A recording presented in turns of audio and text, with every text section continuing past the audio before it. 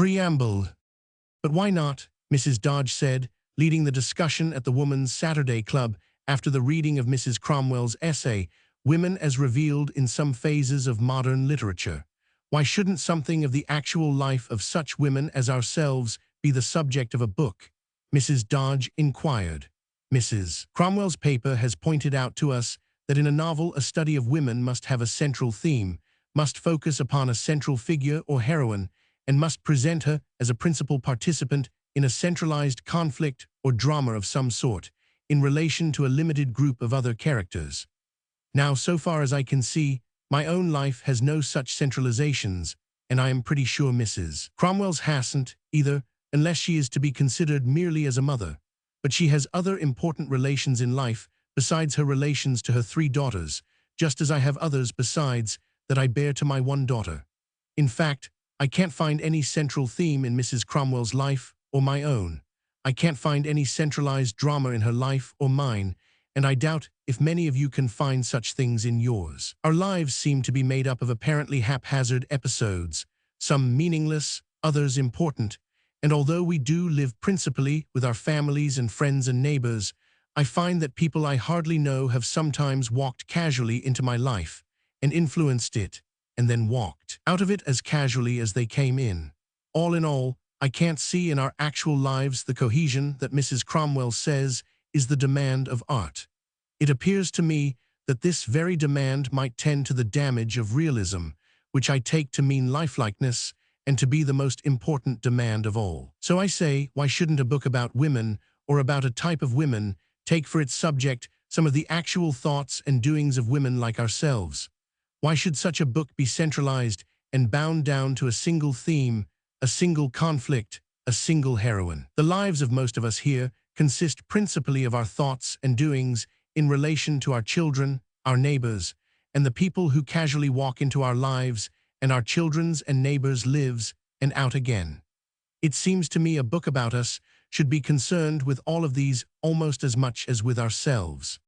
You haven't mentioned husbands, Mrs. Cromwell suggested, wouldn't they? They should be included, Mrs. Dodge admitted, but I would have husbands and suitors represented in their proper proportion, that is to say, only in the proportion that they affect our thoughts and doings. In challenging the rules for centralization that you have propounded, Mrs. Cromwell, I do not propose that all rules of whatever nature should be thrown over. One in particular I should hold most advisable. What rule is it? A member of the club inquired, for at this point Mrs. Dodge paused, and the expression of her mouth was somewhat grim. It is that a book about women should not be too long, Mrs. Dodge replied. Especially if it should be by a man, he would be wise to use brevity as a means of concealing what he doesn't know. And besides, she added, more leniently, by brevity, he might hope to placate us a little. It might be his best form of apology. Women. Mrs. Dodge and Mrs. Cromwell. We learned in childhood that appearances are deceitful, and our subsequent scrambling about upon this whirling globe has convinced many of us that the most deceptive of all appearances are those of peace. The gentlest-looking liquor upon the laboratory shelves was what removed the east wing of the chemical corporation's building on Christmas morning. It was the stillest Sunday noon of a drowsy August when, without even the courtesy of a little introductory sputtering, the gas works blew up, and both of these disturbances were thought to be peculiarly outrageous because of the previous sweet aspects that prevented anyone from expecting trouble. Yet those aspects, like the flat calm of the summer of 1914, should have warned people of experience that outbreaks were impending. What could offer to mortal eye a picture of more secure placidity than 3 smiling ladies walking homeward together after a club meeting? The particular 3 in mind, moreover, were in a visibly prosperous condition of life, for although the afternoon was brightly cold, their furs afforded proof of expenditures with which any moderate woman would be satisfied, and their walk led them into the most luxurious stretch of the long thoroughfare that was called the handsome suburb's finest street. The 3 addressed one another in the caressively amiable tones that so strikingly characterized the elite of their sex in converse, and their topic, which had been that of the club paper, was impersonal. In fact, it was more than impersonal, it was celestial. Sweetness and light. Essay. Mrs. Roderick Brooks Battle. These were the words printed in the club's yearbook beneath the date of that meeting, and Mrs. Roderick Brooks Battle was the youngest of the three placid ladies. "You're all so sweet to say such lovely things about it," she said, as they walked slowly along. "I only wish I deserved them, but of course, as everyone must have guessed, it was all Mr. Battle. I don't suppose I could write a single connected paragraph without his telling me how, and if he hadn't kept helping me, I just wouldn't have been ready with any paper at all. Never in the world." "Oh yes, you would," Amelia, the elder of the two other ladies, assured her. "For instance, dear, that beautiful thought about the bravery of silence, about how much nobler it is never to answer an attack. I thought it was the finest thought in the whole paper, and I am sure that was your own and not your husband's, Amelia." "Oh no, Mrs. Cromwell," Mrs. Battle returned, and although her manner was deferential to the older woman, she seemed to be gently shocked. Her voice became a little protesting. "I could never in the world have experienced a thought like that just by myself. It was every bit Mr. Battle's. In fact, he almost as much as dictated that whole paragraph to me, word for word. It seemed a shame for me to sit up there and appear to take the credit for it. But I knew, of course, that everybody who knows us the least bit intimately would understand I could never write anything, and it was all Mr. Battle." "My dear, y'all never persuade us of it," the third lady said. "There were thoughts in your paper so characteristically feminine that no one but a woman could possibly—" "Oh, but he could," Mrs. Battle interrupted with an eagerness that was more than audible, for it showed itself vividly in her brightened eyes and the sudden glow of pink beneath them. "That's one of the most wonderful things about Mr. Battle. His intellect is just as feminine as it is masculine, Mrs. Dodge. He's absolutely, well, the only way I can express it is in his own words. Mr. Battle says no one can be great who isn't universal in his thinking. And you see, that's where he excels so immensely. Mr. Battle is absolutely universal in his thinking. It seems to me it's one of the great causes of Mr. Battle's success. He not only has the most powerful reasoning faculties I ever knew in any man, but he's absolutely gifted with a woman's intuition." She paused to utter a little murmur of fond laughter, as if she herself had so long and helplessly marveled over Mr. Battle that she tolerantly found other people's incredulous amazement at his prodigiousness natural but amusing. "You see, an intellect like Mr. Battle's can't be comprehended from knowing other men, Mrs. Dodge," she added. "Other men look at things simply in a masculine way, of course. Mr. Battle says that's only seeing half. Mr. Battle says women live on one hemisphere of a globe and men on the other, and neither can look round the circle. But from the stars, the whole globe is seen. That's why we should keep our eyes among the stars." I wanted to work that thought into my paper, too. Isn't it beautiful, the idea of keeping our eyes among the stars? But he said there wasn't a logical opening for it, so I didn't. Mr. Battle says we should never use a thought that doesn't find its own logical place. That is, not in writing, he says. But don't you think it's wonderful, that idea of the globe and the two hemispheres and all? Lovely, Mrs. Dodge agreed. Yet I don't see how it proves Mr. Battle has a feminine mind. "Oh, but I don't mean just that alone," Mrs. Battle returned eagerly. "It's the 1,001 things in my daily contact with him that prove it. Of course, I know how hard it must be for other women to understand. I suppose no one could hope to realize what Mr. Battle's mind is like at all without the great privilege of being married to him. And that," Mrs. Cromwell remarked, "has been denied to so many of us, my dear."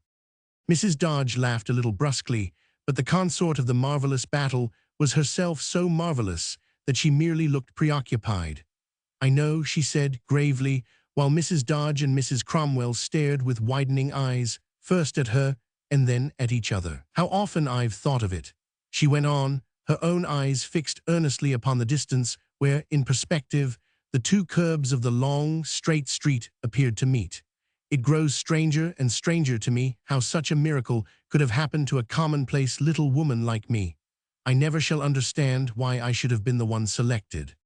Thereupon, having arrived at her own gate, it was with this thought that she left them. From the gate, a path of mottled flagstones led through a smooth and snowy lawn to a house upon which the architect had chastely indulged his Latin pleasure in stucco and wrought iron. And as Mrs. Battle took her way over the flagstones, she received from her two friends renewed congratulations upon her essay, as well as expressions of parting endearment. And she replied to these cheerfully, but all the while the glowing, serious eyes of the eager little brown-haired woman remained preoccupied with the miracle she had mentioned. Mrs. Cromwell and Mrs. Dodge went on their way with some solemnity and were silent until the closing door of the stucco house let them know they were out of earshot. Then Mrs. Cromwell, using a hushed voice, inquired, "Do you suppose she ever had a painting made of the Annunciation?" The Annunciation. Mrs. Dodge did not follow her. Yes, when the miracle was announced to her that she should be the wife of Roderick Brooks Battle. Of course, she must have been forewarned by an angel that she was the one selected. If Battle had just walked in and proposed to her, it would have been too much for her. "I know one thing," Mrs. Dodge said, emphatically. "I've stood just about as much of her everlasting Mr. Battle says as I intend to. You can't go anywhere and get away from it. You can hear it over all the chatter at a dinner. You can hear it over 50 women gabbing at a tea. Mr. Battle says this, Mr. Battle says that, Mr. Battle says this and that."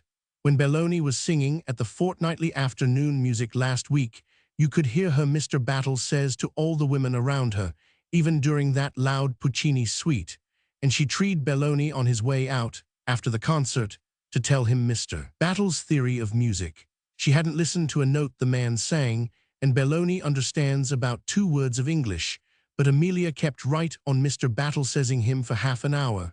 "For my part, I've had all I can stand of it, and I am about ready to do something about it." "I don't see just what one could do," Mrs. Cromwell said, laughing vaguely. "I do," her companion returned. Then both were silent for a few thoughtful moments and wore the air of people who have introduced a subject upon which they are not yet quite warm enough to speak plainly.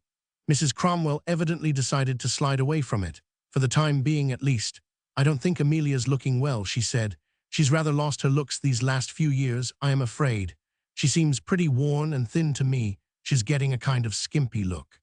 "What else could you expect? She's made herself the man's slave ever since they were married. She was his valet, his cook, and his washerwoman night and day for years. I wonder how many times actually and literally she's blacked his boots for him. How could you expect her not to get worn out and skimper-looking?"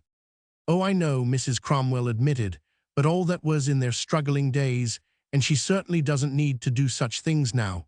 I hear he has 20 or 30 houses to build this year, and just lately an immense contract for 2 new office buildings. Besides, he's generous with her. She dresses well enough nowadays." "Yes," Mrs. Dodge said grimly, "they'd both see to that for his credit, but if he comes in with wet feet, you needn't tell me she doesn't get down on her knees before him and take off his shoes herself. I know her. Yes, and I know him too. Rich or poor, she'd be his valet and errand girl just the same as she always was." "Perhaps," said Mrs. Cromwell, "but it seems to me her most important office for him is the one she's just been filling. Press agent, I should say so. She may stop blacking his boots, but she'll never stop that. It's just why she makes me so confounded tired, too. She thinks she's the only woman that ever got married." "Amelia is rather that way," the other said, musingly. "She certainly never seems to realize that any of the rest of us have husbands of our own. Mr. Battle can't be comprehended from knowing other men." Here Mrs. Dodge somewhat bitterly mimicked the unfortunate Amelia's eager voice. "Other men look at things in simply a masculine way. I know how hard it must be for other women to understand a god like my husband just from knowing their own poor little imitation husbands." "Oh no," Mrs. Cromwell protested. "She didn't quite say that." "But isn't it what she meant? Isn't it exactly what she felt?" "Well, perhaps." "It does make me tired," Mrs. Dodge said vigorously, and with the repetition she began to be more than vigorous.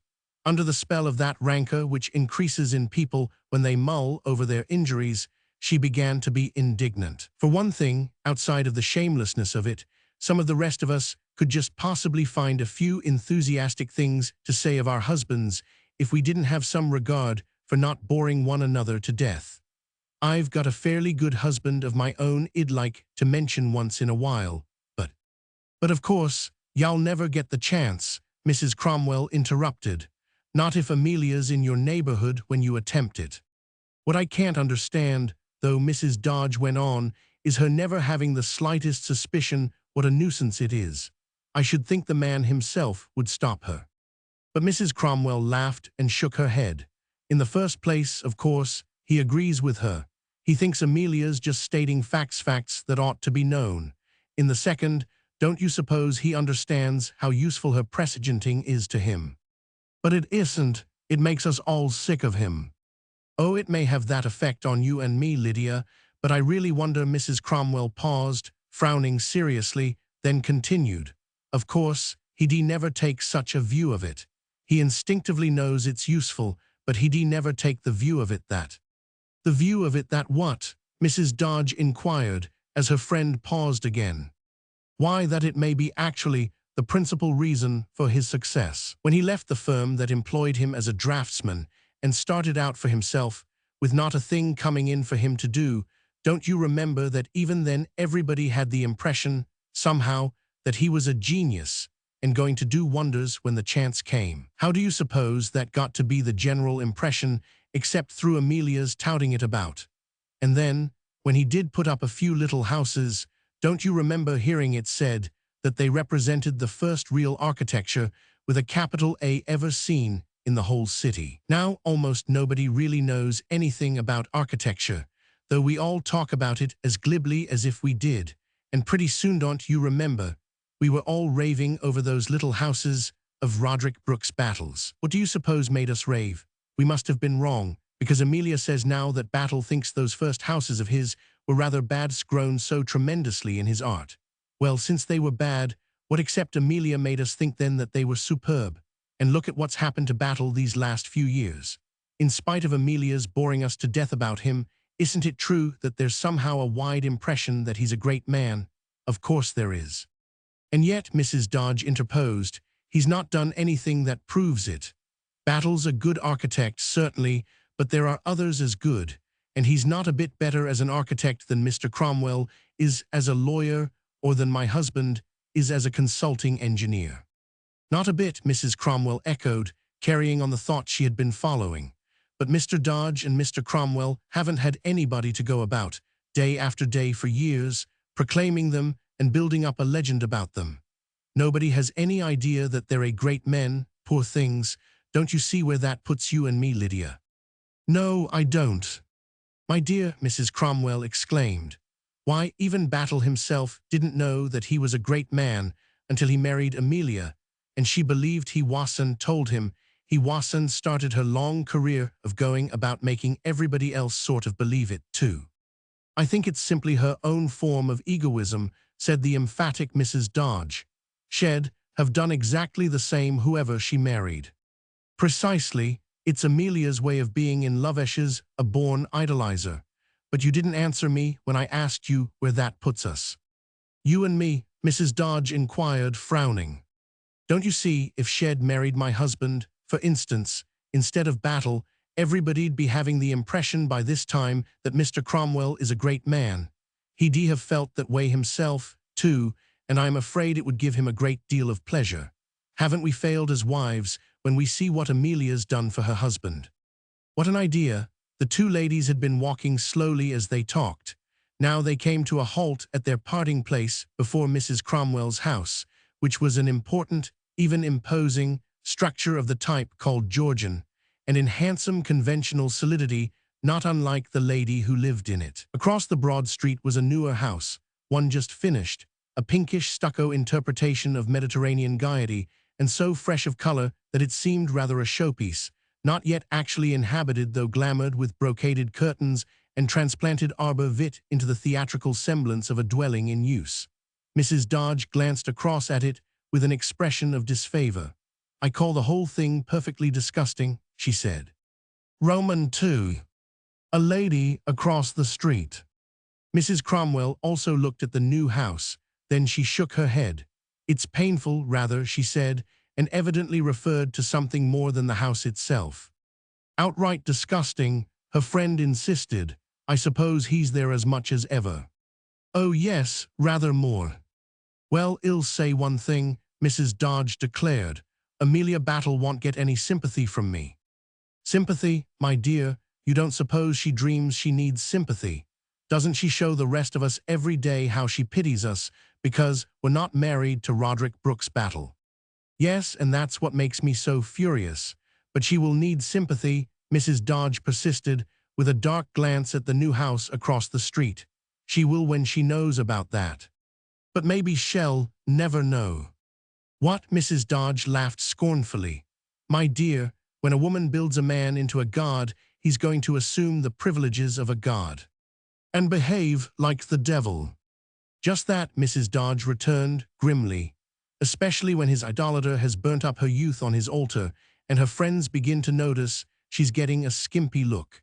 What chance has a skimper-looking slave against a glittering widow rich enough to build a new house every time she wants to have teddy-teats with a godlike architect? But she's only built one, Mrs. Cromwell cried, protesting. So far, her pessimistic companion said, then laughed at her own extravagance and became serious again. I think Amelia ought to know. Oh, no. Yes, she ought, Mrs. Dodge insisted.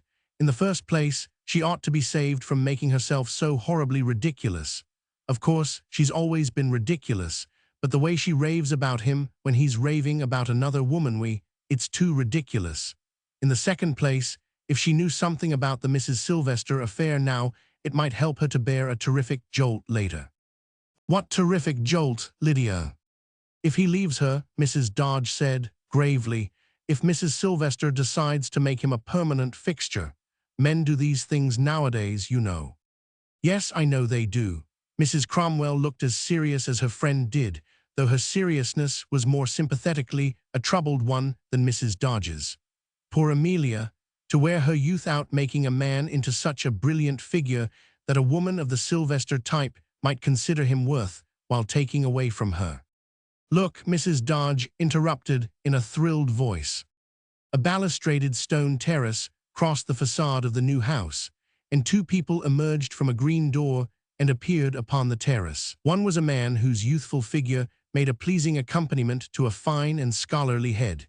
He produced, moreover, an impression of success and distinction obvious to the first glance of a stranger, though what was most of all obvious about him at the present moment was his devoted, even tender, attention to the woman at his side. She was a tall and graceful laughing creature, so sparklingly pretty as to approach the contours and colors of a beauty.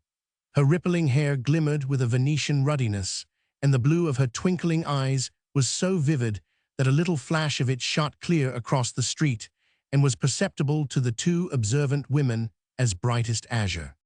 Upon her lovely head she had a little sable hat, and over a dress of which only a bit of grey silk could be glimpsed at throat and ankle, she wore a sable coat of the kind and dimensions staggering to moderate millionaires. She had the happy and triumphant look of a woman confident through experience that no slightest wish of hers would ever be denied by anybody, herself distinctly included, and all in all, she was dazzling, spoiled, charming, and fearless. Certainly she had no fear of the two observant women, neither of their opinion nor of what she might give them cause to tell. That sparkle of azure she sent across the intervening street was so carelessly amused it was derisive, like the half-nod to them with which she accompanied it. She and her companion walked closely together, absorbed in what they were saying, her hand upon his arm, and when they came to the terrace steps, where a closed foreign car waited, with a handsome young chauffeur at the wheel and a twin of him at attention beside the door, she did a thing that Mrs. Dodge and Mrs. Cromwell took to be final and decisive. Her companion had evidently offered some light pleasantry or witticism at which she took humorous offense, for she removed her white-gloved hand from his arm and struck him several times playfully upon the shoulder, but, with the last blow, allowed her hand to remain where it was. And, although she might have implied that it was to aid her movement into the car, the white fingers could still be seen remaining upon the shoulder of the man's brown overcoat as he, moving instantly after her, took his seat beside her in the grey velvet interior. Thus, what appeared to be a playful gesture protracted itself into a caress, and a caress of no great novelty to the participants. At least it was so interpreted across the street, where Mrs. Dodge gave utterance to a sound vocal but incoherent, and Mrs. Cromwell said, "Oh my," in a husky whisper. The French car glided by them, passing them as they openly stared at it, or indeed glared at it, and a moment later it was far down the street, leaving them to turn their glares upon each other. "That settles it," Mrs. Dodge gasped. "It ought to have been a gondola." "A gondola!" A Doge's wife carrying on with a fool poet or something. "She always has that air to me. What a comedy." Mrs. Cromwell shook her head. Her expression was of grief and shock. "It's tragedy, Lydia.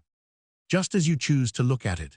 The practical point of view is that it's going to happen to Amelia, and pretty soon too. Some day before long that man's going to walk in and tell her she's got to step aside and let him marry somebody else.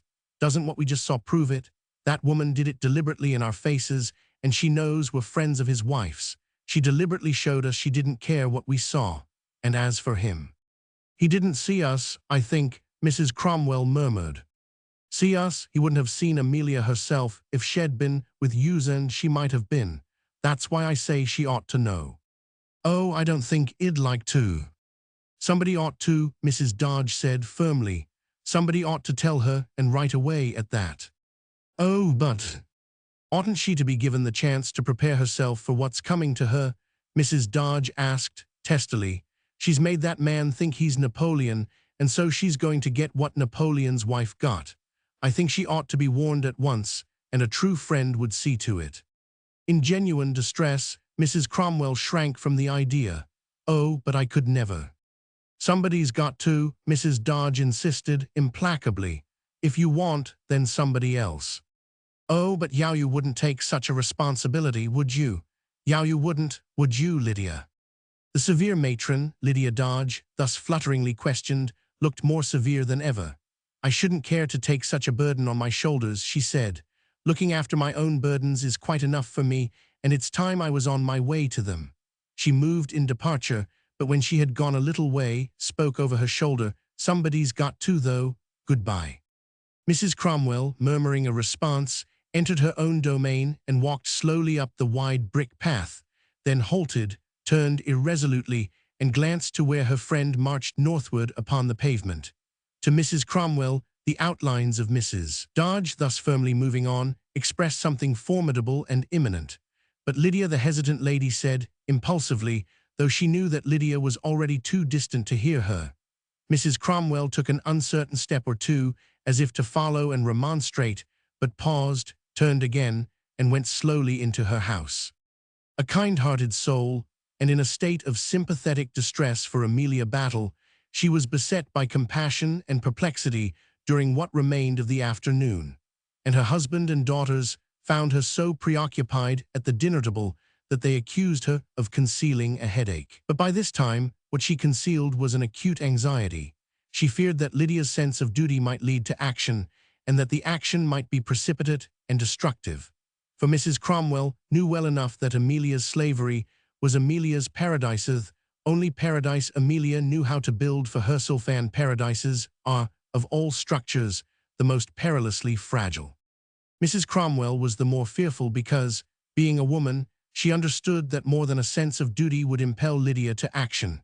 Lydia herself might interpret her action as the prompting of duty, but the vital incentive was likely to be something much more human. For within the race is a profound willingness to see a proud head lowered, particularly if that head be one that has displayed its pride. Amelia had displayed hers too long and too gallingly for Lydia's patience. Lydia had really meant it, Mrs. Cromwell thought, recalling the fierceness of Mrs. Dodge's "I've had all I can stand of it" that afternoon. A sense of duty with gall behind it is indeed to be feared, and the end of Mrs. Cromwell's anxieties was the conclusion that Amelia's paradise of slavery was more imminently threatened by the virtuous Lydia than by that gorgeous pagan, Mrs. Sylvester. Roman 3. Perversity of a telephone. The troubled lady began to wish devoutly that the sight of Mrs. Sylvester caressing Mr. Battle had not shocked her into a fluttering and indecisive state of mind. She should have discussed the event more calmly with Lydia, should have argued against anything precipitate, and so, as soon as she could, after her preoccupied dinner, she went to the telephone and gave Mrs. Dodge's number. Mr. and Mrs. Dodge were dining in town, she was informed. They were going to the theater afterward, and were not expected to return until midnight. This blank wall at once increased Mrs. Cromwell's inward disturbance, for she was a woman readily tortured by her imagination, and in her mind she began to design terrible pictures of what might now be happening in the house of the Battles. Until she went to the telephone, she thought it unlikely that Lydia had acted with such promptness. But after receiving through the instrument the information that no information was to be had for the present, Mrs. Cromwell became certain that Mrs. Dodge had already destroyed Amelia's peace of mind. She went away from the telephone, then came back to it, and again sat before the little table that bore it, but she did not at once put its miraculous powers into operation. Instead, she sat staring at it, afraid to employ it, while her imaginings became more piteous and more horrifying. Amelia had no talk except Mr. Battle says. She had no thought except Mr. Battle thinks. She had no life at all except as part of her husband's life. And if that were taken away from her, what was left? She had made no existence whatever of her own and for herself, and if brought to believe that she had lost him, she was annihilated. If the great Battle merely died, Amelia could live on, as widows of the illustrious sometimes do, to be his monument continually reinscribed with mourning tributes. But if a Venetian beauty carried him off in a gondola, Amelia would be so extinct that the act of self-destruction might well be thought gratuitous, and yet Mrs. Cromwell's imagination pictured Amelia in the grisly details of its commission by all the usual processes. She saw Amelia drown herself variously, saw her with a razor, with a pistol, with a rope, with poison, with a hatpin. Naturally, it became impossible to endure such pictures, and Mrs. Cromwell tremulously picked up the telephone, paused before releasing the curved nickel prong, but did release it, and when a woman's voice addressed her, "What number, please?" she returned the breathless inquiry, "Is that you, Amelia?" Then she apologized, pronounced a number, and was presently greeted by the response, "Mr. Roderick Battle's residence. Who is it, please?" "Mrs. Cromwell, may I speak to Mrs. Battle?" "I think so, ma'am." In the interval of silence Mrs. Cromwell muttered, "I think so," to herself. The maid wasn't certain. That was bad, for it might indicate a state of prostration. "Yes," said the little voice in the telephone. "Is it Mrs. Cromwell?" Mrs. Cromwell, with a great effort, assumed her most smiling and reassuring expression. "Amelia, is it you, Amelia?" "Yes. I just wanted to tell you again what a lovely impression your essay made on me, dear. I've been thinking of it ever since, and I felt you might like to know it." "Thank you, Mrs. Cromwell. Lydia Dodge and I kept on talking about it after you left us this afternoon," Mrs. Cromwell continued, beaming fondly upon the air above the telephone. "We both said we thought it was the best paper ever read at the club. I just wondered if Lydia called you up to tell you so, too. Did she?" No, she didn't call me up." "Oh, didn't she? I just thought she might have, because she was so enthusiastic." "No, she didn't." Mrs. Cromwell listened intently, seeking to detect emotion that might indicate Amelia's state of mind, but Amelia's voice revealed nothing whatever. It was one of those voices obscured and dwindled by the telephone into dry little metallic sounds. Language was communicated, but nothing more, and a telegram from her would have conveyed as much personal revelation. "No, Mrs. Dodge didn't call me up," she said again. Mrs. Cromwell offered some manifestations of mirth, though she intended them to express a tender cordiality rather than amusement, and the facial sweetness with which she was favoring the air before her became less strained. A strong sense of relief was easing her. "Well, I just thought Lydia might, she said, continuing to ripple her gentle laughter into the mouthpiece. "She was so enthusiastic, I just thought." "No, she didn't call me up," the small voice in the telephone interrupted. "Well, IMGL," but Mrs. Cromwell checked herself sharply, having begun too impulsively. "I hope I'm not keeping you from anything you were doing," she said hastily, to change the subject. "No, I am all alone. Mr. Battle is spending the evening with Mrs. Sylvester." "What?" Mrs. Cromwell exclaimed, and her almost convivial expression disappeared instantly. Her face became a sculpture of features only. "He is." "Yes, he's finishing the interior of her new house. With important clients like that, he always interprets them into their houses, He makes a study of their personalities." You see, Mrs. Cromwell said. Then, recovering herself, she was able to nod pleasantly and beam again, though now her beaming was rigidly automatic. Well, I mustn't keep you. I just wanted to tell you again how immensely we all admired your beautiful essay, and I thought possibly Lydia might have called you up to say so too, because she fairly raved over it when we were. No, the metallic small voice said, and it informed her for the fourth time, she didn't call me up. Then it added, she came here. No, Mrs. Cromwell cried. Yes, she came here, the voice in the instrument repeated. She did. Yes, just before dinner, she came to see me. Oh my, Mrs. Cromwell murmured. What did she say? She was in great trouble about Mr. Dodge. What? She was in a tragic state, the impersonal voice replied with perfect distinctness. She was in a tragic state about her husband. About John Dodge, Mrs. Cromwell cried. Yes, she was hurried and didn't have time to tell me any details, because they had a dinner engagement in town, and he kept telephoning her they'd be disgraced if she didn't come home and dress. But that's what she came to see me about. It seems he's been misbehaving himself over some fascinating and unscrupulous woman, and Mrs. Dodge thinks he probably intends to ask for a divorce and abandon her. She was in a most upset state over it, of course. Amelia, Mrs. Cromwell shouted the name at the mouthpiece. Yes, isn't it distressing, was the response. O' course, I won't mention it to anybody but you. I supposed you knew all about it since you're her most intimate friend. Mrs. Cromwell made an effort to speak coherently. Let me try to understand you, she said. You say that Lydia Dodge came to you this afternoon. It was really evening, the voice interrupted, in correction, almost 7, and their engagement was in town at past. That's why he kept calling her up so excitedly. And she told you, Mrs. Cromwell continued, Lydia Dodge told you that her husband, John Dodge, was philandering with. There was no doubt about it whatever, the voice interrupted. Some friends of hers had seen an actual caress exchanged between Mr. Dodge and the other woman. What? Yes, that's what she told me. Wait, Mrs. Cromwell begged. Lydia Dodge told you that John Dodge.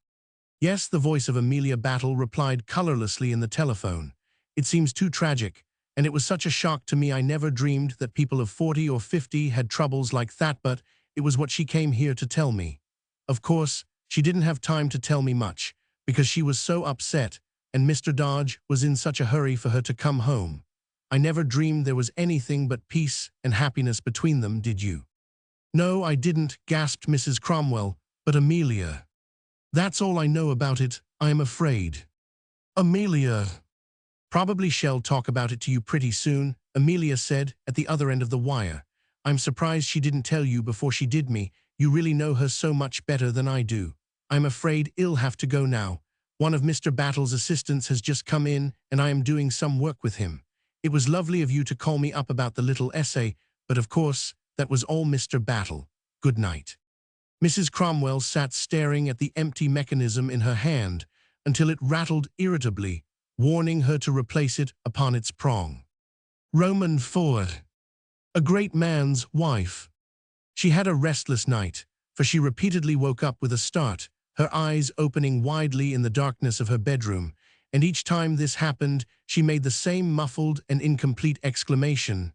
Well, of all. Her condition was still as exclamatory as it was anxiously expectant when, just after her 9 o'clock breakfast the next morning, she went to her Georgian drawing-room window and beheld the sterling figure of Mrs. Dodge in the act of hurrying from the sidewalk to the Georgian doorway. Mrs. Cromwell ran to admit her, brought her quickly into the drawing-room. Lydia, she cried, what on earth happened? For even if telephones had never been invented, the early caller's expression would have made it plain that there had been a happening. I'd have called you up last night, the perturbed Lydia began, but we didn't get back till 1 o'clock, and it was too late. In all my life, I never had such an experience. You don't mean at the theater, or? No, Mrs. Dodge returned indignantly. I mean with that woman. With Amelia. With Amelia Battle. But tell me, Mrs. Cromwell implored. My dear, I've been in such a state of perplexity. Perplexity, her friend echoed scornfully and demanded, What sort of state do you think I've been in? My dear, I went to her. To Amelia. To Amelia Battle, Mrs. Dodge said. I went straight home after I left you yesterday, but I kept thinking about what we'd seen. You mean Mrs. Cromwell paused and glanced nervously through the glass of the broad-paned window beside which she and her guest had seated themselves. Her troubled eyes came to rest upon the pinkish Italian villa across the street. You mean what we saw over there? I mean what was virtually an embrace between Roderick Brooks Battle and Mrs. Sylvester under our eyes, Mrs. Dodge said angrily. And she looked us square in the face just before she did it. I also mean that both of them showed by their manner that such caresses were absolutely familiar and habitual, and that was all I needed to prove that the talk about them was only too well-founded. So when I'd thought it over and over, I didn't act in haste. I decided it was somebody's absolute duty to prepare Amelia for what I plainly saw was coming to her. Did you ever see anything show more proprietorship than Mrs. Sylvester's fondling of that man's shoulder? So, as you had declared you wouldn't go, and although it was late, and Mr. Dodge and I had an important dinner engagement, I made up my mind it had to be done immediately, and I went. But what did you tell her? Mrs. Cromwell implored. Never, said Mrs. Dodge, never in my life have I had such an experience. I tried to begin tactfully. I didn't want to give her a shock, and so I tried to begin and lead up to it. But it was difficult to begin at all, because I'd scarcely sat down before she told me my husband had got home and had telephoned to see if I'd reached her house, and he'd left word for me to come straight back home, because he was afraid we'd be late for the dinner, and all the time I was trying to talk to her. Her maid kept coming in to say he was calling up again, and then I'd have to go and beseech him to let me alone for a minute, but he wouldn't. Mrs. Cromwell was unable to wait in patience through these preliminaries. Lydia, what did you tell her? I'm trying to explain it as well as I can, please, her guest returned irritably. If I didn't explain how crazily my husband kept behaving, you couldn't possibly understand. He'd got it into his head that we had to be at this dinner on time, because it was with some people who have large mining interests. Lydia, what did you? I told you I tried to be tactful, said Mrs. Dodge. I tried to lead up to it, and I'll tell you exactly what I said, though with that awful telephone interrupting every minute, it was hard to say anything connectedly. First, I told her what a deep regard both of us had for her. Both of you? You mean you and your husband, Lydia? No, you and me. It was necessary to mention you, of course, because of what we saw yesterday. Oh, said Mrs. Cromwell, well, go on. I told her, Mrs. Dodge continued, complying. I said nobody could have her interests more at heart than you and I did, and that was why I had come. She thanked me, but I noticed a change in her manner right there. I thought she looked at me in a kind of bright-eyed way, as if she were on her guard and suspicious. I thought she looked like that, and now I am sure she 999. I said, Amelia, I want to put a little problem to you, just to see if you think I've done right in coming. She said, yes, Mrs. Dodge, and asked me what the problem was. And what was it, Lydia? My dear, will you let me tell you? I said in the kindest way, I said, Amelia, just for a moment let us suppose that my husband were not true to me. Suppose he might even be planning to set me aside so that he could marry another woman. And suppose that two women friends of mine, who had my interests dearly at heart, had seen him with this other woman, and suppose her to be a fascinating woman, and that my friends saw with their own eyes that my husband felt her fascination so deeply that anybody could tell in an instant he was actually in love with her. And more than that, I said, suppose that these friends of mine saw my husband actually exchanging a caress with this woman, and saw him go off driving with her hand on his shoulder, and he showing that he liked it there and was used to having it there. Amelia, I said, Amelia, what would you think about the question of duty for those two friends of mine who had seen such a thing? Amelia, I said, wouldn't you think it was the true duty of one or the other of them to come and tell me and warn me and give me time to prepare myself? That's what I said to her. And what did she? She jumped right up and came and threw her arms around me, said Mrs. Dodge in a strained voice. I never had such an experience in my life. But what did she say? She said, you poor thing, Mrs. Dodge explained irascibly. She didn't say it either, she shouted it, and she kept on shouting it over and over. You poor thing. And when she wasn't saying that, she was saying she'd never dreamed Mr. Dodge was that sort of a man, and she made such a commotion I was afraid the neighbors would hear her. But why didn't you? I did, Mrs. Dodge returned passionately. I told her 100 times I didn't mean Mr. Dodge, but she never gave me a chance to finish a word I began. She just kept taking on about what a terrible thing it must be for me, and how dreadful it was to think of Mr. Dodge misbehaving like that. I tell you, I never in my life had such an experience. But why didn't you make her listen, at least long enough to? Mrs. Dodge's look was that of a person badgered to desperation. I couldn't. Every time I opened my mouth, she shouted louder than I did. She'd say, you poor thing, again, or some more about Mr. Dodge, or she'd want to know if I didn't need ammonia or camphor, or she'd offer to make beef tea for me. And every minute my husband was making an idiot of himself, ringing the Battles telephone again. You don't seem to understand what sort of an experience it was at all. I tell you, when I finally had to leave the house, she was standing on their front steps, shouting after me that she'd never tell anybody a thing about Mr. Dodge unless I wanted her to. It's so queer, Mrs. Cromwell said, bewildered more than ever. If I'd been in your place, I know I'd never have come away without making her understand I meant her husband, not mine. Making her understand, Mrs. Dodge repeated, mocking her friend's voice, so considerable was her bitterness. You goose, you don't suppose she didn't understand that, do you? You don't think? Absolutely, she had been expecting it to happen. What to happen? Somebody's coming to warn her about Mrs. Sylvester. She did the whole thing deliberately. Absolutely, she understood I was talking about Battle as well as you do now. Of course, said Mrs. Dodge, of course she understood. Then both ladies seemed to ponder, and for a time uttered various sounds of marveling. But suddenly Mrs. Cromwell, whose glance had wandered to the window, straightened herself to an attentive rigidity. Her guest's glance followed hers and instantly became fixed, but neither lady spoke, for a sharply outlined coincidence was before them, casting a spell upon them and holding them fascinated. Across the street, a French car entered the driveway of the stucco house, and a Venetian beauty descended, wrapped in ermine too glorious for the time and occasion. Out of the green door of the house eagerly came upon the balustraded terrace a dark man, poetic and scholarly in appearance, dressed scrupulously and with a gardenia, like a bridegroom's flower, in his coat. In his hand he held an architect's blueprint, but for him and for the azuried lady in ermine this blueprint seemed not more important, nor less, than that book in which the two lovers of Rimini read no more one day. They glanced but absently at the blueprint. Then the man let it dangle from his hand, while he looked into the lady's eyes and she into his, and they talked with ineffable gentleness together. Here was an Italian episode most romantic in its elements.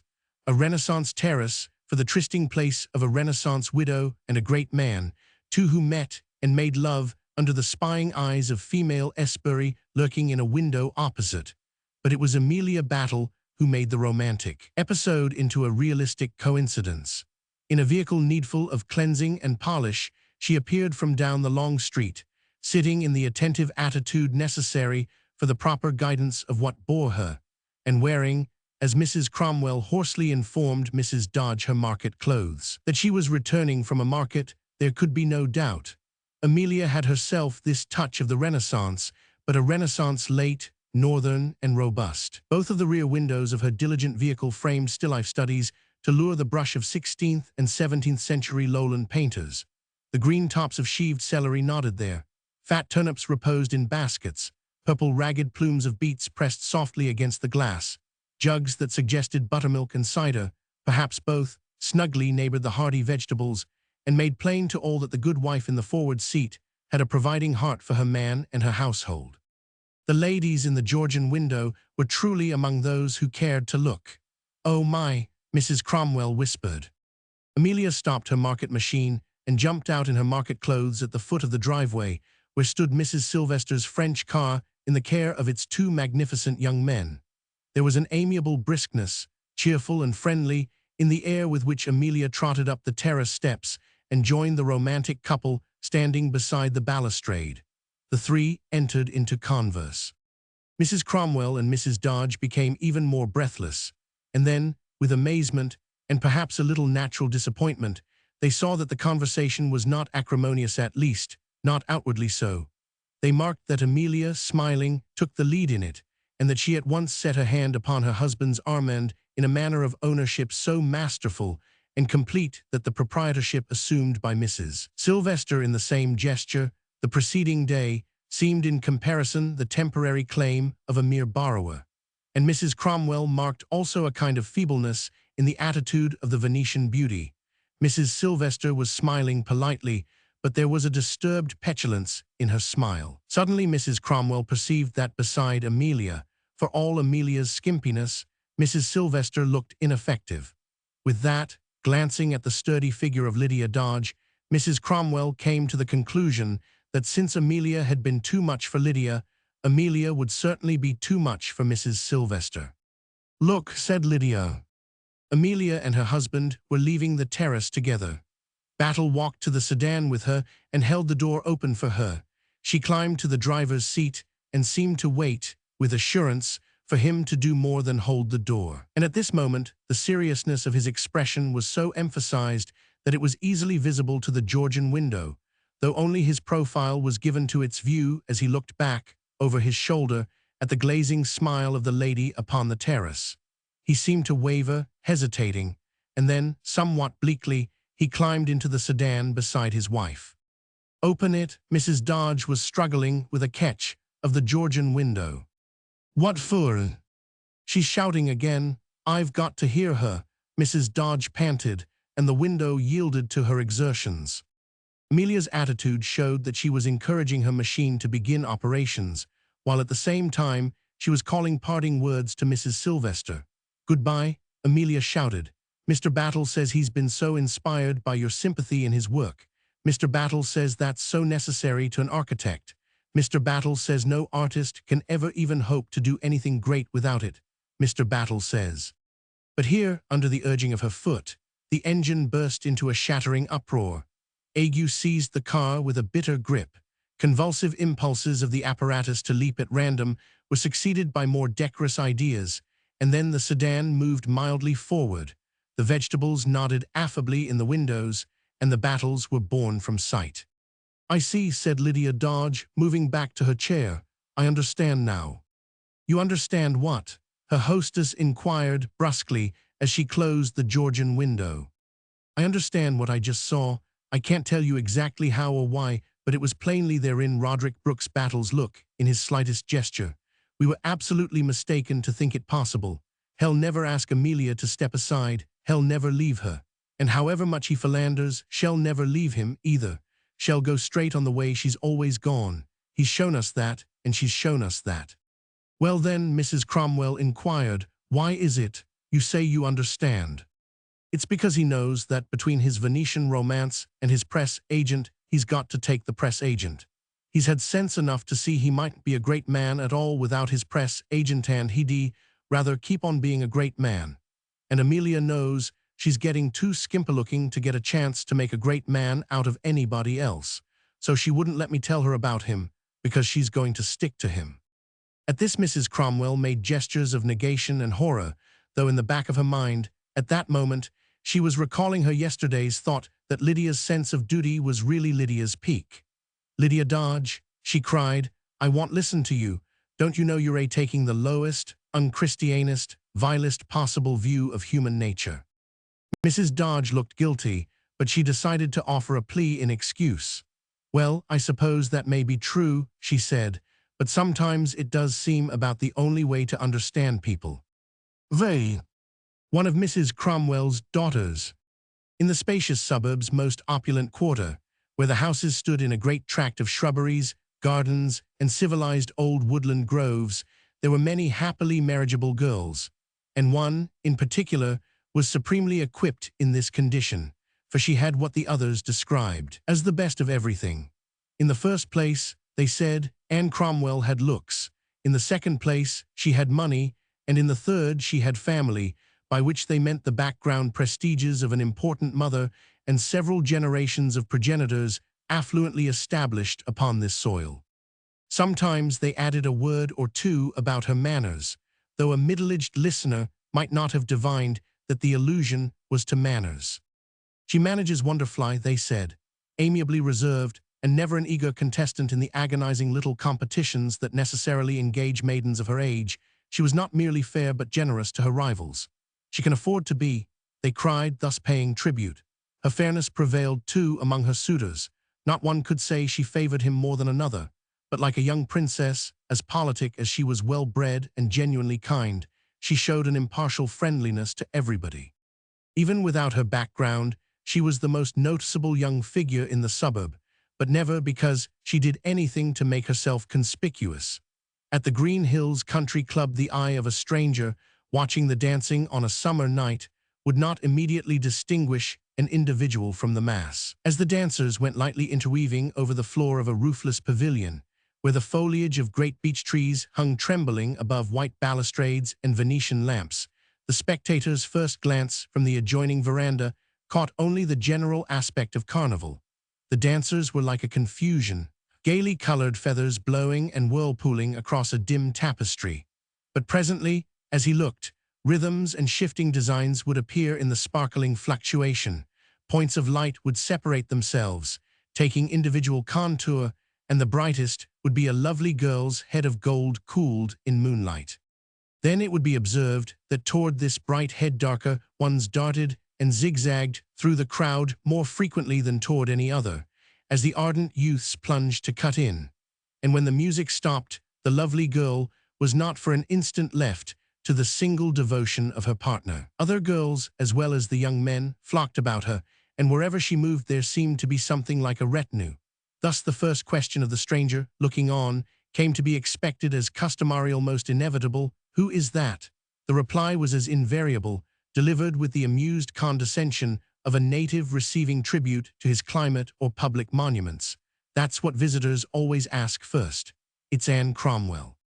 Mrs. Cromwell, sitting among contemporaries on the veranda that overlooked the dancing floor, had often heard both the question and the answer, and although she was one of those mothers known as sensible, she never heard either without a natural thrill of pride. But she was tactful enough to conceal her feeling from the mothers of other girls, and usually laughed deprecatingly, implying that she knew as well as anyone how little such ephemeral things signified. Anne had her own deprecating laughter for tributes, and the most eager flatterer could not persuade her to the air of accepting them seriously, so that both mother and daughter, appearing to set no store by Anne's triumphs, really made them all the more secure. It was a true instinct guiding them, the same that prevailed with Caesar when thrice he refused the crown, for what hurts our little human hearts when we watch a competitor's triumph is his pride and his pleasure in it. If he can persuade us that it brings him neither, we will not grudge it to him, but may help him to greater. Moreover, both Anne and her mother believed themselves to be entirely genuine in their deprecation of Anne's preeminence, and when they were alone together, talked tributes over with the same modest laughter they had for them in company. Yet Mrs. Cromwell never omitted to tell Anne of any strangers "Who is that?" nor of all the other pleasing things said to her or in her hearing of her daughter. And on her own part, Anne laughed and told of the like things that had been said to her or that she had overheard. "Of course, it doesn't mean anything," she would add. "I just thought I'd tell you." For the truth was that Anne's triumphs were the breath of life to both mother and daughter, and they were doomed to make the ancient discovery that our dearest treasures are those that are threatened. The threat was perceived by Mrs. Cromwell upon one of those summer nights so exquisite that we call them unreal, because they belong to perished romance, and we have learned to imagine that what is real must be unlovely. Only the relics of a discredited sentimental epoch could go forth under the gold-pointed canopy of such a night, and sigh because the stars are ineffable. Miss Cromwell was such a relic, and being in remote attendance upon her daughter at the country club, she had gone after dinner to walk alone upon the links in the starlight. In an old-fashioned mood, she naturally wanted to get away from the dance music of the open-air pavilion, but when she returned, her shadow from the rising moon preceded her, and she decided that even the tom-toms and war horns of the young people's favorite orchestra could never entirely ruin the moon. Then, instead of joining any of the groups upon the veranda, she went to an easy chair, aloof in a shadowy corner, where she could see the dancers and be alone to watch Anne. She looked down a little wistfully. Only a year or so ago she had thus watched her oldest daughter, Mildred, now a matron, and in time she would probably see her youngest, the schoolgirl Cornelia, dancing here. But Anne, though the mother strove not to know it, was her dearest, and the period of eligible maidenhood, like any other period, is not long. Mrs. Cromwell was wistful because she thought it would not be really long before Anne might sit here to watch the maiden dancing of a daughter of her own. The pavilion was a little below the level of the veranda, and almost at once her eye found the dominant fair head it sought. Anne was talking as she danced, smiling serenely, a graceful young figure, shapely and tall, with a hint of the contented ampleness that would come later, as it had come to her mother. Mrs. Cromwell, seeing Anne's smile, smiled too, in her seclusion, and with the same serenity, though an enemy might have said that these two smiles partook of the same complacency. However, at that moment, Mrs. Cromwell could not have imagined the existence of an enemy. She had no conception that there could be in the world such a thing as an enemy to herself or to her daughter. She was a little sorry that Anne wasn't dancing with young Harrison Crisp. She liked to see Anne dancing with any nice boy, but best of all with young Crisp, and this was not only because the two were harmoniously matched as dancers, as well as in other ways, but because the mother had comprehended that this young man might prove to be her daughter's preference for more than dancing. Mrs. Cromwell was not anxious to see Anne married. She wished her to prolong the pretty time of girlhood, but any mother must have been pleased to see so splendid a young man place himself at her daughter's disposal. Mrs. Cromwell wondered where he was this evening, and she had just begun to look for him among the dancers when strangers intruded upon her retreat. She heard unfamiliar voices behind her, and then a small group of middle-aged people drew up wicker chairs to the veranda railing that overlooked the dancing floor. Mrs. Cromwell gave them a side glance and perceived that they were visitors put up at the club, for this was an organization closely guarded, and she knew all of the members. The newcomers sat near her, and though she would have preferred her seclusion to remain secluded, she could not help waiting, with a little motherly satisfaction, to hear them speak of her Anne, as strangers inevitably must. And presently she smiled in the darkness, thinking herself rewarded, for a man's voice, deeply impressed, inquired, "Who is that wonderful girl?" In the light of the moment's impending revelation, the mother's smile upon Mrs. Cromwell's half-parted lips, as she waited for the reply, becomes a little pathetic. "Why, it's Sally, of course." This strange answer arrested Mrs. Cromwell's smile, of which reluctant and mirthless vestiges remained for a moment or two before vanishing into the contours that mark an astounded disapproval. Then she slowly turned her head and looked at these queer visitors, and her strong impression was that the two middle-aged women and their escort, a stout elderly man in white flannels, were very ordinary-looking people. Their chairs were within a dozen feet of hers, but they sat in profile to her and possibly were unaware of her, or were aware of her, but vaguely. For strangers in a strange place are often subject to such an illusion of detachment as these displayed, and seem to feel that they may speak together as freely as if they alone understood language. But of course, to Mrs. Cromwell's way of thinking, the greater illusion of the present group was in believing that somebody named Sally was a wonderful girl. She failed to identify this pretender. None of her friends had a daughter named Sally, and Anne had never spoken of any Sally. "I declare I didn't recognize her," the elderly man said, chuckling. "Who'd have thought it, Sally?" The woman who sat next him laughed triumphantly. "I don't wonder you didn't recognize her," she said. "It's 6 years since you saw her, and she was only 14 then. I guess she's changed somewhat." "Well, some," he agreed. "She makes the rest of 'em look like flivvers." The second of the two women tapped his head with her fan. "George, I guess you never thought you'd be the uncle of a peach like that." "Well, I'm not as surprised to be the uncle of a peach," he said, with renewed chuckling, "as I am to see you the aunt of one. I am kind of surprised to have Jenny here turn out to be the mother of one, too. You certainly never showed any such style as that when you were young, Jenny. Why, there ain't a girl in that whole bunch to hold a candle to her. She's a 200-carat blazer and makes the rest of 'em look like what you see on a 10-cent store counter. You heard me yourselves. The very first thing I said was, 'Who is that wonderful girl?' And I didn't even know it was Sally. I guess that shows."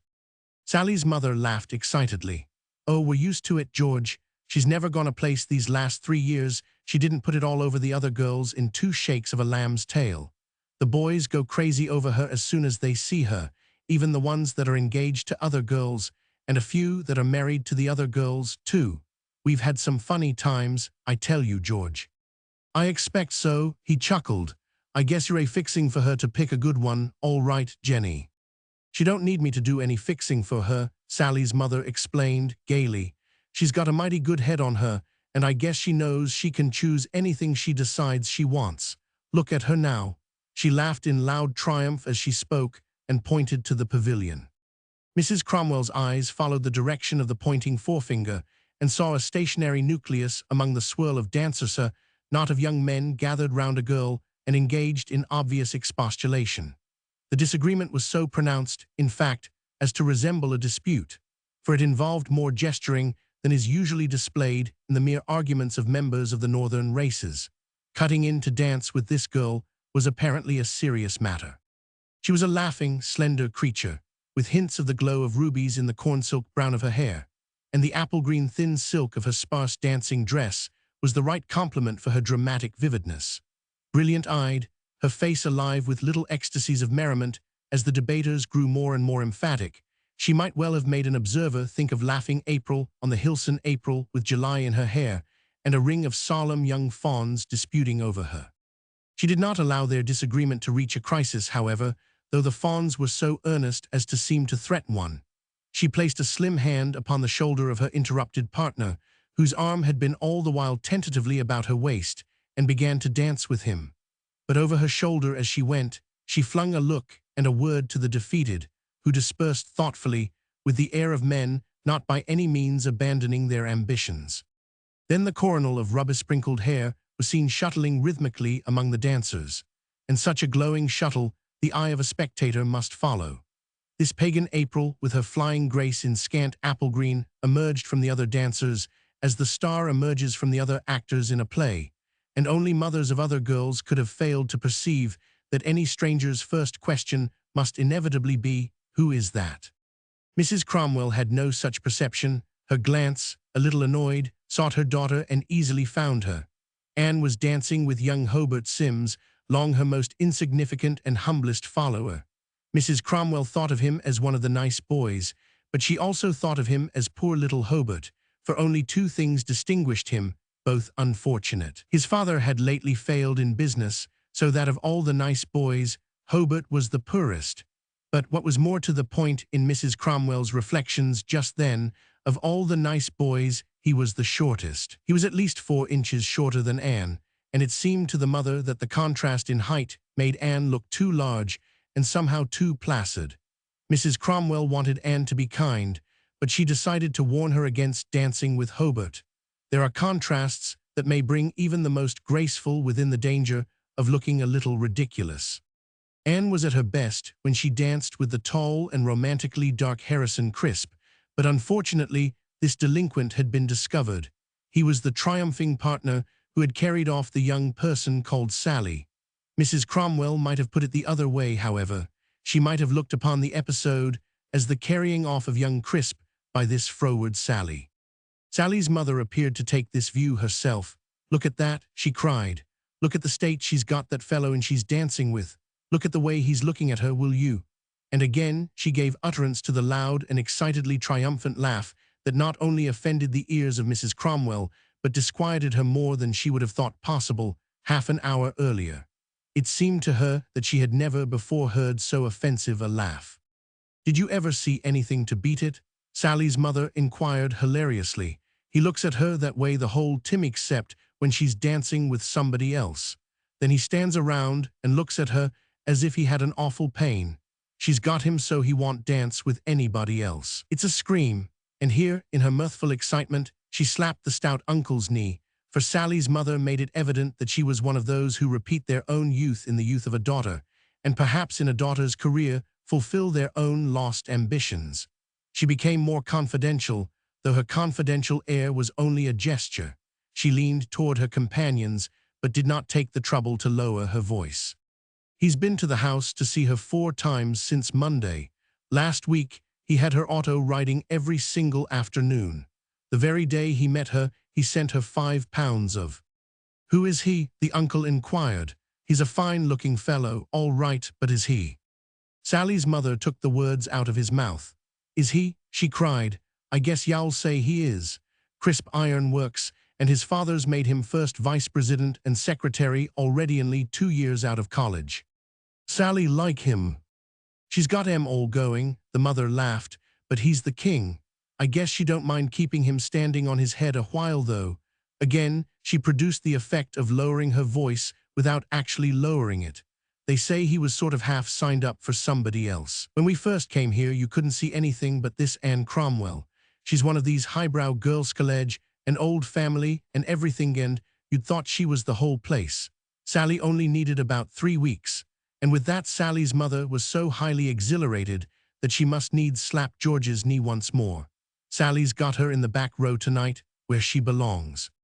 The aunt and uncle joined laughter with her, and were but vaguely aware that the lady near them had risen from her easy chair. She passed by them, bestowing upon them a grave look, not prolonged. "Who's all that?" the stout uncle inquired, when she had disappeared round a corner of the veranda. "Awful big dignified-looking party, I'd call her," he added. "Who is she?" "There's a lot of that highbrow stuff around here," said Sally's mother. "But of course, I don't get acquainted as fast as Sally. I don't know who she is, but probably I'll meet her some day." If Mrs. Cromwell had overheard this, she might have responded, mentally, yes at Philippi, for it could be only on the field of battle that she would consent to meet such rabble. She said to herself that she dismissed them and their babblings permanently from her mind, and having thus dismissed them, she continued to think of nothing else. Her old-fashioned mood was ruined, so was the moon, and so was her evening. She went home early and sent her car back to wait for Anne. Romans 6. Sally Ealing. It did not wait so long as it usually did. Anne came home early too, at 11, though the dancing would go on until 1, and it was her habit to stay as long as the musicians 999. Distant throbbings of dance music from across the links came in at the girl's open window as she undressed in her pretty room, but she listened without pleasure, for perhaps she felt something unkind in these faraway sounds, tonight something elfish and faintly jeering. Her mother, coming in and smiling as she always did when she came for their after-party talks, saw that Anne looked serious.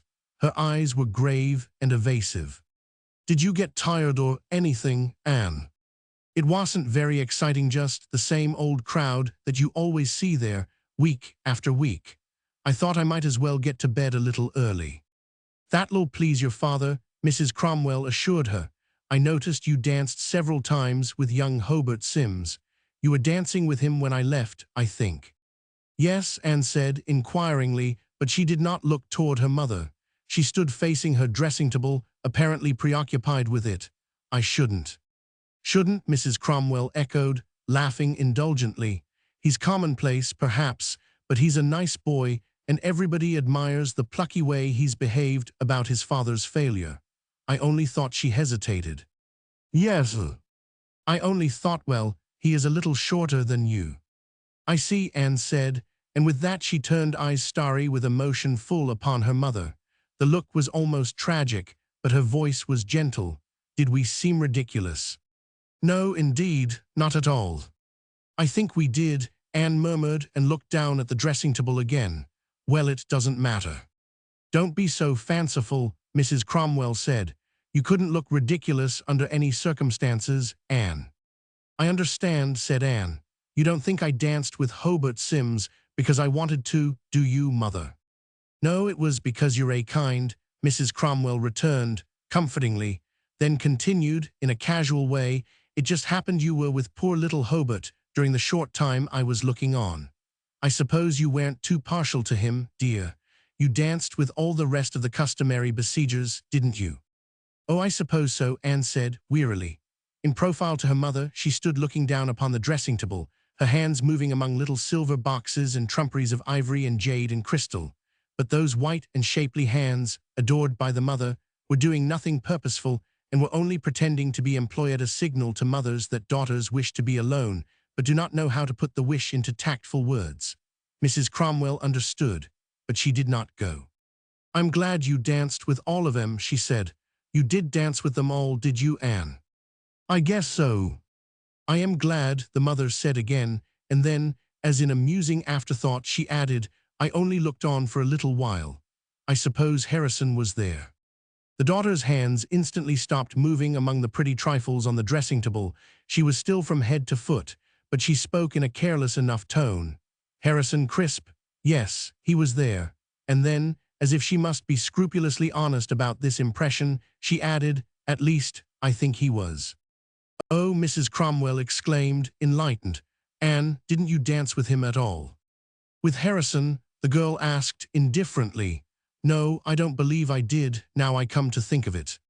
Didn't he ask you at all? Anne turned upon her with one of those little gasps that express the exasperated weariness of a person who makes the same explanation for the 100th time. Mother, if he didn't ask me, isn't that the same as not asking me at all? What's the difference between not dancing with a person and not dancing with him at all? What's the use of making such a commotion about it? Dear me. The unreasonableness of this attack might have hurt a sensitive mother, but Mrs. Cromwell was hurt only for her daughter. Petulance was not like Anne, and it meant that she was suffering. Mrs. Cromwell was suffering too, but she did not show it. What in the world was Harrison doing all evening? She asked. It seems strange he didn't come near you. There's no city ordinance compelling every man in this suburb to ask me to dance. I don't know what he was doing. Dancing with that girl from nowhere, probably. With whom? Nobody you know, Anne returned, impatiently. A girl that's come here lately. He seemed to be unable to tear himself away from her long enough to even say how ditto to anybody else. He's making rather an exhibition of himself over her, they say. I heard something of the kind, her mother said, frowning. She seated herself in a cushioned chair near the dressing table. Is she a commonish girl named Sally something?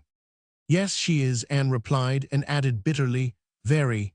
Having reached this basis, they found that they could speak more frankly, and both of them felt a little relief. Anne sat down, facing her mother. She's a perfectly horrible girl, Mother Anne, that's what he seems to like. I happened to hear a little about her, Mrs. Cromwell said. I noticed some relatives of hers who were there. Her mother was one, and they were distinctly what we call common. I was so surprised to find such people put up as guests at the club that before I came home, I asked some questions about them. The mother and daughter have come here to live, and they're apparently quite well todo. Their name is Ealing, it seems. Yes, said Anne, Sally Ealing. What surprised me most, Mrs. Cromwell continued, I learned that they'd not only been given guests' cards for the club, but had actually been put up for membership. Yes, Anne said huskily, it's Harrison. He did it himself, and he's got about a dozen people to second them. Several of the girls thought it their duty to tell me about that tonight. You poor dear child, the mother cried, but her compassion had an unfortunate effect, for the suave youthful contours of the lovely face before her were at once threatened by the malformations of anguish. Anne seemed about to cry vociferously like a child. She got the better of this impulse, however, but she stared at her mother with a luminous reproach, and the light upon the dressing table beside her shone all too brightly upon her lowered eyelids, where liquid glistenings began to be visible. Oh, Mama, she gasped, what's the matter with me? The matter with you, her mother cried. You're a perfect Anne, what do you mean? Anne choked, bit her lip, and again controlled herself, except for the tears that kept forming steadily and sliding down from her eyes as she spoke. I mean, why do I mind it so much? Why do I care so about what's happening to me now? I never minded anything in my life before that I remember. I was sorry when Grandpa died, but I didn't feel like this. Have I been too happy? Is it a punishment? Her mother seized her hands. Punishment? No, you poor lamb, you're making much out of nothing. Nothing's happened, Anne. Oh, but it has, Anne cried and drew her hands away. You don't know, Mama, it's been coming on ever since that girl first came to one of the summer dances a month ago. Mama, tonight, if it hadn't been for little Hobart Sims, there were times when it'd have been stranded. Absolutely. It's such a horribly helpless feeling, Mama. I never knew what it was before, but I know now. But you weren't stranded, dear, you see. I might have been if I hadn't come away, Anne said, and her tears were heavier. Mama, what can I do? It's so unfair. You mean this girl is unfair?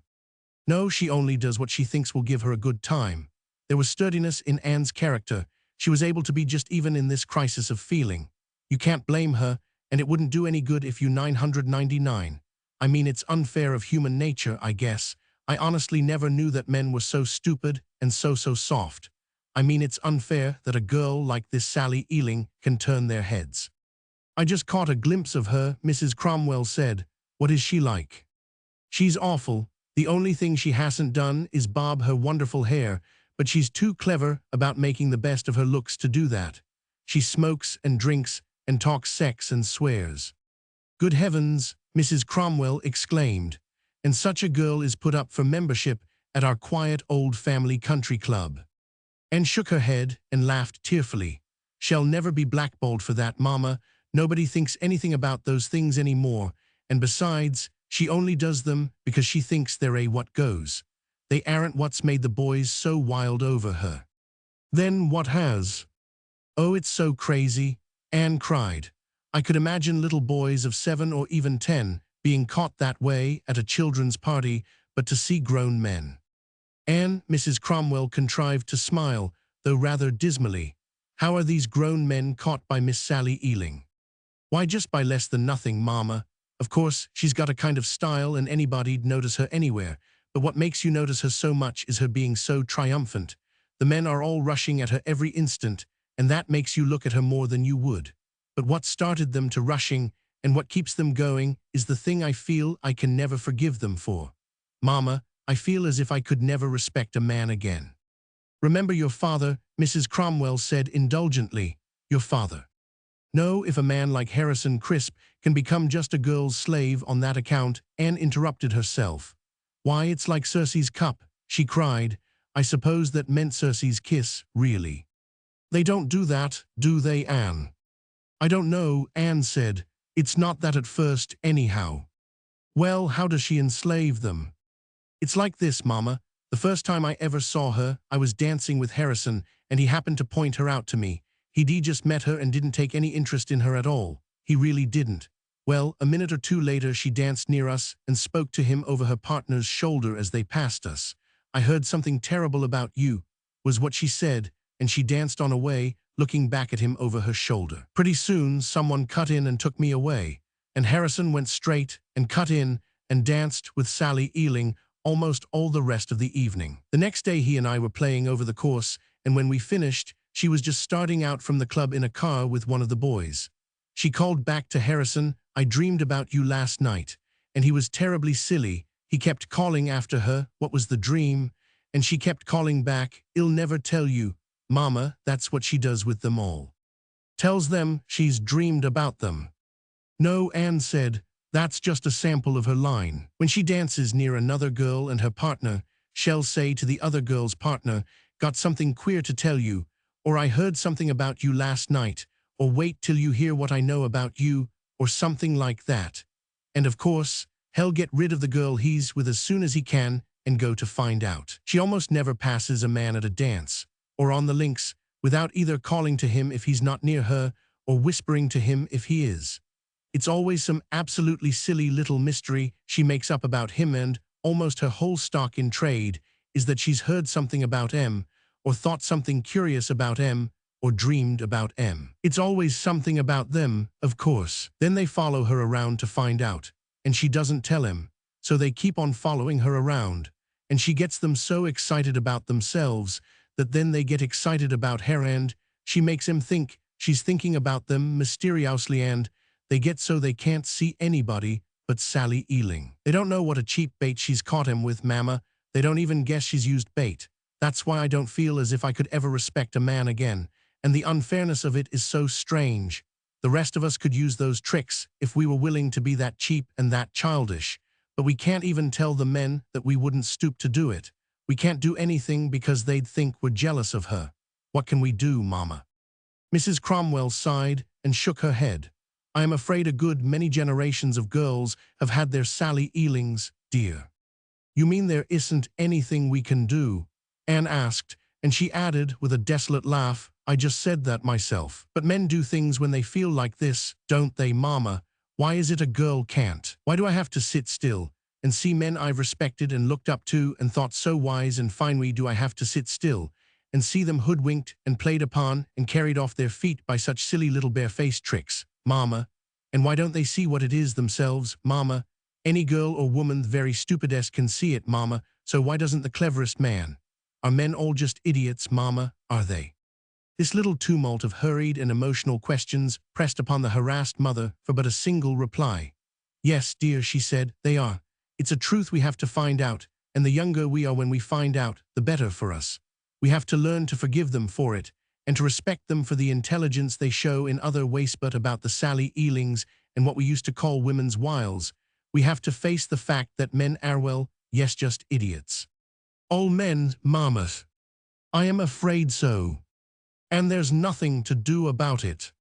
I don't quite say that, Mrs. Cromwell returned thoughtfully. There's one step I shall certainly be inclined to take. I am certain these Ealing people would not make desirable members of the club, and I— No, no, Anne cried in terrified protest. You mustn't try to have them blackballed, Mama.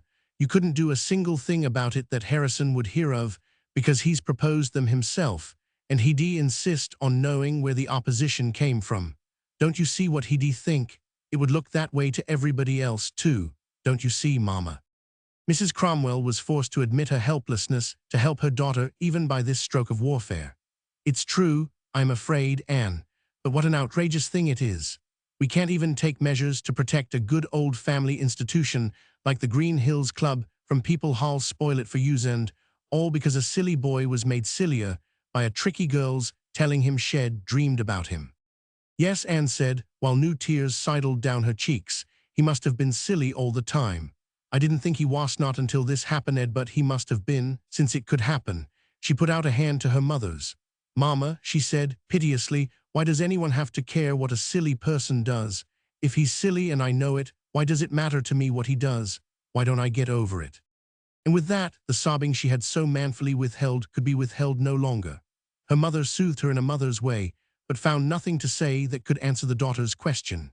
They had an unhappy half-hour before Anne was able to declare that she was ashamed of herself and apologize for making such an absurd scene. But after that she said she was all right and begged her mother to go to bed. Mrs. Cromwell complied, and later, far in the night, came softly to Anne's door and listened. Anne's voice called gently, Mother. The door was unlocked, and Mrs. Cromwell went in. Dearest, I've been thinking you and I might take a trip somewhere abroad perhaps. Would you like to? We can't even do that.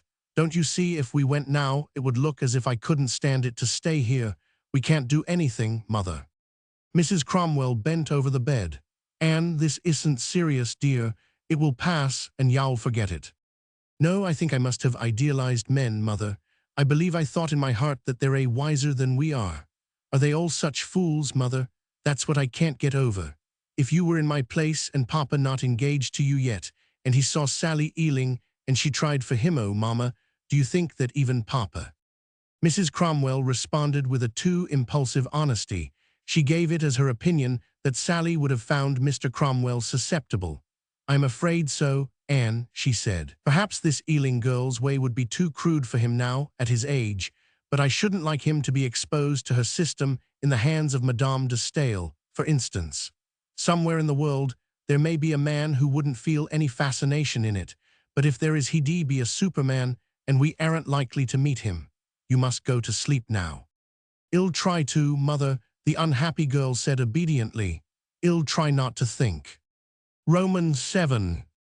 Napoleon was a little man. On an afternoon of June sunshine, a week later, Mrs. Cromwell sat with a book beside one of the long windows of her drawing-room. The window was open, and just outside it a grass terrace, bordered by a stone balustrade, overlooked the lawn that ran down to the shady street. Anne reclined in a wicker chaise long upon the terrace, protected by the balustrade and a row of plants from the observation of the highway. She also had a book, but it lay upon her lap in the relaxed grasp of a flaccid hand. Her eyes were closed, though she was not asleep, and the mother's frequent side glances took anxious and compassionate note of darkened areas beneath the daughter's eyelids, of pathetic shapings about her mouth. The street was lively with motorists on the way to open country, for it was Saturday, and the automobiles were signaling constantly, but among all the signals so alike, there was one that Anne recognized. Suddenly she opened her eyes, drew herself up, and looked across the top of the balustrade at a shining gray car just then approaching. It was a long, fleet-looking thing, recognizably imported and impressive in its intimations of power, yet it selfishly had seats for but 2 people. One was not occupied, and in the other reclined a figure appropriate to the fine car, for like the car, the figure was long, fleet-looking, and powerful. The young man was bareheaded, his dark hair shone in the sunlight, and his hands were gracefully negligent, but competent, upon the wheel. One of them gave Anne a cordial though somewhat preoccupied wave of greeting. She waved in return, but did not smile. Then she sank back in her chair and closed her eyes again. Her mother sent a hard glance down the street after the disappearing car, looked at Anne, and breathed a deep, inaudible sigh. A moment later, a straw hat upon a head of short sandy hair appeared above the balustrade, and little Hobart Sims came up the stone steps that led from the lawn to the terrace. "I hope I'm not disturbing a nap," he said, apologetically. Mrs. Cromwell was sorry to see him. There are times when the intrusions of the insignificant are harder to bear than those of the important, and she felt that Anne's suffering would be the greater for the strain of talking to this bit of insignificance in particular. However, both mother and daughter gave the youth a friendly enough greeting. He sat down in a chair near Anne, and Mrs. Cromwell returned her eyes to her book. "It's such a fine day," Hobart said, fanning himself with his straw hat. "I thought maybe, after I get my breath, you might like to take a walk, maybe." "I believe not," Anne said, smiling faintly. "How did you lose your breath, Hobart?" "Hurrying," he explained. "I am working with the receiver that's in charge of my father's business, you know. As soon as I found he wasn't coming this afternoon, I left. I hurried because I was afraid you'd be out somewhere. We haven't any car, you know. They're in the receiver's hands, too." "I am so sorry, Hobart." "Not at all," he returned cheerfully. "It's a good thing. There are lots of families that ought to learn how to use a sidewalk again. It's doing all of our family good. We'd got like too many other people. We'd got to believing the only place where we could walk was a golf course. Bankruptcy's been a great thing for my father. I believe it'll add 10 years to his life." Anne laughed, and Mrs. Cromwell was pleased, for although the laugh was languid, it was genuine. The mother's glance passed from her daughter to the caller and lingered with some favor upon his shrewd and cheerful face. Perhaps it was just as well that he had come, if he could amuse Anne a little. "I never heard of anyone who took that view before," the girl said. "It's pretty plucky of you, I think." "Not at all," he said. "We're all of us having a great time. Never had to do anything we didn't want to before, and it's such a novelty, it's more fun than Christmas. If it hadn't happened, I doubt if I'd ever have found out that I like to work." "But you did work, Hobart." "Yes," he said dryly, "for my father. This is a pretty good receiver we've got, and he's showed me the difference between working for my father and working for other people." He paused and chuckled. "Best thing ever happened to me." Anne did not hear him. The automobile signal that had caught her attention a little while before was again audible from the street, and she had turned to look. The long, gray foreign car came slowly by, moving flexibly through a momentary clustering of other machines, and it seemed to guide itself miraculously, for the driver had no apparent interest in where it went. His attention was all upon the occupant of the seat that had been vacant a few minutes before. Upon her he gazed with such aching solicitude that he could be known for a lover at a distance, all round about him, of 50 paces and more. And not only he, but his companion also seemed enclosed within the spell that comes upon lovers, shutting out the world from them. For, as he gazed upon her, so she likewise gazed receptively upon him. But being a girl, she was in fact aware of certain manifestations in the world outside the spell, which he was not, and she knew that she was observed from a Georgian terrace. She detached her eyes from Harrison's long enough to wave her slim hand, and received in return a beaming smile from Anne across the balustrade, and a wave of the hand most cordial. Harrison remained in his trance, incapable of making or receiving any salutation, and Hobart Sims, looking after the car as it passed northward, did not see how bleak and blank Anne looked as she sank back in her chair. He laughed, poor old Harry Crisp, he said. He didn't even see us, so it's all up with him. It's too bad, he might have got something out of life, but it's all over now. I don't follow you, I am afraid, Anne said coldly in a tired voice. No, well, in the first place, he's working for his father. That's bad, but it can be got over. What's really fatal, he's going to marry that Miss Ealing. I've heard it rumored, and after looking at Em just now I see it's true. That's something he can't get over. Can't he? Anne's tired voice was a little tremulous. You mean he'll always be in love with her? I should think that rather desirable if they're to marry. Oh, he'll get over that, Hobart said briskly. I mean he'll never get over his having married Miss Ealing. Anne looked puzzled, but she did not try to make him be more explicit.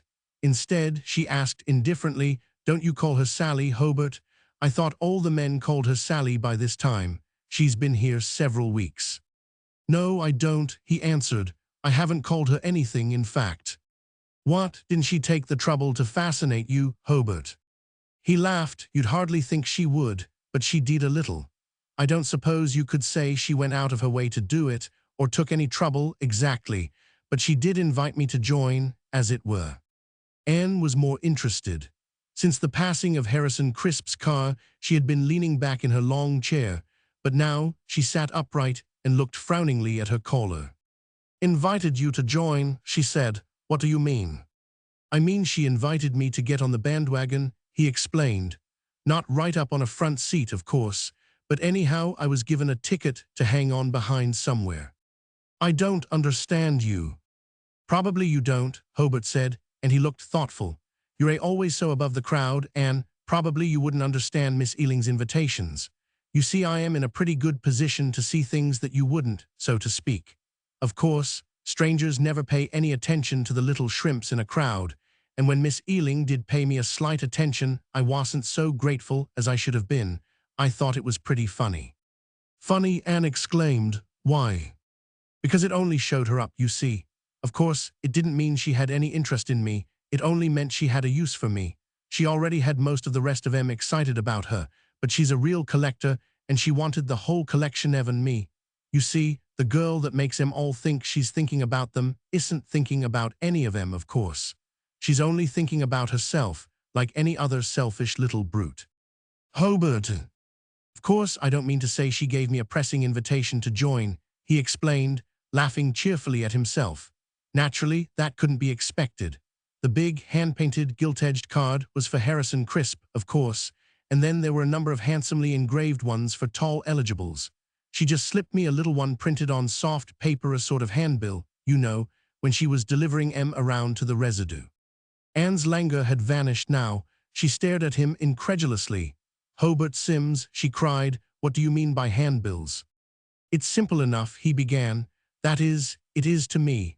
Taller men with fathers that aren't in the hands of a receiver wouldn't have much of a chance to understand it, I imagine. She's made a real stir in our little green hills midst with her handbills, and… Anne interrupted sharply. I asked you what you meant by her handbills.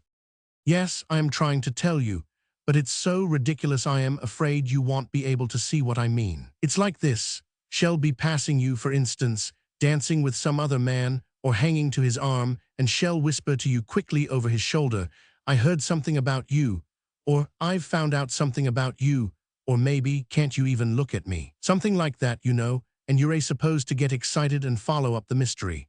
You're supposed to wonder just how much she is thinking about you, you see.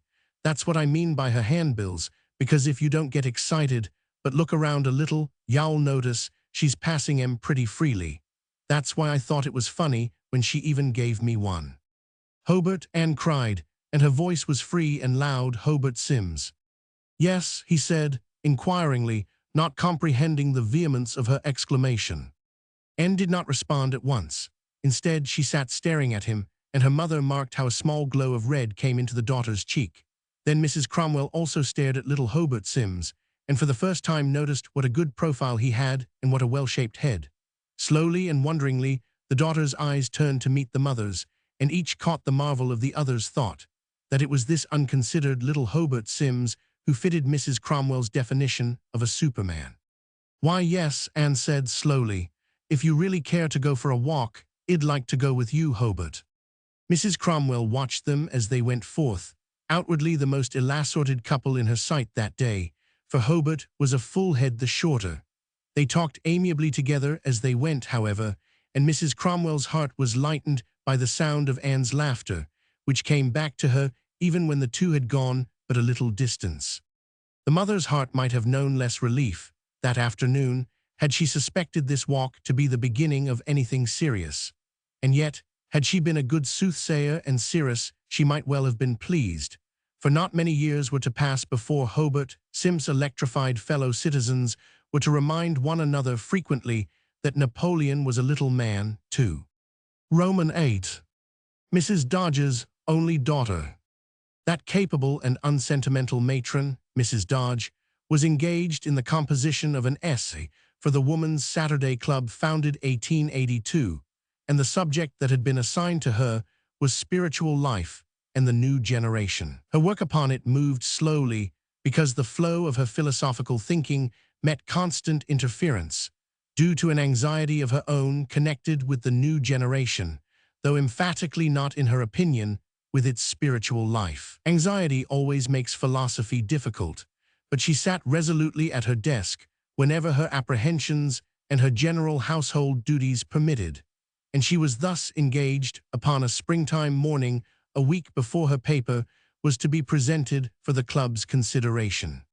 She wrote quotations from Ruskin, Whitman, Carlyle, and Schopenhauer, muttering pleasantly to herself that the essay was beginning to sound right well. But unfortunately for literature, the window beside her desk looked down upon the street. Nothing in the mild activities of the finest suburb's finest residential boulevard should have stopped an essay, and yet a most commonplace appearance there stopped Mrs. Dodge's. Her glance, having wandered to the window, became fixed in a widely staring incredulity, then rapidly narrowed into most poignant distaste. She dropped her pen, and from her parted lips there came an outcry eloquent of horror. Yet what she saw was only a snub-nosed boy shambling up the brick path to her front door, walking awkwardly and obviously in a state of embarrassment.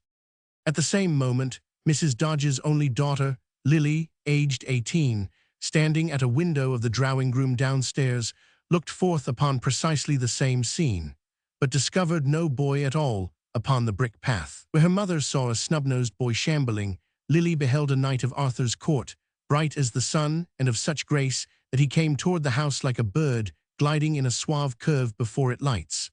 Merlin wafted him. She had no consciousness that feet carried him, no consciousness that he wore feet at all. She knew only that this divine bird of hers was coming nearer and nearer to her, while her heart melted within her. Then, investing him with proper human feet for the purpose of her desire, she wanted to throw herself down before the door so that he would step upon her as he entered. But instead, she ran to admit him, and gasping, took him by the hand, led him into the drawing-room, moaned, and cast herself upon his bosom, weeping. "They want to separate us," she sobbed, "forever, but you have come to me." Upstairs, her mother set a paperweight upon the manuscript of spiritual life and the new generation, realizing at once that emotional conflict was to occupy her for the next hour or so, if not longer. She descended fiercely to the drawing-room, where the caller, rosy as fire, removed his arm from Lily's waist and would have stepped away from her. But Lily moaned no and clung to him. "Stand away from my daughter," Mrs. Dodge said. "Explain what you mean by daring to come here." I want to," he stammered. "That's just what I came for. I want to." But Mrs. Dodge interrupted him. "Did you understand me? I said, stand away from my daughter." "I would," he said deferentially. "I would, but." He was unable to explain in words a difficulty that was too evident without them. The clinging Lily resisted his effort to detach himself, and it was clear that in order to obey her mother's command, he would need assistance. This, however, was immediately forthcoming.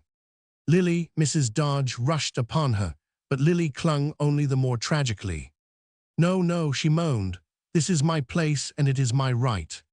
Mrs. Dodge set really violent hands upon her, and unmistakably there hovered a possibility in the imminent future that Lily would not only be removed from her lover, but would also get a shaking. Rather than be seen under such undignified circumstances, she succumbed upon a sofa weeping there.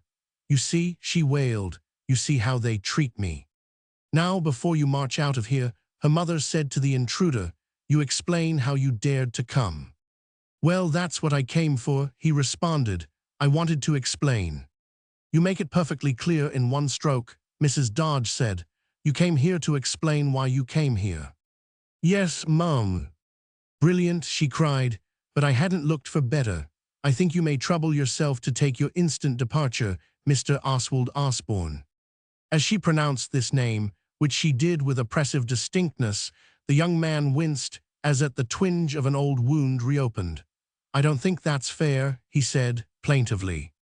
It isn't fair for me to choose whom I care to see in my own house, Mrs. Dodge inquired with perfect hypocrisy, for she knew what he meant. I'm talking about Oswald, he explained. I can't help my name, and I don't think it's fair to taunt me with it. My parents did have me christened Oswald, I admit, but they were sorry when I got older, and they saw how I felt about it and what it would do to me. You know as well as I do, Mrs. Dodge, I've struggled pretty long to get people to quit calling me Oswald, and almost everybody calls me Crab now. It isn't a very good middle name, but anyhow it's better than. Good heavens, Mrs. Dodge interrupted. Are you going to stand here all morning talking about your name? I am afraid you overlook the circumstance that you've been requested to leave my house. I know it, he said, apologetically, but it really isn't fair to call me Oswald anymore when practically nobody else does, and that's what threw me off. What I came here for, I had to see Lily. I had to see you, Lily cried from the sofa. If I hadn't, I should have died. And at a scornful look from her mother, she passionately insisted upon the accuracy of this view. Oh yes, I should, Mama. You don't know what you and Papa have been putting me through. You don't know what it does to me. You don't know what it's making me suffer. You don't understand. I understand too much, unfortunately, the mother retorted. I understand that you've got yourself into such a hysterical state over a young man who couldn't possibly buy a pair of shoes for Yower for himself, and that your father and I daren't let you step out of the house alone for fear Yow'll try to run away with him again. Young Mr. Osborne protested with some heat. Why, I'm not barefooted, Mrs. Dodge, he said. What I came here to say this morning is right on the point you're discussing. You and Mr. Dodge haven't once been fair to me during the whole trouble we've had about this matter, and when you say I couldn't even give Lily a pair of shoes. Could you, Mrs. Dodge inquired, breathing deeply. Am I misinformed by my husband? I seem to recall he told me that when you and Lily were eloping last weekend, a borrowed car overtook you at a refilling station, where she was offering her watch and rings for gasoline. I didn't ask her to, Crab Osborne said, flushing deeper. I admit she offered but I was arguing about it with her when Mr. Dodge got there. Anyhow, the gas man wouldn't take him. Oh, he should have, Lily moaned. Then we wouldn't have all this to go through. We'd have been out of it all. We'd have been together for always. Would you, her mother asked, with a hard laugh. Just how would you have obtained a marriage license, since there weren't enough funds for gasoline? I had that all thought out, the young man replied. We were going to stop and get married at Saline. I've got a cousin living in Saline, and I could have borrowed as much as we needed from him. He'd have trusted me because he knows I'd pay him back. And would you, Mrs. Dodge inquired. This brought a protest from both of the afflicted lovers. Young Mr. Osborne said, Oh, look here, Mrs. Dodge, and swallowed, but Lily made a real outcry. She sprang up, facing her mother angrily. Shame, she cried. You taunt him with his poverty. Has he ever pretended for one moment to be a rich man? If he had, there might be some point to your taunts, but you know he hasn't. From the very first, I defy you to say he hasn't been absolutely frank about it. I do, Mama. I defy you to say so. Sit down, said her mother. Sit down, I want, Mama. I want sit down. Indeed I want, and you haven't any right to make me. You and Papa order me to do this. You order me to do that. You order me to do everything. But the time's past when I obeyed you like a myrmidon. I don't trust your wisdom any more, Mama, nor Papa's, either not since you've tried to keep me an absolute prisoner and won't let Crab even step inside the yard. Inside the yard, Mrs. Dodge said. It strikes me he's rather farther than that. She turned upon the perplexed young man. How many times do you usually have to be requested to leave a house? "Why I expect to go," he responded feebly. "I do expect to go, Mrs. Dodge. I think I have a right to explain, though, and if you just listen a minute." "Very well, I'll give you a minute." "It's like this," he said. "I know you and Mr. Dodge object to me as a son-in-law." "We do, indeed." "Well, you see," he went on, "that's just the injustice of it. I'm 21.5 years old, and while I admit I've had considerable trouble in some of the positions I've filled in a business way, why, you can't expect hard luck to keep on being against me forever. It's bound to turn, Mrs. Dodge. Luck doesn't always run just one way, not by any means. My own father said last night he wouldn't be surprised if he'd get hold of something pretty soon that would interest me so much I'd do mighty well at it. Well, he's been prejudiced against me a good long while now, and I thought if he had faith in me to say as much as that, it was certainly time for other people to begin to show a little faith in me, too. What I came here for this morning, Mrs. Dodge, was to tell Lily about my father saying that to me. I thought she ought to know about it. You see, father speaking that way started me to thinking, and I've realized with the positions I've held so far, I couldn't get myself interested in the work. That's just exactly what's been the main difficulty. So I wanted to tell Lily I've made up my mind I am going to look for a position where the work will interest me. I thought if she knew I'd taken this stand on the question. "Excuse me," Mrs. Dodge interrupted. "I believe the minute I agreed to listen is up. I must remind you of my request to leave this house." "Well," he said, uncertainly, "if you put it like that." "I do, if you please."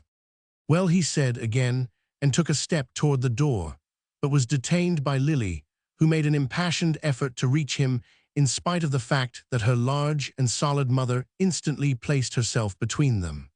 "You shan't go," Lily cried. "If you do, I'll go with you.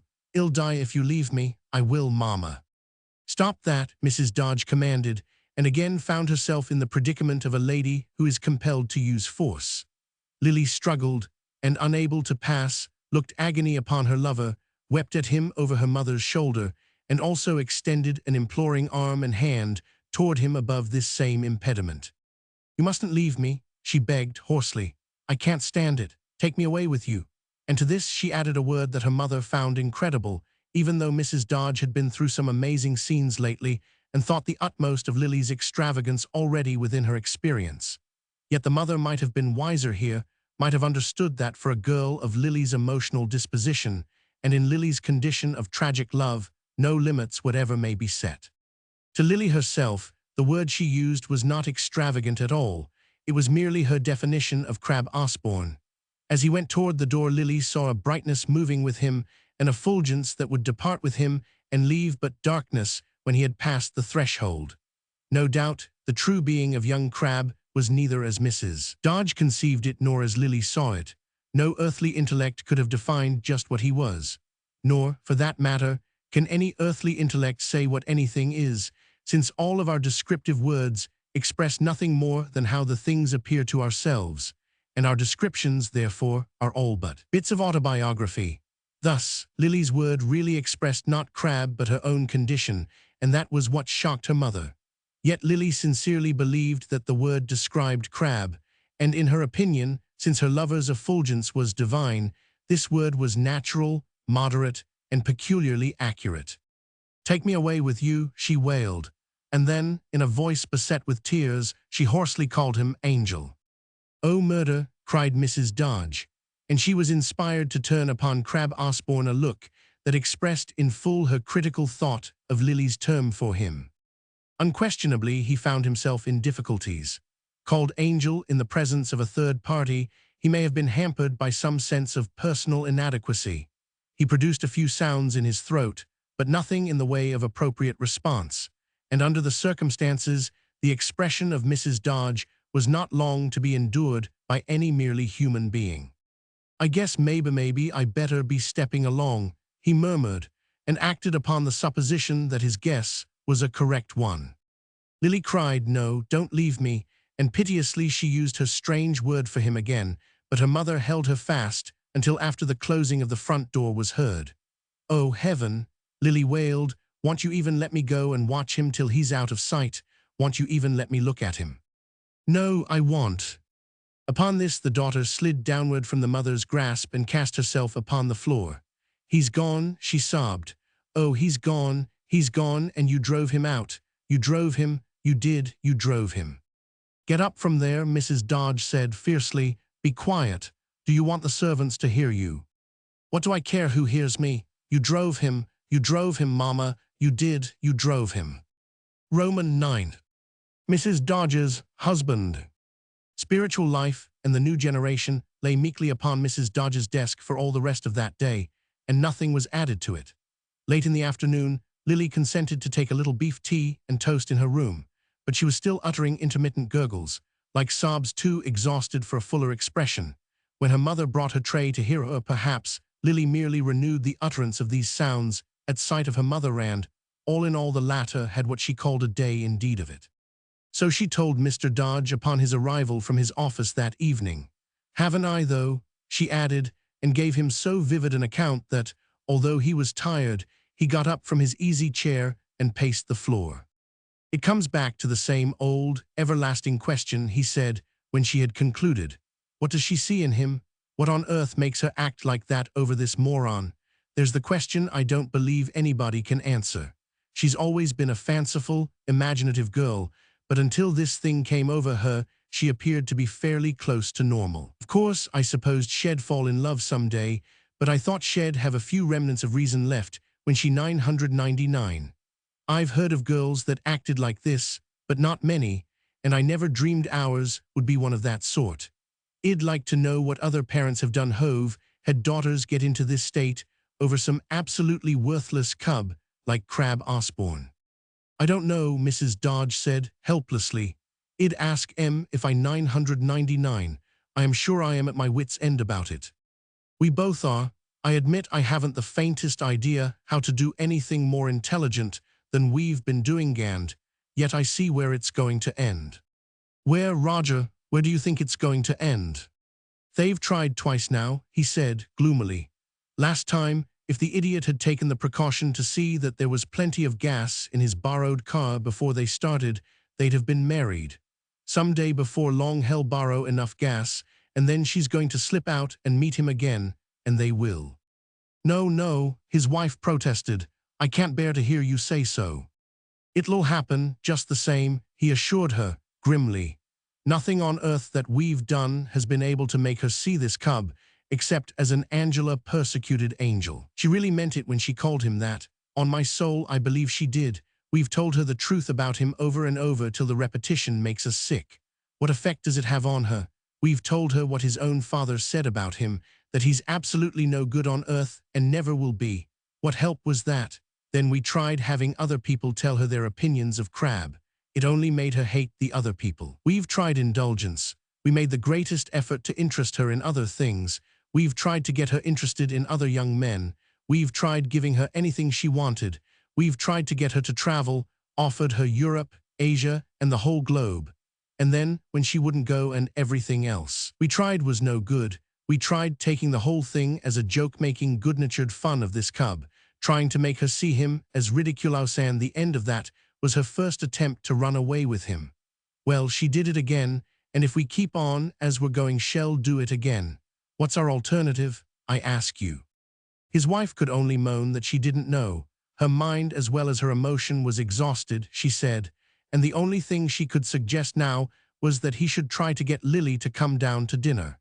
He assented gloomily. "Well, I'll see, though it makes me sick to listen to her when she's like this," and went upstairs to his daughter's room.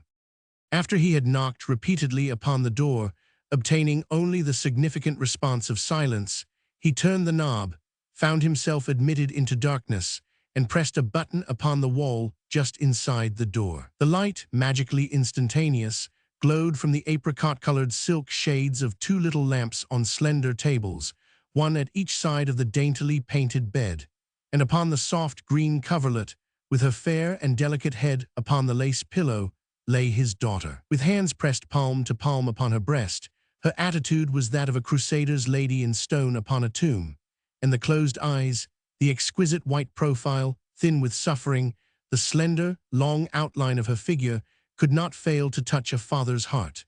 For the wasting of long-drawn anguish was truly sculptured there, even though the attitude might have been a little calculated. "Lily," he said, gently, as he approached the bed, "your mother wants to know if you wouldn't like to come down to dinner." The dark eyelids remained as they were, but the pale lips just moved. "No, thank you." "You want to?" "No."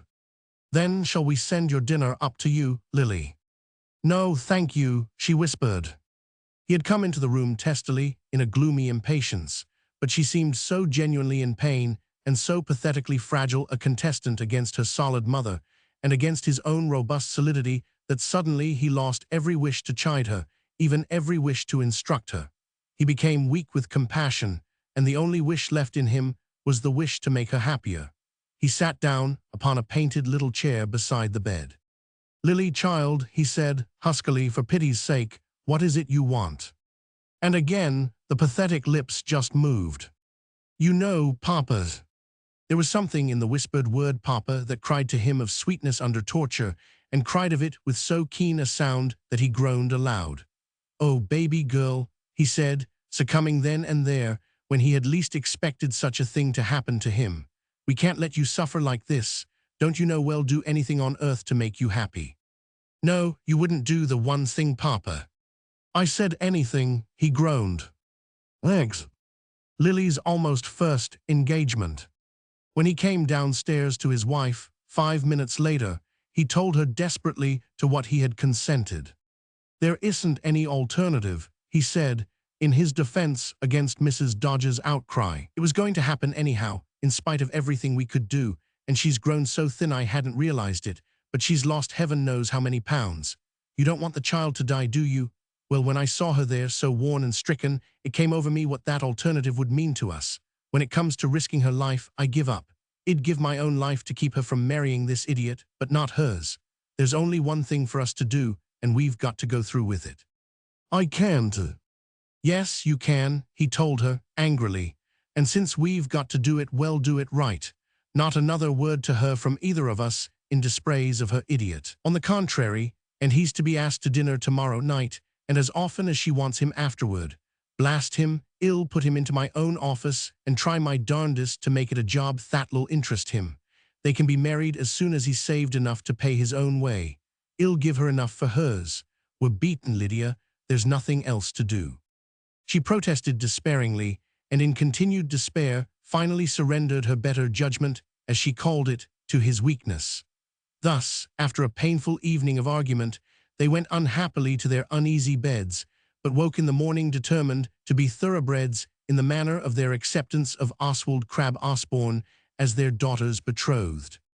Their encounter with him, when he came to dinner that evening in this recognized capacity, was an almost overwhelming trial of their gameness, but they succeeded in presenting the semblance of a somewhat strained beaming upon him, and were rewarded by the sight of a fading daughter blossoming again.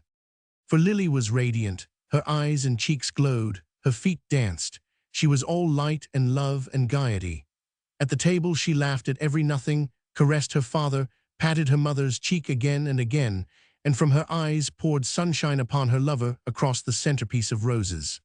Crabbe received the sunshine with complacency, for he was accustomed to it, and although his position in regard to her father and mother was a novelty, he appeared to accept their change of front as something he had confidently expected all along.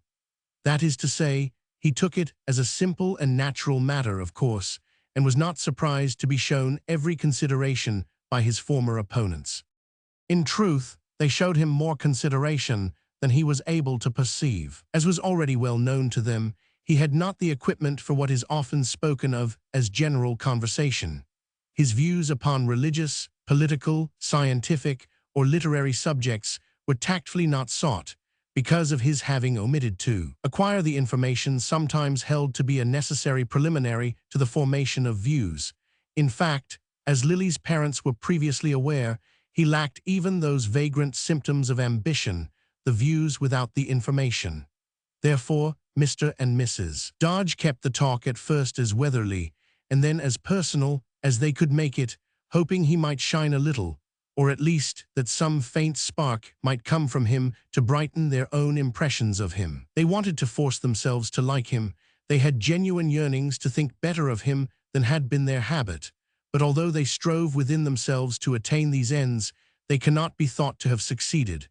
The nearest Crabbe came to giving them a spark was when he spoke of his father, and even that apparent momentary gleam was not a happy one.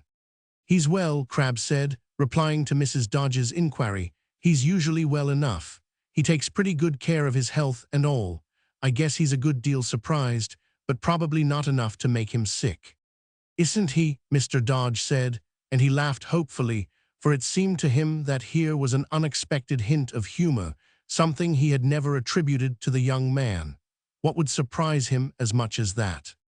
"I don't know exactly," Crabbe replied, "but he told me once he always got sick if anything surprised him too much. He says it injures his digestion. What he's surprised about now, it was when I told him about Lily's telephoning me this morning, 'You are going to find me a position that would interest me.' He certainly said he was surprised." Mr. Dodge's expectations collapsed, though his expression remained indomitably genial. "I see," he said. Well, surprise him more by showing him how well you get on at the work." "I know I will," Crabbe returned simply. "I mean, I'm certain to if it is interesting.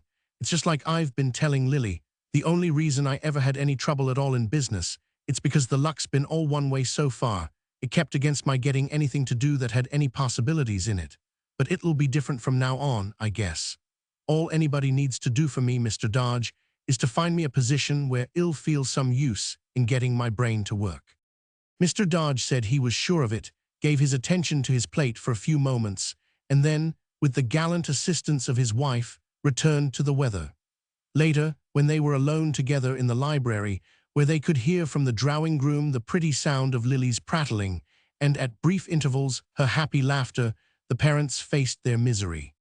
"It's unbelievable," Mr. Dodge said, huskily. "You don't run across these extreme cases of self-satisfied asininity more than a few times in your whole life, even counting all the hundreds and thousands of people you come in contact with. And to think you've got to take such a case into your family." "It's your idea," his wife reminded him. "It isn't. It's not my idea. It's a monstrous delusion that's got hold of our girl, and that we failed to show her is a delusion. Well, since we couldn't show her it is, and since opposing her in it was injuring her health, what's left for us to do but to act as if it were a reality? It isn't my idea to treat this moron as an angel and take him into our family. It's the dreadful necessity that her delusion has forced upon us." "Thank you for not ending with, 'Isn't that logical?'" she said. "I've been under such a strain, keeping my face cordial at the table, I don't believe I could have stood it." "Under a strain," he echoed. "I should say so." He gave her a commiserating and comrade-like pat upon her shoulder as he passed behind her to get a book from the shelves. "We've both been under a strain, Lydia, and I am afraid we've got to go on being under it." "Yes," she agreed. "That's the prospect for the rest of our lives." "I am afraid so." Then, with grave faces, they settled down to their books, or at least tried to settle down to them, but looked into vague and troubled distance more than they read. Ever and anon, as Lily's merriment was made ripplingly vocal in the drawing-room, the silence of the library would become intensified, and then be broken by a mother's sigh. But at 10 o'clock, the front door was heard to close with soft reluctance, and Lily left upon the air a trail of dance music in slender soprano as she skipped down the hall and into the library. She threw her arms about her mother, then about her father, kissing them in turn. "Now you've let yourselves begin to know him," she cried. "Isn't he wonderful? Isn't he wonderful, Mama? Isn't he wonderful, Papa?" The two thoroughbreds proved of what stuff heroism is made. They said Crabbe was wonderful. Upon an evening 2 weeks later, Mr. Dodge, again alone with his wife in the library, reverted to this opinion. "I think Crabbe Osborne is more than wonderful," he said. "I think he's unique. I hate to be premature, but he's been in my office for several days now, and though they don't say it, I can see that everyone there agrees with me. He couldn't possibly have a duplicate. Isn't he interested in anything you've offered him? Hasn't he been able to get his brain to work?" "Not yet," Mr. Dodge replied. "He's a little discouraged about it, I am afraid." "But you aren't, are you?" She made this inquiry with a pointedness not wasted upon him, for he had already perceived the indications that thenceforth in their private hours, until death did them part, he was to be the defender of their acceptance of Crab Osborne. Mrs. Dodge adopted her husband's policy, but could not relinquish her attitude of having been forced to it. "I'm not discouraged about my daughter's health and spirits," he retorted a little sharply. "I'm not discouraged about having done the right thing. The right thing? How often do I have to tell you it was the only thing? Look what it's done for Lily." She was literally pining away. How many weeks was it that we never once saw her smile? How many dozens and dozens of miserable, agonizing scenes did we have with her? How long was it that every day was only another of weeping, and outcrescent, untouched food on trays outside her door and tears on untouched food on the table when she did come to the dining room? I tell you, this house was nothing but a nightmare. And how would you define most of our dinners during the last fortnight? He winced but continued to defend himself. At least we've reduced the nightmare. If our dinners with the moron are nightmares for us, they aren't for Lily. Only 2 of us suffer where it was nightmare for all 3 of us before. And it's been easier for us this second week than it was the first one. Not for me, his wife said dismally. The more I see of him, the more terrible it is to think of him as permanent. But can't you think only of Lily? Indeed I can. I am doing just that. Well then, he urged, think of the difference in her these 2 weeks have made. Now she's interested in everything, happy in everything. How many times did we try to get her to go to the country club dances and be with the other young people of the kind she liked and enjoyed before this spell came upon her? She said she hated the horrible old place because Crab Osborne couldn't go there. He didn't mind that, Mrs. Dodge remarked. He went anyhow until they sent him a note reminding him he wasn't a member. That was why Lily said she hated it and we couldn't get her to go any more. I was surprised she decided to go tonight, since she knows he can't be there. There's the very point I am making, her husband said. 2 weeks ago we'd both have thought it was the last thing in the world she'd consent to do, and this evening we didn't even suggest it to her. She went of her own volition, and cheerfully too. I ask you if that doesn't show she's a different creature. And isn't it better for 2 to suffer than 3? I ask you, she returned sharply, how short-sighted are you? We're giving her a recess from pain, yes, but what are we thrusting her into? When she does see him as he is and finds herself bound to him for life, isn't she going to turn to us then, when it's too late, and say, "Why didn't you save me?" "Oh Lord," the father groaned, and his gesture was that of a man who has tried to make the best of his misery but abandons the effort. "I don't know, I can't see. When you put it like that, I don't know whether we're doing right or wrong." He paced the library floor, walking heavily, his head down. "It's a miserable thing any way you look at it," he said. "I did have just one slight alleviation. It seemed to me I bore it a little better, having him at the dinner table this week, than I did the week before. It seemed to me maybe it might be because I was getting to like him a little, perhaps." "No," Mrs. Dodge said, grimly. "It was because he was here 5 times the first week, and only 3 the second." "Is that so?" He stopped his pacing and stood still. "So she asked him 5 times the first week, and only 3 the second. Doesn't that look as if maybe—" "No, I'm afraid not," his wife interrupted, unhesitatingly destroying this obscure germ of hope. "When you give a child a toy, it'll play with it more at first than it will later. That doesn't mean the child won't cry if you try to take the toy away, does it?" "No, I suppose not." He had relapsed into gloom again, and I suppose my poor little alleviation was. "Your alleviation," Mrs. Dodge informed him, "was in the diminished number of the acute attacks 3 instead of 5, and not because you began to feel any affection for the disease itself." "I'm afraid you're right," he said, "and I'm afraid you've found the correct definition for what afflicts us." He sank into a chair, unhappily limp and relaxed, his arms hanging flaccidly over the arms of the chair. "Crab Osborne is our disease," he said. "It's a disease the more awful, because when a child gets it, the parents get it too, and when they give the child an opiate, they only stop her pain for a little while. And then the child and the parents, all 3 of them, have got to have the disease for the rest of their lives. And the greatest mystery of it all is that an absolutely chance boy, with no malice, no harm in him, a mere drifting bit of flesh and nothing, that we'd never heard of a year, Agathat, a meaningless thing like Crab Osborne, should do all this to us." "It isn't," she said. "He has nothing whatever to do with it. It's Lily's imagination." Her imagination was in the state to get the disease, and it just happened this boy was the nearest thing at a crucial moment. It might as well have happened to be someone else. If it had only been anyone else, Mr. Dodge exclaimed. I am willing to agree with you, though. Crab just happened to be the fatal microbe. Well, he's done for us, that's sure. Mrs. Dodge glanced sidelong at him. She was making intermittent efforts to read, and a table and a lamp were between them. Done for us? Well, you said there was no alternative, didn't you? It's your policy, isn't it? I suppose so, he groaned. I suppose so, Lydia. Then, shaking his head ruefully, and with a grunt of desolate laughter in his throat, he said, I know, of course, that you're going to lash me with me policy for the rest of our lives. But this was a prediction unfulfilled, for they had missed a clue that was in their hands, or more accurately, it had been in their mouths, and they had actually spoken it. A toy withheld becomes the universe to a child, and a lover withheld is life and death, but toys and lovers freely given are another matter. What Mr. and Mrs. Dodge failed to see was the significant relation of 5 to 3. The gloomy parents, despondently communing, were still in the library at midnight when Lily came home. They heard her laughter outside before the latchkey turned in the lock of the front door, and then, with the opening of the door, her voice sounded in a gay chattering like a run of staccato notes in an aria of spring.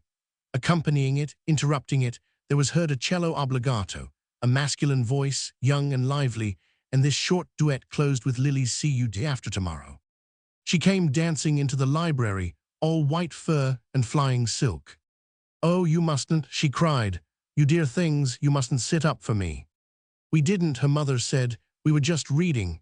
Who was it that brought you home? I asked your Aunt Sarah. Oh no, Aunt Sarah was there, but I didn't want to trouble her to come out of her way. Lily seated herself lightly on the arm of her mother's chair, letting one cheerful foot swing and resting an affectionate hand upon Mrs. Dodge's shoulder. Freddie Haynes brought me home. He's a nice boy. Is he? I like him awfully, said Lily. I danced with lots of others, though, too. I didn't want Em to think I was only going to dance with nobody but Fred. Didn't you? Freddie Haynes is considerate, said Lily. He doesn't mind my being an old engaged girl at all. Upon this, she looked across to meet her father's frowning glance and laughed. Oh, Fred won't tell. He's never going to mention it. I didn't forget I promised you to keep it under cover until we're ready to have it announced. I haven't told anyone but Fred, and I'm not going to. Here she jumped down from her mother's chair, took an apple daintily from a bowl on the table, and skipped to the door, laughing reminiscently. He didn't take it seriously anyhow, she said as she went out. Then, humming a dance tune, she ran upstairs to her bed. In the library, the astounded parents gazed long upon each other, and the longer they gazed, the wider were their eyes. Well, at least there's this much to be said for me, Lily's father said, finally, when we decided to adopt my policy. Your what? Cried Mrs. Dodge. Your policy. He perceived that his policy was about to be claimed by Anna not instantly, nor brazenly, but nevertheless, with a slowly growing assurance that in time would browbeat him. Tonight his wife said, your policy. The day would come when she would say, your policy. Zai. Mrs. Cromwell's youngest daughter. Cornelia Cromwell, having passed her 16th birthday anniversary, had begun to think seriously about life and books, and was causing her parents some anxiety. She declined a birthday party, although in former years such festivals had obviously meant to her the topmost of her heart's desire, and she expressed her reasons for this refusal in a baffling manner. I simply don't care to have one, she said, coldly. Isn't that enough? Then, being further pressed, and informed that this repeated explanation of hers was one of those not uncommon explanations that do not explain, she said with visibly increasing annoyance, frankly, it would be a useless expense, because I don't care to have a party. She's so queer lately, her mother complained to Cornelia's married sister Mildred. She won't go to other girls' parties either. Of course, it isn't desirable often while she's still in school, but there are a few she really ought to go to, especially now during the holidays. She simply refuses, says she doesn't care to. It isn't natural, and I don't know what to make of it. She's grown so moody. Don't you think young girls nearly all get like that sometimes? Mildred suggested. Perhaps somebody hurt her feelings at the last party she did go to. She laughed reminiscently. I remember when I was about her age, I was terribly anxious to please that funny little Paul Thompson who used to live next door. He danced with me twice at somebody's birthday party, and I felt perfectly uplifted about it. Then I overheard him talking to another boy, not thinking I was near him. He said his mother had told him he must be polite to me or he wouldn't have done it, and he certainly never would again, no matter what his mother said, because Id walked all over his new pumps. It just crushed me, and I know I moped around the house for days afterward, but I wouldn't tell you what was the matter. It's the most terribly sensitive age we go through, Mama, and I just couldn't have told you.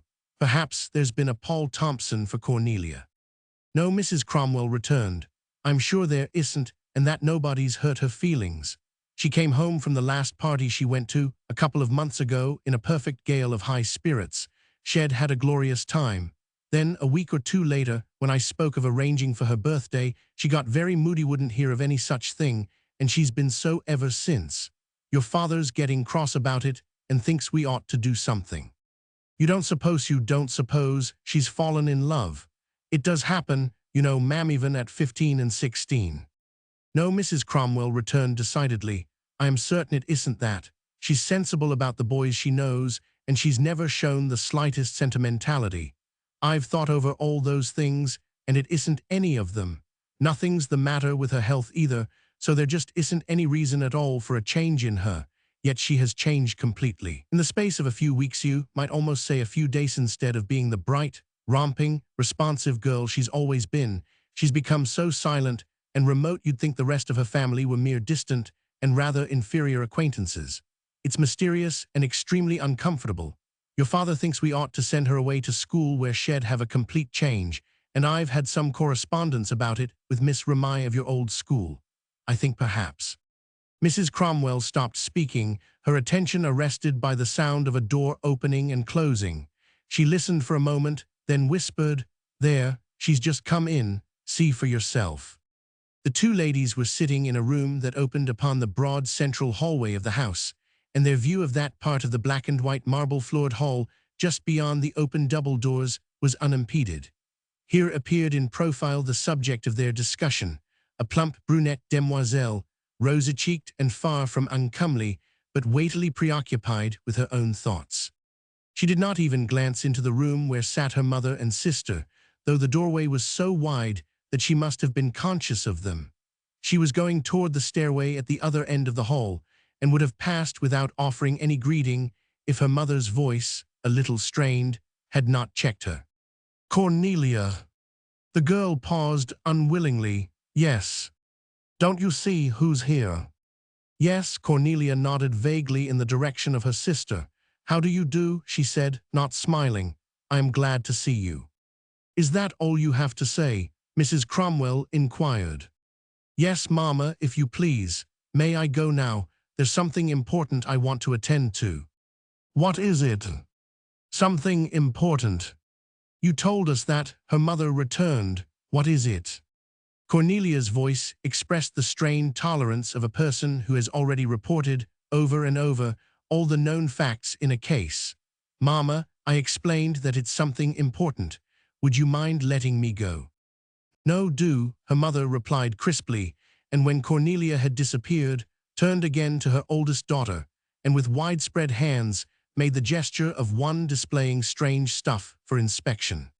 "You see, that's what she's like all the time. What do you suppose it is she says is so important?" Mrs. Cromwell laughed ruefully. "That's all you'd ever find out about it from her. If I ask her again at lunch what it was, she'll do just what she did then. Her expression will show that she finds me a very trying person, and she'll either say nothing or else, 'It was something I wanted to attend to.' And if we should follow her up to her room now, we shouldn't learn any more about it. She'd probably be just pottering at her dressing table or looking out of the window. That's all we'd find her doing." In this surmise, Mrs. Cromwell was correct. If she and Mildred had ascended to Cornelia's room, they would have found her either rearranging the silver and porcelain trifles on her dressing table, or else standing at the window near her desk and looking down pensively upon the suburban boulevard below.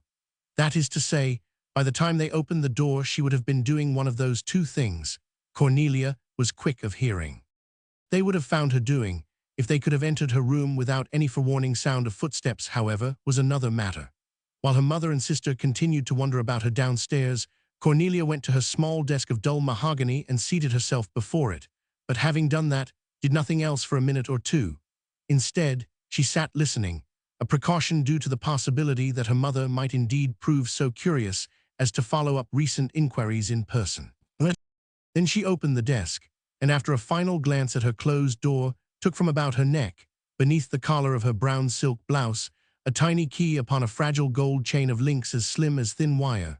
With the key, she unlocked a drawer inside the desk, and as she did this her expression altered, the guarded look vanished, and there came in its place a tenderness, wistful and yet so keen that the color in her cheeks heightened and her softened eyes grew lustrous. She took first from the drawer a little notebook bound in black leather and opened it. All the pages were blank except the first one, upon which she had lately written the opening sentence of a novel that she intended to offer the world when the work had been secretly completed. She read the sentence over fondly and yet with some perplexity. It was this: Gregory Halford had just fallen out of his airplane at a height of 7,000 feet, and as he possessed no parachute, he realized that only a miracle could save him from being dashed to pieces at the end of his descent. That was the original form of the sentence, but Cornelia had made an alteration. She had scratched out 7,000 and replaced it with 5,000. Today she looked at the latter figure thoughtfully for some time, and having drawn a line through it, wrote 1,000 above it.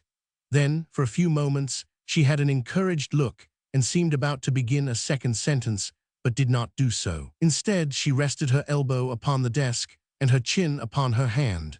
And as she continued her study of the opening of her novel, her air of being encouraged gave way to a renewed bafflement. It was not that the opening sentence displeased her, on the contrary. Yet whenever she wished to add another and get on with the story, she came to one of those inexplicable blank gaps in the creative mind, one of those flat stops that so often set even the most willing novelists to walking the floor or the links. She was sure that if she could once surmount the difficulty of the second sentence, the rest would flow easily from her. Gregory Halford was to be the hero of her story, and she had in her mind's eye a remarkably definite portrait of him, which she wished to include in the novel. But she felt that under the circumstances, a description of his person and attributes would be out of place in the second sentence. There was a vague but persistent impediment somewhere. Inspiration failed to make an appearance, and after waiting almost 15 minutes for it, she sighed, pushed the little book away, and turned to the other contents of the drawer. There were several queer items: the stub of an almost entirely consumed lead pencil, an odd bit of broken amber, not quite cylindrical, and half of an old shoelace. There were also a dozen dried violets, a flattened rosebud, and a packet of small sheets of note paper whereon appeared cryptic design-line drawings most curious. These enigmas were what now occupied Cornelia. They were her own handiwork. Nobody had even seen any of them, and they were of different ages. The oldest of the designs had been drawn long, long ago, that is to say, long, long ago, according to Cornelia's sense of the passage of time. For she was 16 now, and she had made the first of the queer drawings 4 eternal years earlier, when she was only a child. It appeared to be the representation in profile of a steep stairway, or perhaps a series of superimposed cliffs, each with a small shelf at its base. Beginning at the bottom of the sheet of paper, this stairway or series of cliffs rose to a small plateau or summit near the top, and upon each step or shelf of cliff there was drawn one of those little figures children call men. The body is emaciated to the extent that it becomes a single straight line, the arms and legs being similar lines, and the head a round black dot. In Cornelia's drawing, each of these little figures was labeled, a name having been written beside it, and in some cases a descriptive word or two had been added beneath the name. Thus, under the name Georgie P., which evidently belonged to the figure occupying the lowest step or shelf, there appeared in faded purple ink a phrase of qualified admiration: half handsome. Another expression of an enthusiasm limited by a defect in its subject seemed to refer to Harold, midway in the ascent terribly good-looking but stingy. However, the figure upon the summit, named in full William Peterson McAvey, was obviously the symbol of a being without flaw, for here Cornelia had carefully printed, all in capital letters, absolutely perfect. Yet in the next drawing, which, like all the others, was of the same stairway or series of cliffs, with little men upon the steps or ledges, a sharp disaster had befallen this figure, adorning with its perfection the summit of the first design. Cornelia had drawn a straight line from the summit down to the bottom of the page, and evidently this straight line indicated a precipice of catastrophical dimension. At the foot of it lay the dot, and 5 lines representing the head, body, and members of William Peterson McAvey, again thus denominated, and nearby was written the simple explanation, "Too snooty." The summit was bare. In a subsequent design, done when Cornelia was 13, the half-handsome Georgie P., who had sometimes occupied one step and sometimes another, finally made his appearance upon the summit, though without any other explanatory tribute than a date, Sept. 16th, but Georgie P. did not long remain in his high position. A drawing made only a week later depicted him miserably upon his back at the foot of the precipice, and beside him Cornelia had written, "Perfectly odious." Well, only another dream shattered. All of the drawings were dated, and thus proved that they were made at irregular intervals. Sometimes 2 or 3 months had elapsed between them. Sometimes 3 or 4 would be produced within a week, and the figures upon the steps or ledges varied in name and relative position as greatly, though 1 or 2 of the names appeared upon all of the designs except the last and most recent one. This had been drawn only a month ago and was interestingly different from its predecessors. One thing that made it different was the fact that it contained a Mr. In the others, there were Georgies and Harold's and Williams and Toms and Johnnies, but now, for the first time, with unique dignity, appeared Mr. Bromley, neither a Mr. nor a Bromley having been seen upon any previous step or ledge. Moreover, this debut of his was unprecedented. Instead of occupying one ledge and then another, sometimes ascending, sometimes descending, before reaching the final elevation, Mr. Bromley made his first appearance strikingly upon the summit. More than this, the ledges below him were unoccupied. The lofty plateau alone was inhabited. The Harolds and Johnnies and Georgies were gone utterly from the picture, as if unworthy to be seen at all upon a mountain crowned with this supreme Mr. For the cliffs or stairway meant a mountain to Cornelia. She thought of the drawings as a mountain, and she called the little packet kept in the locked drawer my mountain. Her mountain was her own picture of her heart and of the impressions made upon it. No wonder she kept it locked away, and now it was a deeper secret than ever, for in its present state it glorified the one name alone and would have told her world everything.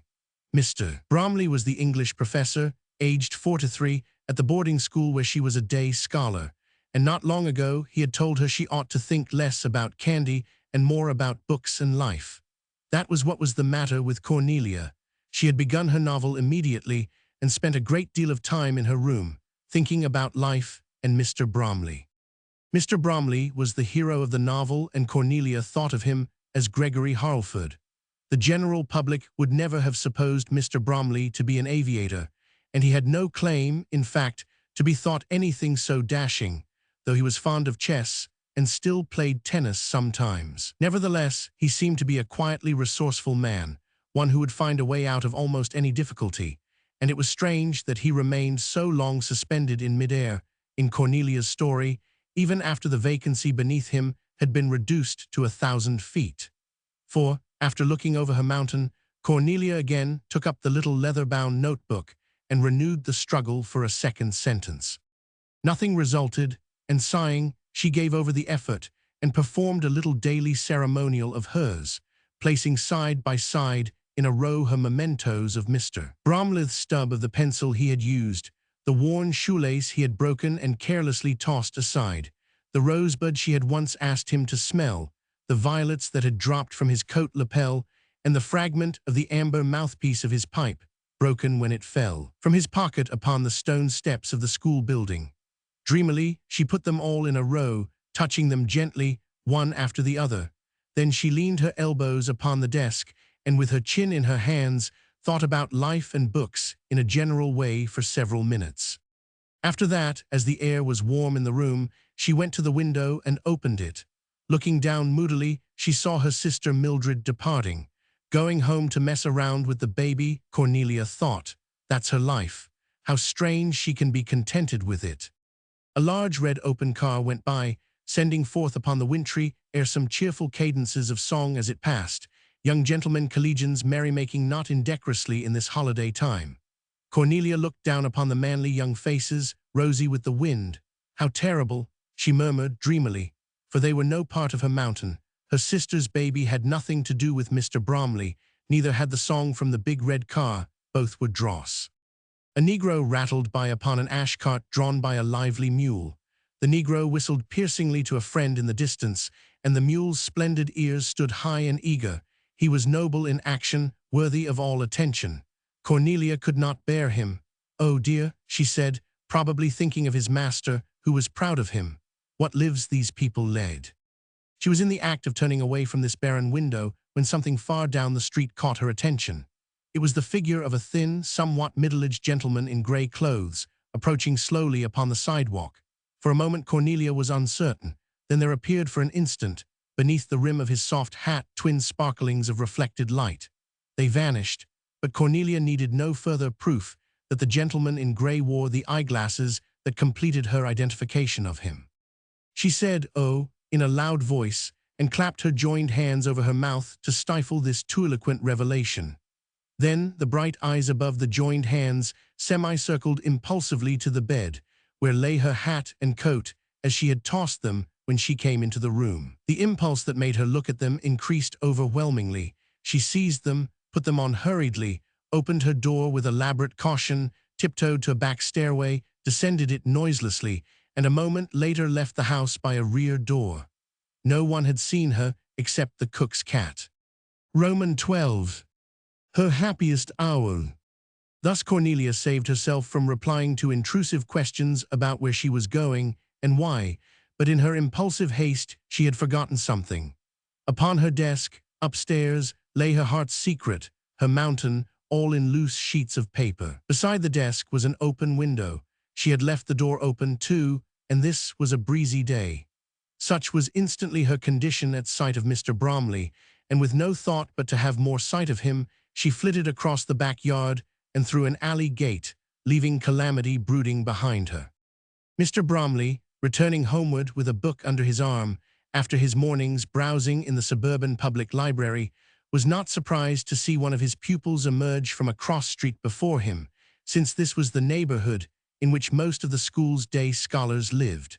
But he wondered why Cornelia Cromwell was so deeply preoccupied. She seemed to look toward him, though vaguely, and he lifted his hand to his hat. But before he could complete his salutation, she looked away, apparently unconscious of him. She was walking in a rather elderly manner, with her head inclined forward and her hands meditatively clasped behind her right posture for an engrossed statesman-philosopher, but not frequently expected of 16. At the corner, she turned northward upon the boulevard sidewalk, Mr. Bromley's own direction, and went pensively on before him, some 30 yards or so in advance. His gait was slow, for that was his thoughtful habit, and the distance between them, like Cornelia's attitude, remained unvaried until the next cross street was reached. Here, without altering that scholarly attitude of hers by a hair's breadth, she walked straight into what was the proper path and right-of-way demanded by an oncoming, uproarious taxicab. With his hoarse warning signal and with his own hoarse voice, the driver raved. She heeded him not. So, taking his life in his hands, he saved her by charging into the curbstone. The wheels providentially mounted and bore him fairly upon the sidewalk. He crashed down again to the pavement of the boulevard and roared onward, biblically oratorical about women, let hear him who would. Mr. Bromley rushed forward and seized Cornelia's arm. "Miss Cromwell." She looked up, smiling absently. "Do you think there was any danger?" she asked. "I didn't notice." "Good gracious," he cried. "Don't you know you can't cross streets anywhere these days without looking to see what's coming? What was the matter with you?" "The matter," she repeated vaguely as she began to walk onward with him. "Why, nothing. I mean, what on earth were you thinking of, to step right in front of her?" "Oh, that, yes," she said gently. "I see what you mean now, Mr. Bromley. I was thinking about life." "You were, indeed." "And books," she added. "Well, I wouldn't," he said, for he had long since forgotten his advice to her in the matter. if I were you, I'd put my mind more upon street crossings, especially during pedestrian excursions." She accepted the reproof meekly, not replying, and for some moments walked beside him in silence. Then she said gravely, "I believe I haven't thanked you for saving my life." "What?" She repeated it, "I haven't thanked you for saving my life." "Good gracious," he exclaimed, "I didn't do anything of the kind." "You did, Mr. Bromley." "I certainly did not," he said, astonished that she seemed genuinely to believe such a thing. "The taxicab was banging around all over the sidewalk by the time I reached you." "No," she insisted. "I heard you call my name and then you took hold of me. If you hadn't, it'd have gone straight on." "Well, you'd have been all right to go straight on, because by that time the taxicab was 20 or 30 feet away." "No, it'd have been killed," she said. "If you hadn't caught me, it'd have been killed, absolutely." He stared at her, perplexed, though he knew that people often retain but a confused recollection of exciting moments, even immediately after those moments have passed. Then, with this thought in his mind, he was a little surprised to find that she simultaneously had it in her mind, too. "Maybe you were a little excited to see a person in danger," she said.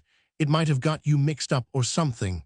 When things happen so quickly, it's hard to remember exactly what did happen.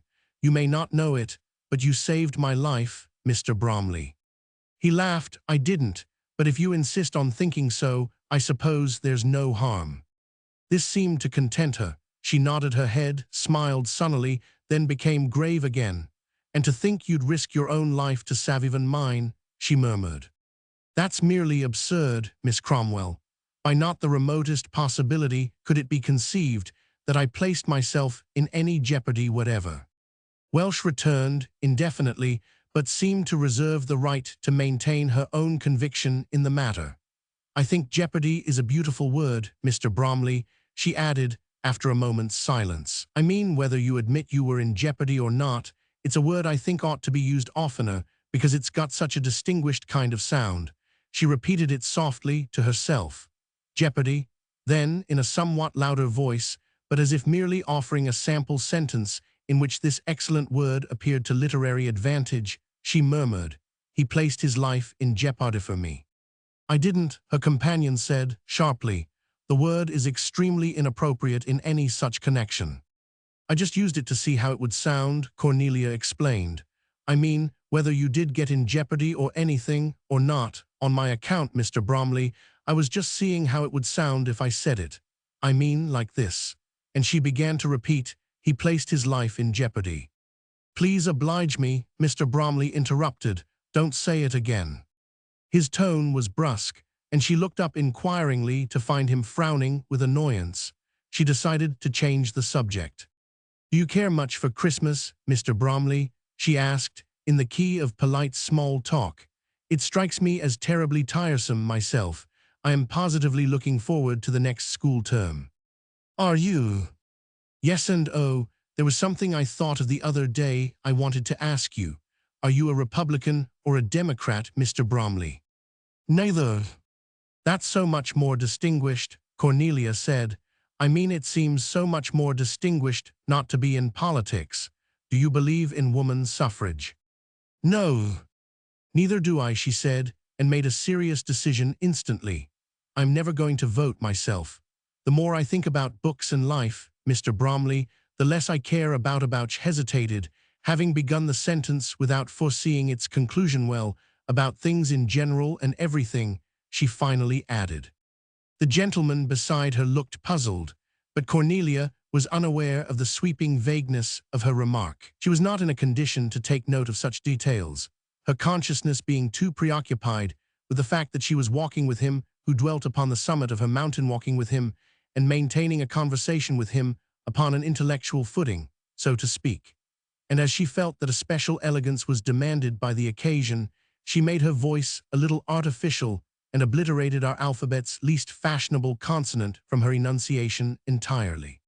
She waved a pretty little ungloved hand in a gesture of airy languor. "Most things seem such a bore, don't you think?" she said. "Bore?" he inquired, correctly interpreting her effort. "They certainly shouldn't seem so to you, at your age." My age, she echoed, and gave forth an affected little scream. Don't talk to me about my age. Why, half the time I feel I am at least 100. Her companion's reception of the information was somewhat dry. Not much more, I trust, he said, and looked hopefully forward into the distance as if to some goal or terminus of this excursion. But Cornelia's exaltation was too high for her to be aware of any slight appearances that might lower it. Indeed I do, she insisted. Why, when I look at the classes of younger girls that have come into the school in the years and years I've been there, I feel 1,000. I do, positively, I do assure you. From beneath a plaintive brow, Mr. Bromley's eyes continued to search the distance hopefully, and he made no response. Then, as he still remained silent, Cornelia did what most people do when their ebulliences are received without encouraging comment. She eased herself by a series of repetitions, enthusiastic at first, but tapering in emphasis until she had settled down again into the casual. It's the positive fact. These younger girls do make me feel 1,000 positively, I do assure you.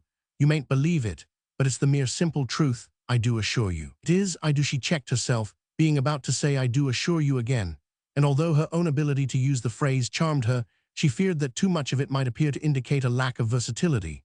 She coughed delicately as a proper bit of punctuation for the unfinished sentence.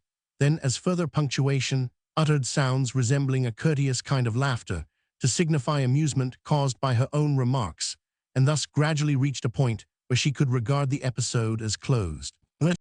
Having successfully passed this rather difficult point, she looked up at him with the air of a person suddenly overtaken by a belated thought that should have arrived earlier. Oh, by the by, she said, I suppose I ought to have asked this sooner, but I expect I forgot it because I was a little excited about your risking your leave. I did nothing of the kind, he interrupted, promptly and sharply. What is it you wanted to ask me? Well, it was this, Mr. Bromley. We got to walking along together after you saved after I nearly got run over and I didn't even ask you where you're going. I am on my way to lunch at the Blue Tea Room. Yow you are, Cornelia said in a strange tone. An impulse, rash and sudden, had affected her throat. She had never before been quite alone with the solitary inhabitant of her mountain summit.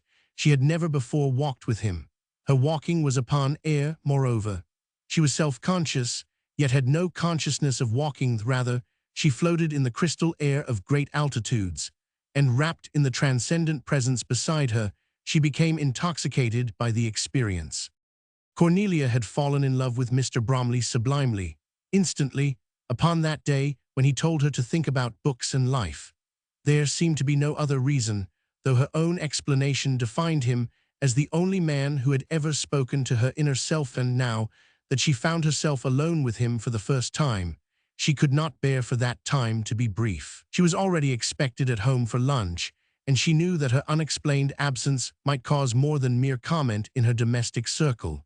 Her impulse was, therefore, something more than indiscreet, taking all circumstances and the strictness of her mother into account. But the exciting moment had prevailed with Cornelia before she took anything into account. To lunch at the Blue Tea Room, she cried. Why, Mr. Bromley, so am I. That's just where I was going. Isn't that queer? Why, we can have lunch together. The hopeful gleam passed out of Mr. Bromley's expression, though perhaps the bright eyes looking up at him so eagerly were able to interpret his gloom as merely the thoughtfulness habitual to a scholar. His was not a practical mind. He had no thought that Cornelia's lunching with him might have any result save to spoil the cozy hour he had planned for himself with his book as a table companion. To him, she was one of the 100 pupils at the school, a little girl who had lately developed odd mannerisms and airy affectations, for no reason except that many little girls seemed to pass through such phases, and, so far as his interest in her as an individual human being was concerned, Cornelia might as well have been 8 years old as 16.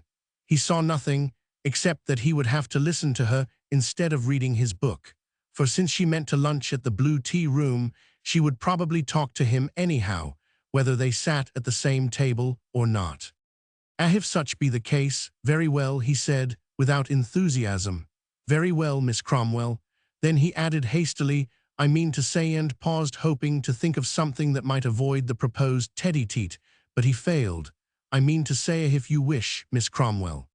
"Do I?" she exclaimed, breathlessly, but the radiant face she showed him only gave him the idea that she was probably excited by the prospect of waffles. Yet when waffles, the blue tea room's specialty, were placed, as a second course, upon the small blue and white painted table between her and Mr. Bromley, Cornelia showed no avidity for them. She had resumed her elegant manner, and but toyed with the food. Her elegance, indeed, was almost oppressive to her companion. She told the blue-aproned waitress, whose cultivation was betokened by horn-rimmed spectacles, that forgetting to bring butter was a dreadful bore. She said "bore" as frequently as she could, in fact, and she appeared to view the people at the other tables through a frigid, though invisible lorgnette. Her disdain of them as plebeians, beings unknown and not to be known, was visible in her expression, so much so that it made Mr. Bromley uncomfortable, and here was a small miracle in its way, for in reality she did not see the other people in the room at all distinctly. They were only blurred planes of faraway color to her. She was but dimly aware of their outlines, and failed to recognize two of them whom she knew very well. For Cornelia, all life and light centered upon the little painted table at which she sat with Mr. Bromley. The world to her was like a shadowy room at sunset, when through a window a last shaft from the rosy sun illumines one spot alone, making it glorious, and all else dim and formless. Mr. Bromley and she sat together in this golden glow, an aura that shimmered out to nothing all round about them, so that there was no definite background, and for anything more than 2 or 3 feet away she was astigmatic. Elation sweet as music possessed her. She was not only lunching at a restaurant with a distinguished man, quite as if she were a prima donna in Paris, but that distinguished man was Mr. Bromley. Mr. Bromley himself, pale with studious wisdom, yet manly, and incomparably more exciting than the symbol of him drawn with 5 lines and a dot upon her mountain. She had sometimes trembled when she looked at that emaciated symbol. What wonder could there be that she became a little too elegant, that her laughter rang a little too loudly, or that she showed herself disdainful of lowly presences in a dim background, now, when she sat facing her ideal made actual in all his beauty. Beauty it was, in good faith, to Cornelia, and so far as she was concerned, Praxiteles, experimenting to improve Mr. Bromley, could only have marred him. There was grey in his hair, but it was not emphasized, since he was an ashen blonde, and for Cornelia, unaware of his actual years and content to remain so, had no age, he had only perfection. So beautiful he was in the rosy light with which she encircled him. "Aren't you going to eat your waffles, now you've got 'em?" he asked, a little querulously. "Waffles," she said, as if she knew of none and the word was strange to her. "Waffles. Aren't you going to eat them? I supposed that was why you came here." She looked down at her plate, appeared surprised to find it occupied, and uttered a courtesy laughter with such grace it seemed almost that she sang the diatonic scale. This effect was so pronounced, indeed, that several people at other tables turned again to look at her, and Mr. Bromley reddened. "Oh yes," she said, "you mean these waffles. Yes, indeed." And here she repeated her too musical laughter, accompanying it with several excited gestures of amazement as she exclaimed, "Imagine my not noticing them when they're absolutely my favorite food." "Absolutely they are, my dear man, I do assure you." Then, having touched a waffle with her fork, she set the fork down, placed her elbows on the table, rested her chin in her hands, and gazed upon her companion lustrously. "Mr. Bromley," she said, "how did your father and mother happen to choose Gregory for your first name? Were you named for somebody else, or did they just have kind of an inspiration to call you Gregory?" "I was named for an uncle," he replied briefly. "How beautiful," she murmured. "What?" "It's a beautiful name," she said, and not changing her attitude, continued to gaze upon him. "Why in the world don't you eat your food?" he asked, impatiently. He had become but too well aware that Cornelia was attracting a covertly derisive attention, and he began to think her a bothersomely eccentric child. Following her noticeable elegance and her diatonic laughter, her dreamy attitude in the presence of untouched waffles was conspicuous, and he was annoyed in particular by the interest with which 2 occupants of a table against the opposite wall were regarding him and Cornelia. One of these interested persons was another of his pupils, a girl of Cornelia's age. He could not fail to note how frequently she glanced at him, and after each glance whispered seriously with her mother across their table. Then both would stare surreptitiously at him and his rapt vis-a-vis. There was something like a disapproving surveillance, even something inimical in their continuing observation, he thought, nor was he remote from the truth in this impression. Cornelia's schoolmate was enjoying herself, excited by what she had easily prevailed upon a nervous mother to see as a significant contretemps. Moreover, the daughter had just imparted to the mother a secret known to half the school, but not to Mrs. Cromwell. Crazy about him, the schoolmate whispered. Absolutely. She picked up the stub of his pencil and kept it, and a piece of an old broken pipe. We teased her and she got red and ran away. She won't speak to us for days if we say anything about him she doesn't like. Everybody knows she's simply frantic. Did you ever see such airs as she's been putting on, and did you hear her calling him her dear man and talking about I do assure you, and then looking at him like that, the poor smack? I never in all my life saw anything like it, the mother returned, her brow dark and her eyes wide.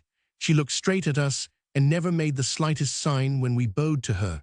The idea of as careful a woman as Mrs. Cromwell allowing her daughter to get into such a state, in the first place, is very shocking to me, and in the second, to permit her to come here, at her age, and lunch in public with a man, she's in such a state about a man, supposed to be her teacher, and old enough to be almost her grandfather. I simply can't imagine what she means by it. The schoolmate giggled. Cornelia's mother, don't you believe it? Mrs. Cromwell doesn't know a thing about it. Then she ought to know, and immediately.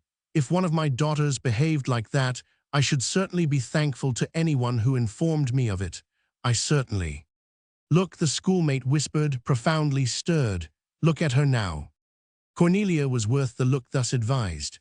Under repeated pressure to dispose of her waffles, she had made some progress with them, but now with the plate removed and a cooling sherbet substituted before her, she had resumed her rapt posture, her elbows upon the table, her chin upon her hands, her wistful bright eyes fixed upon the face of the uncomfortable gentleman opposite her. Was your uncle a very distinguished man, Mr. Bromley? She asked. I mean the one they named you Gregory after.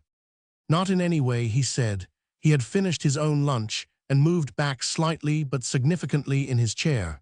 Hadn't you better eat your sherbet? He suggested. I believe it's about time for me to go.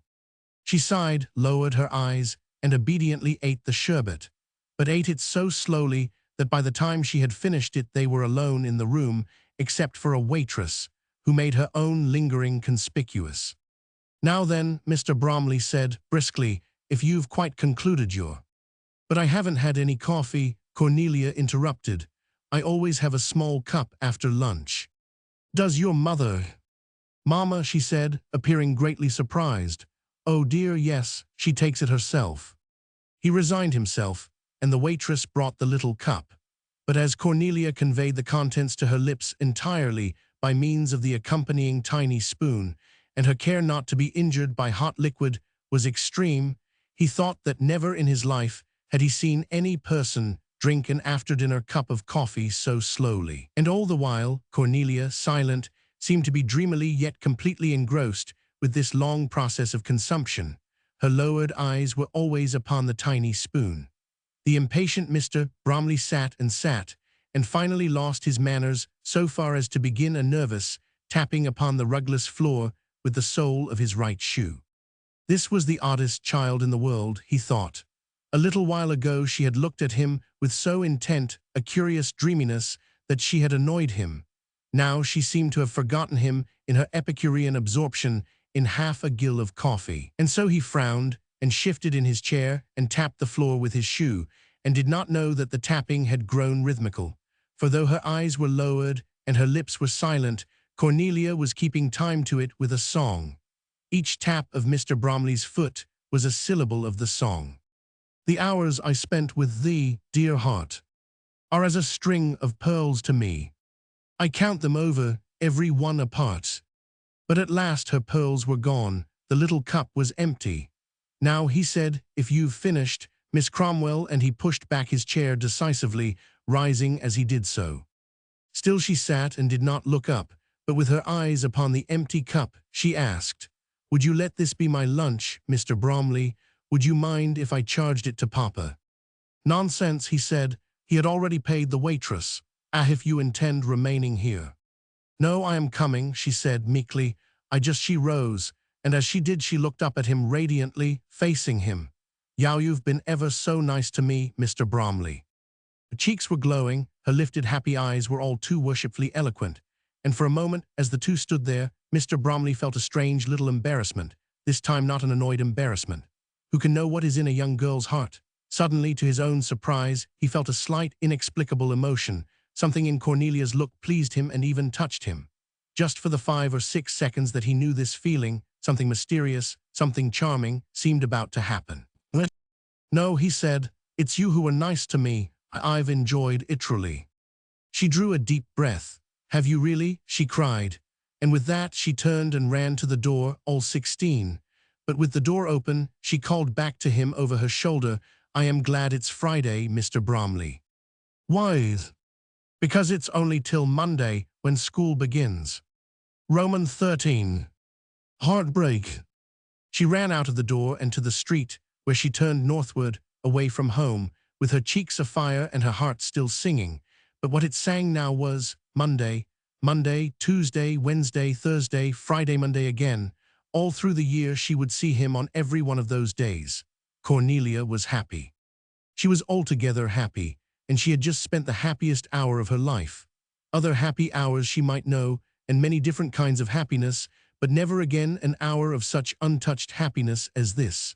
Happiness unshadowed cannot come often after childhood, and 16 is one of the years that close childhood. She was too happy to be with anyone except herself. She could not talk to anyone except herself, and so her feet bore her lightly to the open country outside the suburban town, and here, pleased with the bracing winter wind upon her face, she walked and walked, and her walking was more like dancing. She did not come home until the twilight of the short day had begun to verge into dusk, and when she entered the house, she went quickly up to her own room without seeing anybody on the way. In her heart she was singing gaily, Monday, Monday, Tuesday, Wednesday. But as she pressed the light on at a lamp upon her dressing table, something disquieted her. She flew to her open desk and, breathless, clasped both hands about her throat, for before her was her sacred mountain, but not as she had left it. The little papers had blown about the room. Someone had closed the window and gathered the drawings together. Someone had left a paperweight upon them. Someone had seen the mountain. The door opened behind her as Cornelia stood staring at this violation, and she turned to face her mother. Mrs. Cromwell closed the door, but she did not sit down or even advance farther into the room. Cornelia, where have you been all day? What? Nowhere in particular. Where did you lunch? What? Nowhere in particular. Cornelia. Yes, Mama. Cornelia had resumed her armor. Her look was moody and her tone fatigued. Cornelia, I am asking you where you lunched. I said nowhere in particular, Mama. I know you 999. And upon this, Mrs. Cromwell's voice trembled a little. I wish you to tell me the truth, Cornelia. Cornelia stood before her, apparently imperturbable, with passive eyes evasive, and Mrs. Cromwell, not knowing that her daughter's knees were trembling, began to speak with the severity she felt. Cornelia, your father and I have been talking in the library, and we've made up our minds this sort of thing must come to a stop. What sort of thing? This rudeness of yours, this moodiness and secretiveness. I am not secretive. You're an entirely changed girl. Last year, you'd no more have done what you're doing now than you'd have flown. What am I doing now? You're standing there trying to deceive me, Mrs. Cromwell answered sharply. But I am not deceived any longer, Cornelia. I've learned the truth. We knew that a change had come over you, and you were moody and indifferent toward your family, but we did at least suppose your mind was on your books. But today, Cornelia cried out suddenly, her look of moodiness all gone. She pointed to her desk. Were you in here today after I went out, did you? You left your door open and your window, and those sheets of paper were blowing clear out into the hall. Naturally, Mama, Cornelia's voice was loud now, and her finger trembled violently as she pointed to the mountain. Mama, did you? Mrs. Cromwell laughed impatiently. Naturally, as I picked them up, I couldn't very well help seeing what they were and drawing certain conclusions. "You dared," Cornelia cried fiercely. "Mama, you dared." "Cornelia, you will please not speak to me in that tone. I am very glad it happened because, though of course I shouldn't take those little drawings of yours seriously, and they're of no significance worth mentioning, there was one of them that did shed a light on something I heard later in the afternoon." What did you hear?" Mrs. Cromwell came a step nearer her, gravely. "Cornelia, you needn't have tried to deceive me about where you went when you slipped out of the house before lunch and caused me so much anxiety. I telephoned and telephoned." Cornelia interrupted. Her shaking finger still pointed to the desk. "I don't care to hear this. What I want to know is how you dared to." "Cornelia, you must not ask your mother how she dares to do anything. We know where you lunched, and you might have guessed that you couldn't do such a thing without our hearing of it. A lady who saw you came straight here to know if it was by my consent, and I am very grateful to her for it." In conjunction with the drawing I'd just seen, which surprised me greatly, to say the least, what this lady told me was a shock to me, as it is to your father, too, Cornelia. To think that you'd deceive us like Thisto, say nothing of the indiscretion of a schoolmaster who is supposed to be in charge of. "Mr. Bromley," Cornelia cried. "Do you mean Mr. Bromley?" "I certainly do. I think his conduct—" "I asked him," Cornelia interrupted fiercely. "I saw him from the window and I ran down and walked ahead of him and almost got run over by a taxicab on purpose, and he saved me, and I asked him to let me have lunch with him and told him I was going there anyway.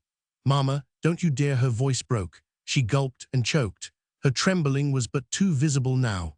"Mama, if you ever dare say anything against Mr. Bromley—" "I agree that we may quite as well leave him out of it," her mother said sharply. "Your own excitement is all the evidence I need that your father and I have been wise in the decision we've just come to." Something ominous in this arrested Cornelia's anger, and she stared at her mother incredulously. "Decision?" she repeated slowly. "What decision?" "We're going to put you into Miss Remai's school on the Hudson," Mrs. Cromwell said. "Your father's already engaged a drawing-room for us on the afternoon train tomorrow. I am going with you, and you'll begin the new term there on Monday." Cornelia still stared. "No," she said. "No, Mama, no." Mrs. Cromwell was touched, seeing the terror that gathered in her child's eyes. "You'll love it there after a little while, dear. You may think it's pleasant to stay here, but after you've been there a week or so, it's such a lovely place that you—" But Cornelia threw herself down passionately at her mother's feet. "No, no, no," she sobbed over and over again, and in this half-articulate anguish, Mrs. Cromwell read and understood Cornelia's secret indeed. She was compassionate, yet all the more confirmed in her belief that the decision just made with her husband was a wise one. Cornelia could bring no eloquence to alter her fate. "No, no, no," was only her protest against what she understood was inevitable, though as she wept brokenly upon her pillow that night, she thought of one resource that would avoid the inevitable, so desperate she was. But she decided to live, and found living hardest when she was on her way to the train next day, and the route chosen by her father's chauffeur cruelly passed the Blue Tea Room. On the train, thinking of the flying miles that so bitterly lengthened between her and that sacred little blue-painted room, she came to the end of the song her heart had chanted there in time to a tapping foot. It was the refrain of the car wheels upon the humming rails all that aching way. "I tell each bead unto the end, and there a cross is hung." Roman 14. Mrs. Dodge's next-door neighbor. At 5 o'clock upon a February afternoon, the commodious rooms on the lower floor of Mrs. Cromwell's big house resounded with all the noise that 100 women, unaided by firearms, could make. 100 men, gathered in a similar social manner, if that were possible, might either be quiet or produce a few uproariously bellowing groups, a matter depending upon the presence or absence of noisy individuals. But 100 habitually soft-voiced women, brought together for a brief enjoyment of one another's society and a trifling incidental repast, must almost inevitably abandon themselves to that vocal rioting ultimately so helpful to the incomes of the nerve specialists. The strain, of course, is not put upon the nerves by the over-pitched voices alone.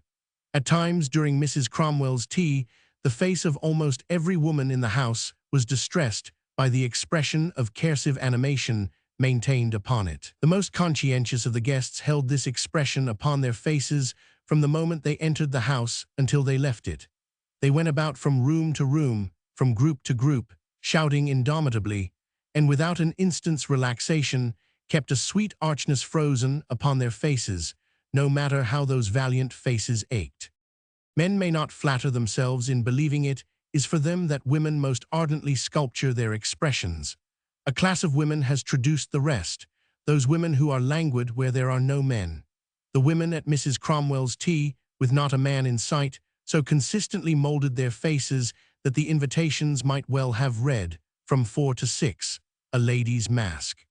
What gave most truly the color of a masquerade was the unmasking. This, of course, was never general, nor at any time simultaneous, except with 2 or 3, yet here and there, withdrawn a little to the side of a room, or near a corner, ladies might be seen who wore no expression at all, or else looked jaded or even frostily observant of the show. Sometimes clubs of 2 seemed to form temporarily, the members unmasking to each other, exhibiting their real faces in confidence, and joining in criticism of the maskers about them. At such times, if a third lady approached, the 2 would immediately resume their masks and bob and beam.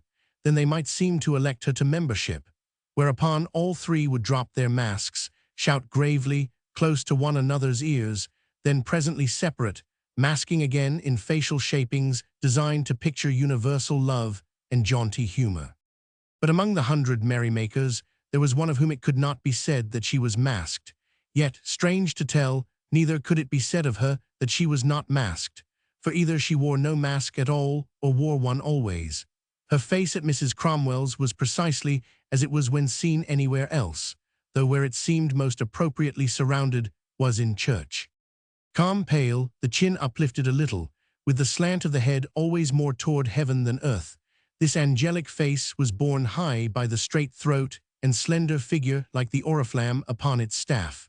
And so, it passed through the crowd of shouting women, seeming to move in a spiritual light that fell upon them and illuminated them, yet illuminated most the uplifted face that was its source. Moreover, upon the lips the exquisite promise of a smile was continuously hinted, and the hint foreshadowed how fine the smile would be, how gentle, though a little martyred by life, and how bravely tolerant. The beholder waited for this promised heavenly smile, but waited in vain. You always think she's just going to, until you see her often enough to find she never does. A broad-shouldered matron explained to 2 of her friends at Mrs. Cromwell's. The 3 had formed one of the little clubs for temporary unmasking and were lookerson for the moment. It's an old worn-out kind of thing to say, the sturdy matron continued, but I never can resist applying it to her. Nobody can ever possibly be so good as Mrs. Leslie Braithwaite looks. I'll even risk saying that nobody can ever possibly be so good as she seems to behave. "Oh, Mrs. Dodge," one of the others exclaimed, "but isn't behavior the final proof? My husband says conduct is the only test of character." "He doesn't know what he's talking about," the brusque Mrs. Dodge returned. "When we do anything noble, it's in spite of our true character. That's what makes it a noble thing to do. I've lived next door to that woman for 5 years, and though I seldom exchange more than a word with her, I can't help having her in my sight pretty often. She always looks noble, and she always sounds noble. Even when she says, 'Isn't it a lovely day?' she sounds noblined. For my part, I am sick and tired of her nobility." "But my husband says—" "I don't care what Mr. Battle says," Mrs. Dodge interrupted. "The woman's a nuisance." "To me," said the third of the group, gravely, "that sounds almost like sacrilege. I've always felt that even though Mrs. Leslie Braithwaite is still quite a young woman, she's the focus of spiritual life for this whole community. I think the people here generally look upon her as the finest inspiration we have among us." "I know they do," Mrs. Dodge said, irritably. "That's one reason I think she's a pest. People are always trying to live up to her, and it makes cowards and hypocrites of them. Look at her now." Mrs. Braithwaite had reached the hostess, who was shouting in concert with several new arrivals. But when Mrs. Braithwaite appeared, the voices of all this group were somewhat lowered, though they could not be lowered much in hope to be audible, and what was more remarkable, Mrs. Cromwell's expression and her manner were instantly altered perceptibly. So were the expressions and manners of the others about her, as Mrs. Dodge vindictively pointed out. "Look at that," she said. "Every one of those poor geese is trying to look like her. They feel they have to seem as noble as she is. Instinctively, they're all trying to take on her hushed sweetness. Nobody dares be natural anywhere near her." "But that's because of the affection people feel for her," Mrs. Battle explained. "Don't you feel?" "Affection, your grandmother," the brusque lady interrupted. "What are you talking about?" "Well, reverence, then. Perhaps that's the better word for the feeling people have about her. They know how much of her life she gives to good works. She's at the head of—" "Yes, she certainly is," Mrs. Dodge agreed bitterly. "She's the head and front of every uplifting movement among us. You can't open your mail without finding benefit tickets you have to buy for some good cause she's chairman of. She's always the girl that passes the hat. She's the one that makes us feel like selfish dogs if we don't give till it hurts. She's the star collector, all right. Well, oughtn't we to be grateful that she takes such duties upon herself? Do we ever omit any of our gratitude? Why, the papers are full of it. It is the sense of this committee that, except for the noble, unflagging, and self-sacrificing devotion of Mrs. Leslie Braithwaite, this fund could never have reached the generous dimensions necessary for the carrying on of this work. Therefore, be it resolved that the thanks of this entire organization and so forth. And as a matter by the way, you never hear whether she gave any of the fund herself. She gives time, she gives energy. Mr. Battle says, who gives himself gives all. Mrs. Braithwaite gives herself. Yes, she does, Mrs. Dodge agreed. It's her form of recreation. Her two auditors stared at her incredulously so that she could plainly see how shocked they were. But before either of them spoke, a beautiful change in look and manner came upon them. Both of them elevated their chins a little, so that their faces slanted more toward heaven than toward earth. Both of them seemed about to smile angelically, but stopped just short of smiling. A purified softness came into their eyes, and altogether, by means of various other subtle little manifestations, the two ladies began to look noble. Mrs. Dodge had turned her back toward the group about the hostess, but without looking round, she understood what the change in her two companions portended. "Goodbye, ladies of Shalott," she said. "The curse has come upon you," and she moved away, just as the ennobled two stepped forward to meet Mrs. Leslie Braithwaite in her approach to them. "Clever of me," Mrs. Dodge thought, with some bitterness, "getting myself the reputation of a dangerous woman," for she understood well enough that she would do no injury to Mrs. Braithwaite in attacking her. On the contrary, the injury would inevitably be to the assailant. And yet Mrs. Dodge could not forbear from a little boomerang practice at this shining and impervious mark. The reason, unfortunately, was personal, as most reasons are. Mrs. Dodge had come to the tea in an acute state of irritation that had been increasing since morning. In fact, she had begun the day with a breakfastable argument of which Mrs. Braithwaite was the subject. Mr. Dodge made the unfortunate admission that he had recently sent Mrs. Braithwaite a check for $100, his subscription to the Workers' Welfare League, and he was forced into subsequent admissions. He had no interest in the Workers' Welfare League and could give no reason for sending a check to it, except that Mrs. Braithwaite had written him appealing for a subscription. She was sure he wouldn't like to miss the chance to aid in so splendid a movement, she said. Now, as Mrs. Braithwaite had previously written twice to Mrs. Dodge in almost the same words, and as Mrs. Dodge had twice replied declining to make a donation, the argument, so to call it, on Mrs. Dodge's part was a heated one. It availed her husband little to protest that he had never heard of Mrs. Braithwaite's appeals to his wife. Mrs. Dodge was too greatly incensed to be reasonable. Later in the day she was remorseful, realizing that she had taken poor Mr. Dodge for her anvil because he was within reach, and what she really wanted to hammer wasn't. Her remorse applied itself strictly to her husband, however, and she had none for her feeling toward the lady next door. Mrs. Dodge and her neighbor had never discovered any point of congeniality. Mrs. Braithwaite's high serenity, which Mrs. Dodge called suavity, was of so paradoxical a smoothness that Mrs. Dodge said it rubbed the wrong way from the start. The uncongeniality had increased with time until it became a settled dislike, so far as Mrs. Dodge was concerned. And now, After Mrs. Leslie Braithwaite's successful appeal to Mr. Dodge for what Mr. Dodge's wife had refused, the dislike was rankling itself into a culmination not unlike an actual and lusty hatred. Mrs. Dodge realized her own condition. She knew hatred is bad for the hater, but she could not master the continuous anger within her.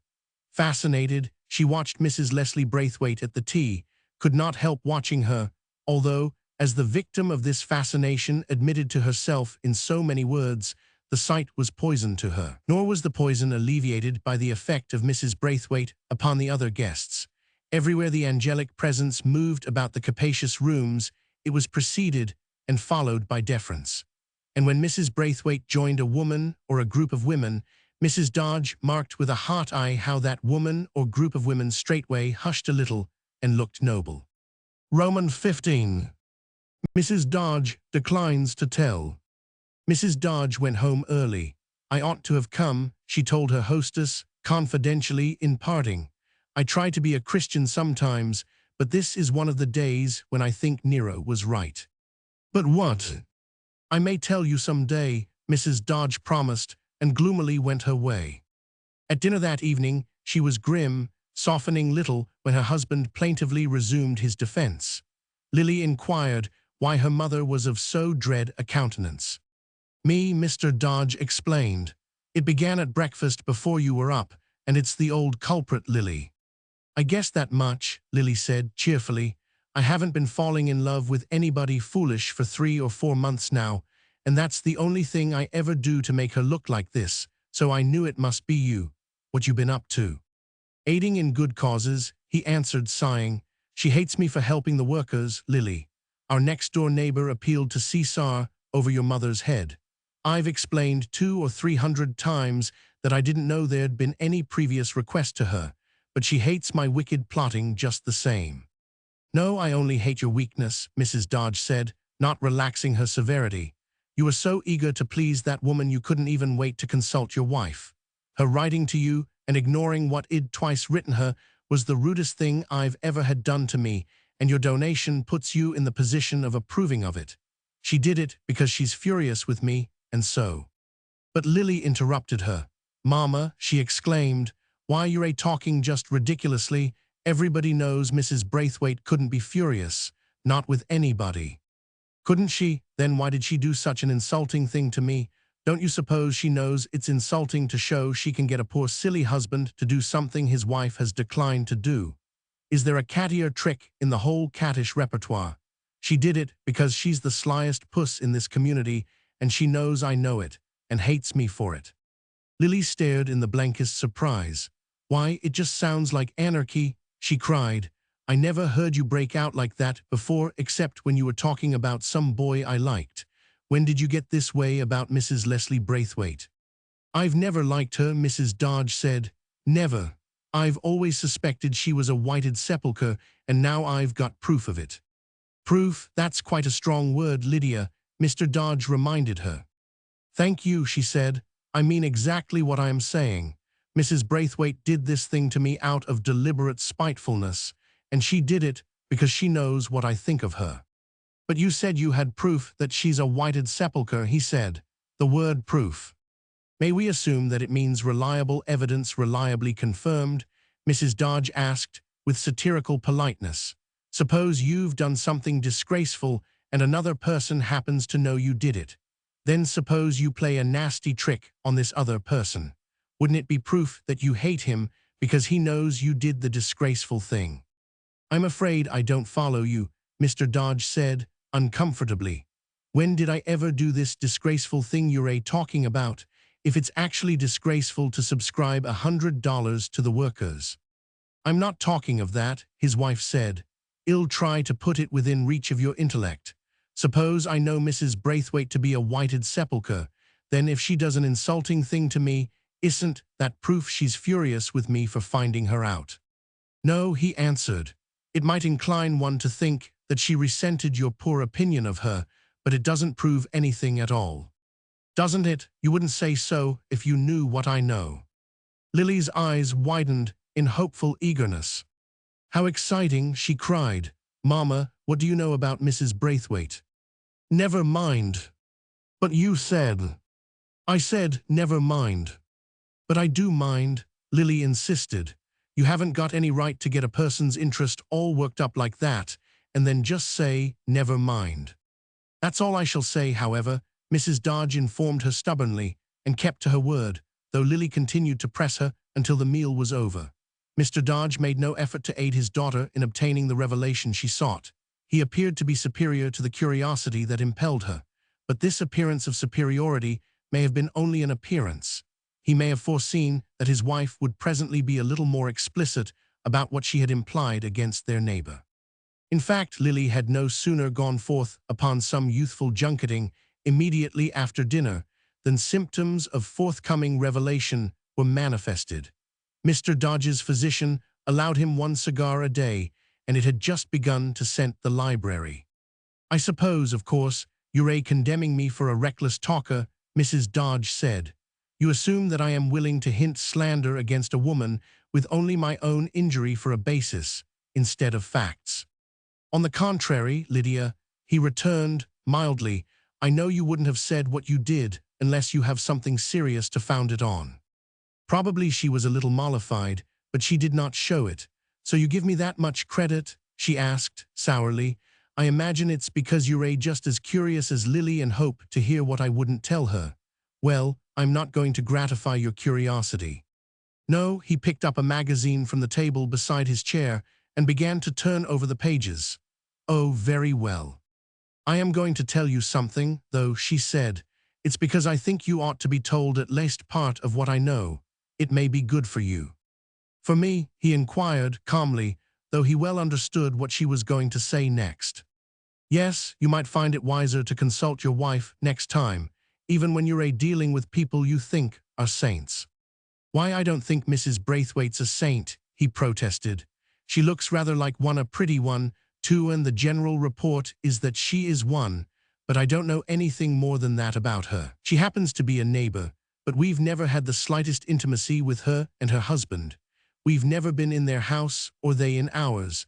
I bow to her when I see her and sometimes exchange a few words with her across the hedge between our 2 yards, usually about the weather. I don't think anything about her at all. Then it's time you did, Mrs. Dodge said with prompt inconsistency. All right, what do you want me to think about her, Lydia? Nothing, she said sharply. Oh, laugh if you want to. I'll tell you just this much. I found out something about her by pure accident, and I decided I'd never tell anybody in the world, not even you. I'm not the kind of person to wreck anybody's life exactly, and I decided just to bury what I happened to find out. What's more, I'd have kept it all buried if Shed had sense enough to let me alone. I wouldn't even have told you that I know something about her.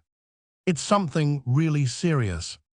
Serious, she said. No, it's not serious, it's ruinous.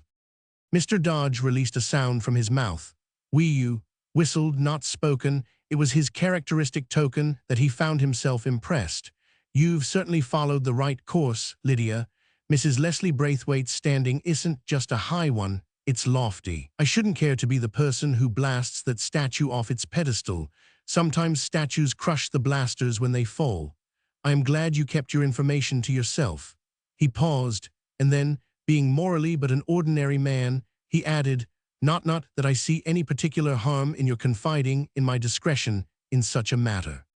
Didn't I explain I'm not confiding in your discretion? Mrs. Dodge returned. Lately, I don't believe you have any. I've told you this much so that next time you won't be so hasty in sending checks to women who are merely using you to annoy your wife. He sighed. There's where you puzzle me, Lydia. If you found out something ruinous about Mrs. Braithwaite, as you say, and if she knows you intimated she knows it, I think. Absolutely. Then I should think you'd be the last person in the world Shed want to annoy. I should think Shed do everything on earth to please you and placate you. Shed want to keep you from telling. That's the weak point in your theory, Lydia. It isn't a theory, I am speaking of facts. But if she knows you're aware of what might ruin her, he insisted, she would naturally be afraid of you. Then why would she do a thing that might infuriate you? Because she's a woman, said Mrs. Dodge, and that's something you'll never understand. But even a woman would behave with some remnants of caution, under the circumstances, wouldn't she? Some women might. Mrs. Braithwaite doesn't because she's so sure of her lofty position she thinks she can deliberately insult me and I won't dare to do anything about it.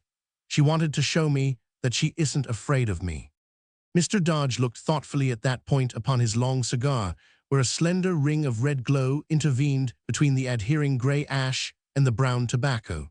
Well, at least she shows a fiery heart, he said. In a way, you'd have to consider her action quite the sporting thing.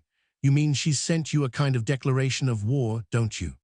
If you want to look at it that way, I don't myself. I take it just as she meant it, and that's as a deliberate insult. But it isn't an insult if she only meant it to show she isn't afraid of you, Lydia.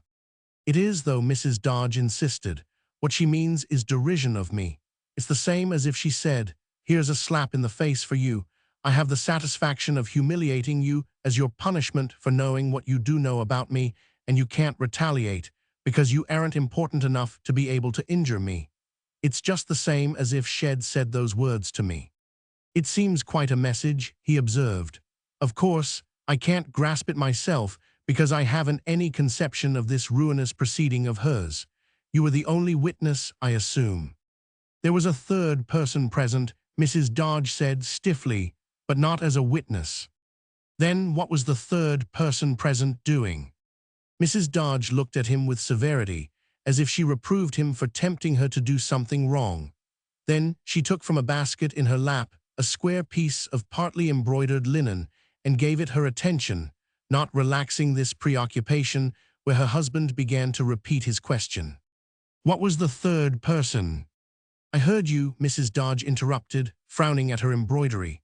If I told you that much, it'd be virtually telling the whole thing, and I've decided not to do that, even under her deliberate provocation. If I let myself be provoked into telling, it'd be as small as she is, so you needn't hope to get another word out of me on the subject. The only answer I'll make to your question is that the third person present was not her husband. Oh, Mr. Dodge said loudly, and in his sudden enlightenment whistled wee-oo. Again, so that's it. Not at all, she said. You needn't jump to conclusions, and y'all never know anything more about it from me.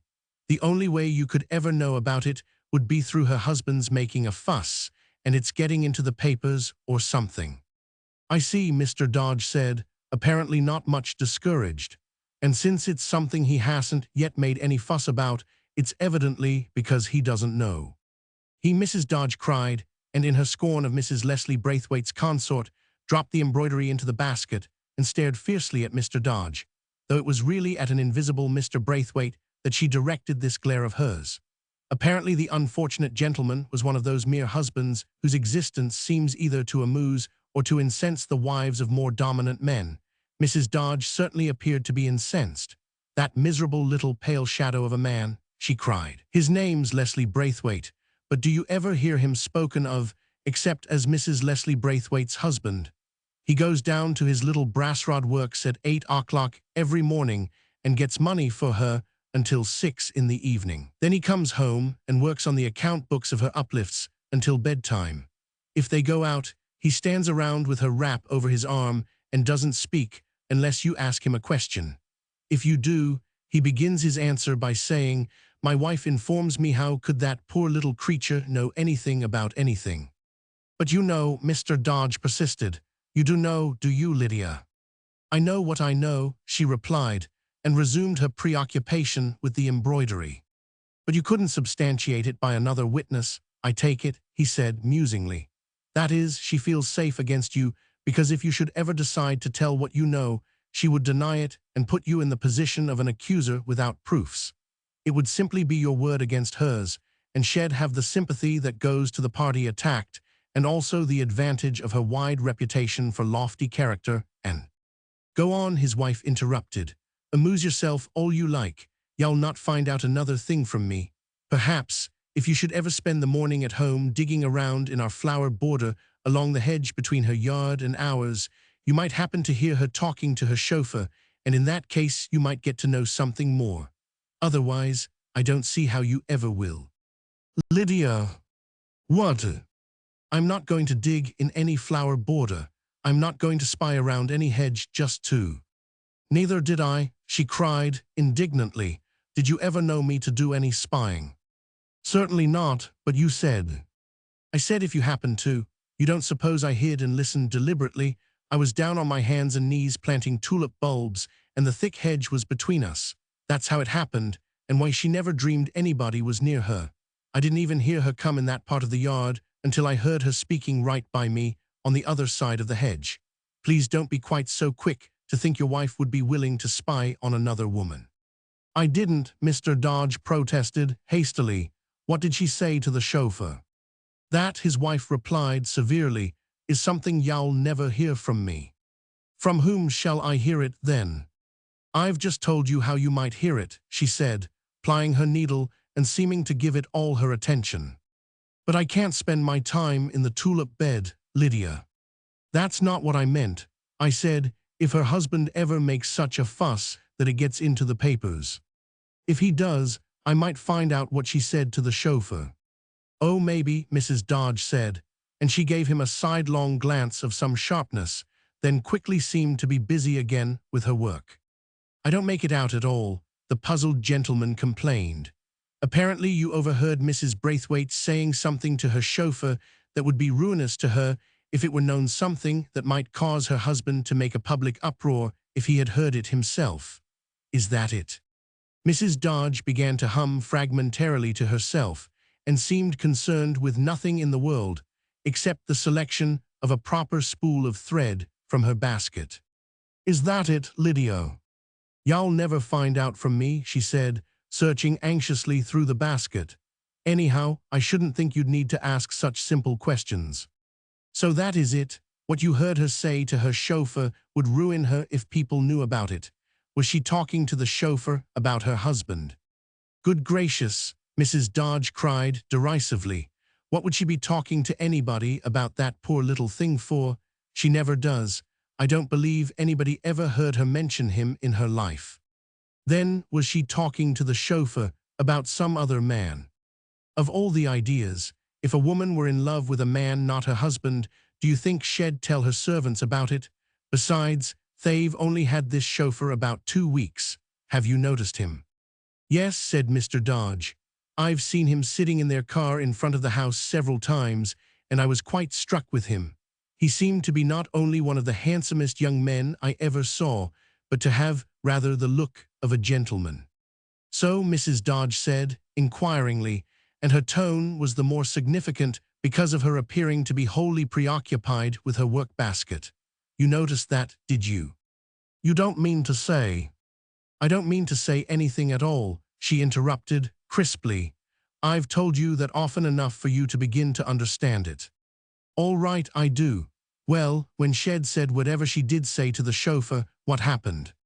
Oh, that, she returned. I am perfectly willing to tell you. I got up and looked at her over the hedge. I wasn't going to stay there and listen, and I certainly wasn't going to crawl away on my hands and knees. I just looked at her quietly and turned away and came into the house. What did she do? She was absolutely disconcerted. Her face just seemed to go all to pieces. It didn't look like her face at all. She was frightened to death, and I never saw anything plainer. That's one reason she hates me so, because I saw her looking so afraid of me, and she couldn't help it. Of course, as soon as I got into the house, I looked out through the lace curtains at a window. You could hardly expect me not toned. I saw her just going back into her own house by the side door.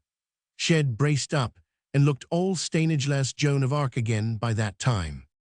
Mr. Dodge sat waggling his head and muttering in wonder.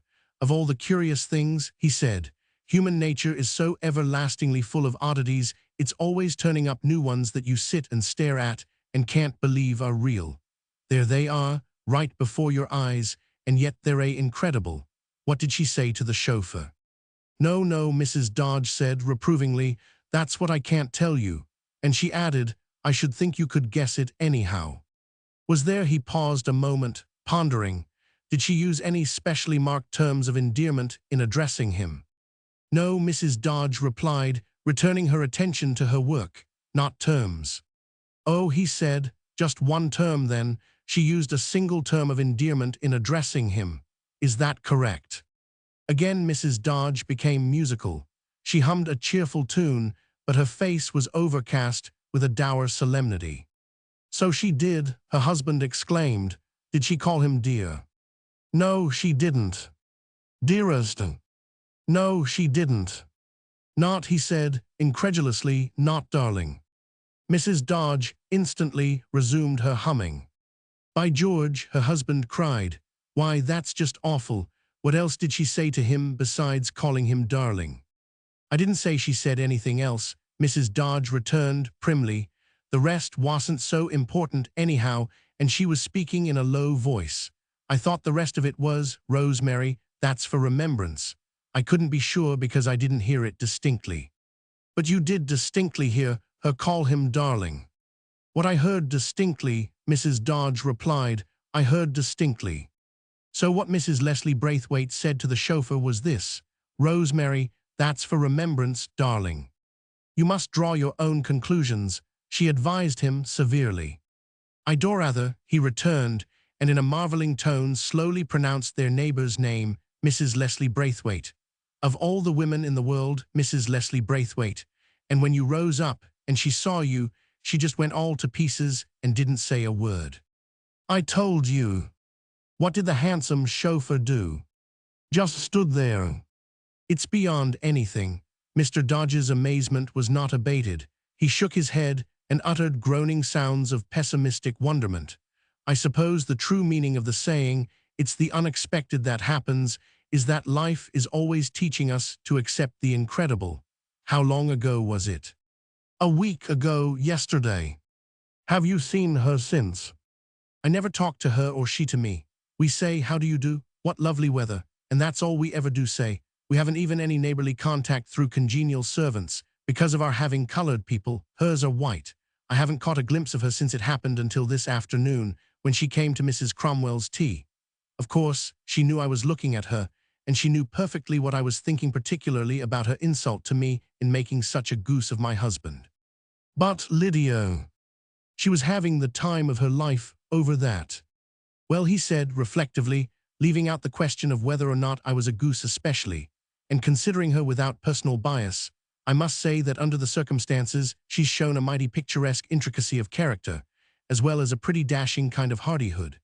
If, as you believe, she sent her note to me as really a derisive taunt, a gauntlet flung at you with mocking laughter, and all the while she knows you know of her philandering with a good-looking varlet." "She's a bad woman," Mrs. Dodge exclaimed angrily. "That's all there is to it, and you needn't be so poetical about her." "Good gracious, Lydia, I wasn't." "Never mind. We can talk of her just as well without any references to gauntlets and mocking laughter and varlets. That is, if you insist upon talking about her at all. For my part, I prefer just to keep her entirely out of my mind." "Very well," he assented meekly. "I don't know that I can keep anything so singular out of my mind, but I won't speak of it if it annoys you. What else shall we talk of?" "Anything in the world, except that detestable woman," Mrs. Dodge replied. Then, after some moments of silence over her embroidery, she added abruptly, "Of course, you don't think she's detestable." "I only said—" "Picturesque was what you said. Dashing was another thing you said. You're quite fascinated with her derisive gauntlets and her mocking laughter. Dear me, if that isn't like men." "But I only—" "Oh, murder," Mrs. Dodge moaned, interrupting him. "I thought you said you weren't going to talk about her anymore." At this, he showed spirit enough to laugh. "You know well enough we're both going to keep on talking about her, Lydia. What do you intend to do?" "About what?" Mrs. Dodge looked surprised. "About her, you mean? Why, naturally, I intend to keep on doing what I have been doing, and that's nothing whatever except to hold my peace. I don't descend to the level of feuds with intriguing women. She gave me a clue, though, this afternoon." "What sort of a clue, Lydia?" "I don't suppose a man could understand, but I'll try to give you a glimmering. When she wrote that note to you, there was one thing she hadn't thought of. She thought of it this afternoon at that tea. It struck her all of a sudden that I could make things a little unpleasant for her if I took the notion too. She just happened to remember that Mrs. Cromwell is my most intimate friend, and that she is the grandest old rock-bottomed mountain this community can boast. That woman all at once remembered and got afraid I might tell my friends." "How do you know she did?" That's what a man couldn't see. I knew it by a lot of little things I couldn't put into words if I tried, but principally I knew it by watching her manner with Mrs. Cromwell. You mean she tried to ingratiate herself? He asked. Her manner was more winsome or flattering than usual. No, not exactly. Not so open you couldn't understand, but it was perfectly clear to me she was having the time of her life, thinking of what she'd done to me through my husband's weakness, when all at once she thought of my influence with the Cromwells. Well, she's afraid of it, and it made her wish she hadn't gone quite so far with me. She'd give a whole lot tonight, I'll wager, if she'd been just a little less picturesque with her gauntlet throwing and her mocking laughter. You asked me what I was going to do, and I told you nothing. But she'll do something. She's afraid, and she'll make a move of some sort. You'll see. But what? What could she do? I don't know, but you'll see. You'll see before long, too. Well, I'm inclined to hope so, he said. It would certainly be interesting, but I doubt her making any move at all. I'm afraid you won't turn out to be a good prophet. On the contrary, he himself was a poor prophet, for sometimes destiny seems to juggle miraculously with coincidences in order to attract our attention to the undiscovered laws that produce them.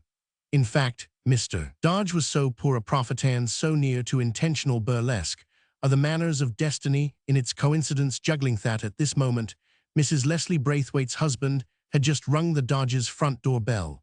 2 minutes later, a mulatto housemaid appeared in the doorway of the library and produced a sensational effect merely by saying, "Mrs. Braithwaite and Mr. Braithwaite is calling."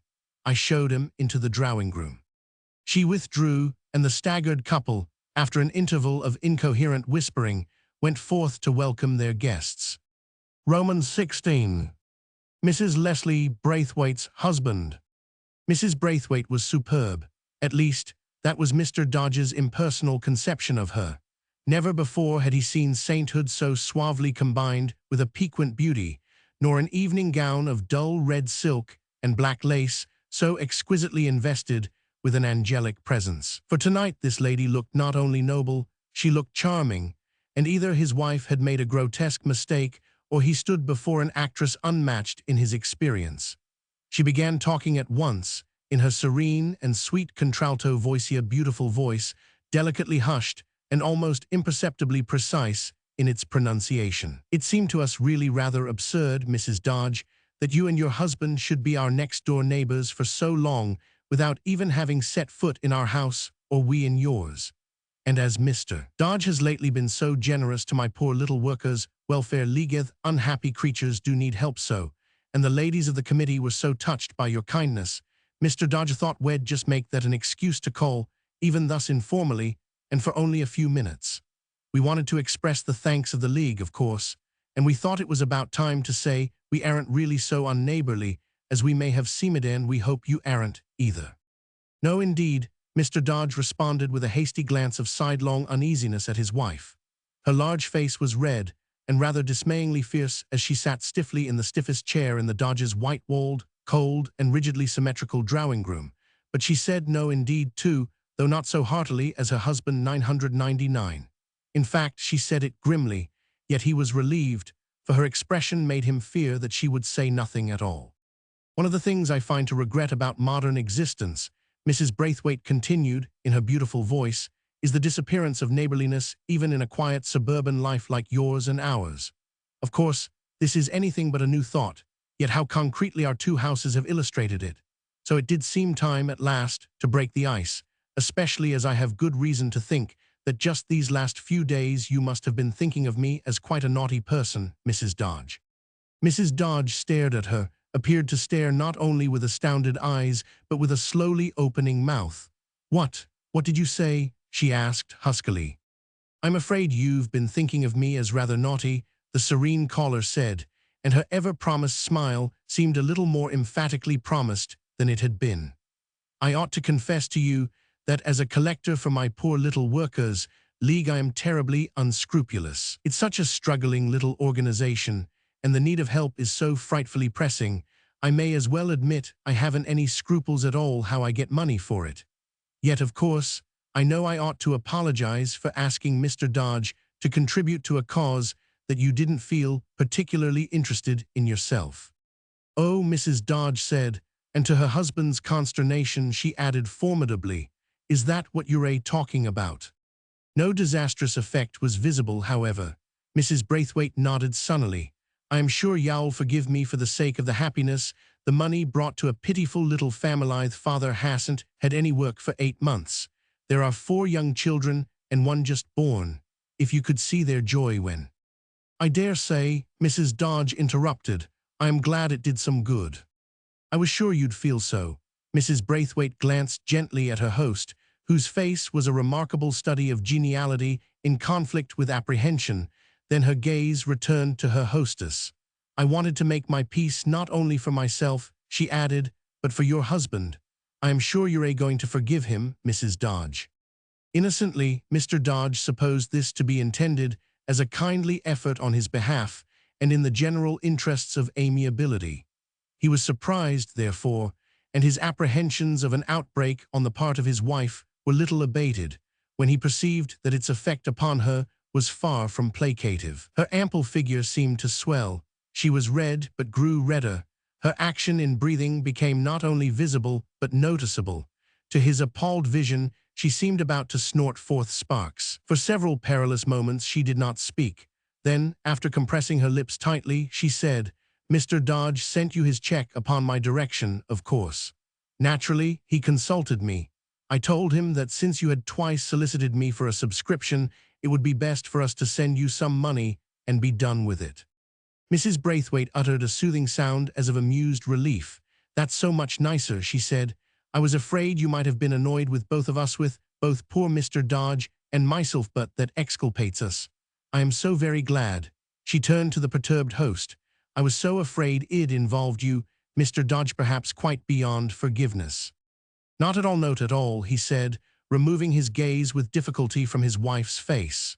"Oh no, everything's been perfectly pleasant," he floundered, and Mrs. Dodge's expression did not reassure him that he was saying the right thing. "Perfectly pleasant," he repeated feebly. "I so hoped it would be," Mrs. Braithwaite said. "I hoped Mrs. Dodge wouldn't be very hard on you for aiding in such a good cause." "No," he returned nervously. "No, shesh wasn't. She proved to be entirely amiable, of course," and again he was dismayed by Mrs. Dodge's expression. "Of course," Mrs. Braithwaite agreed, sunnily, with only the quickest and sweetest little fling of a glance at her hostess. "I was sure she'd forgive you. Well, at any rate, we've both made our peace with her now and established the entente cordiale, I hope." She turned toward her husband and spoke his name gently, in the tone that is none the less a command to the obedient follower, "Leslie." It was apparently her permission for him to prepare himself for departure, but it may also have been a signal or command for him to do something else. Mr. Dodge noticed that it brought an oddly plaintive look into the eyes of the small and dark Braithwaite. Throughout the brief but strained interview, he had been sitting in one of the Dodges' rigid chairs as quietly as if he had been a well-behaved little son of Mrs. Braithwaite's, brought along to make a call upon grown people. He was slender as well as short, of a delicate, almost fragile appearance, and in company habitually so silent, so self-obliterative that it might well have been a matter of doubt whether he was profoundly secretive or of an overwhelming timidity. But as he sat in the Dodge's slim black chair, himself rather like that chair, with his trim, thin little black legs primly uncrossed and his small black back straight and stiff, there were suggestions that he was more secretive than timid. Under his eyes were semicircles of darkness, as if part of what he secreted might have been a recent anguish, either physical or mental. Moreover, if he had been in reality the well-trained little boy his manners during this short evening call had suggested, those semicircles under his eyes would have told of anguish so acute that the little boy had wept.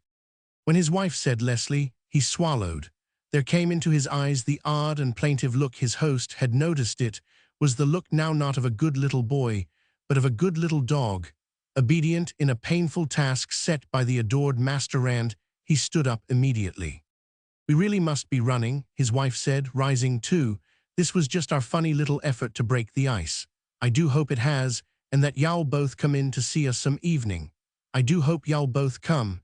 She put an almost imperceptible stress on the word both as she moved toward the door, then said Leslie again. He was still standing beside his chair. Ah, he said, then paused and coughed. I wonder. Yes, his host said, encouragingly. If that is, I was going to say, by the way, I wonder if you happen to know of a good chauffeur, Mr. Dodge. At this, Mrs. Dodge's breathing became audible as well as visible. There fell a moment of such silence. Our chauffeur? No, Mr. Dodge said. No, I don't think I do. We haven't one ourselves. We do our own driving. A chauffeur? No, I'm afraid I don't know of any. I see, Braithwaite returned. I just happened to ask. We've lost the man we've had lately. He was a very good driver, and we haven't anybody to take his place. Mrs. Dodge spoke sepulchrally as she rose from her chair. That's too bad, she said, and to her husband's relief, stopped there, adding nothing. Yes, Braithwaite assented. He was a very good driver indeed, but he was a college graduate, and only yesterday he found another position, tutoring, and left us. He was a very good man, darling.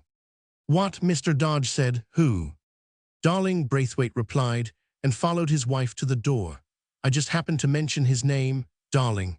I didn't address you as darling, Mr. Dodge, though I see how you might easily have thought I 999. The man's name was Darling. I shouldn't like you to think I'd take the liberty of calling you. But here he was interrupted by such an uproarious shout of laughter from his host that his final words were lost. Mr. Dodge's laughter continued, though it was interspersed with hearty expressions of hospitality and parting cheer, until the callers had passed the outer threshold and the door had closed behind them. Then the hilarious gentleman returned from the hall to face a wife who found nothing in the world, just then, a laughing matter. The worst thing you did, she assured him, was to be so fascinated that you told her I'd been amiable to you about your sending that check just after I said I knew all about it before you sent it and had told you to send it. That was a pleasant position to put your wife in, wasn't it? Lydia, he shouted, still outrageous in his mirth. Let's forget that part of it and remember only darling. All right, she said, and her angry eyes flashed. Suppose his name was Darling. What was she talking to him about rosemary and remembrance for? I don't know, and it doesn't seem important.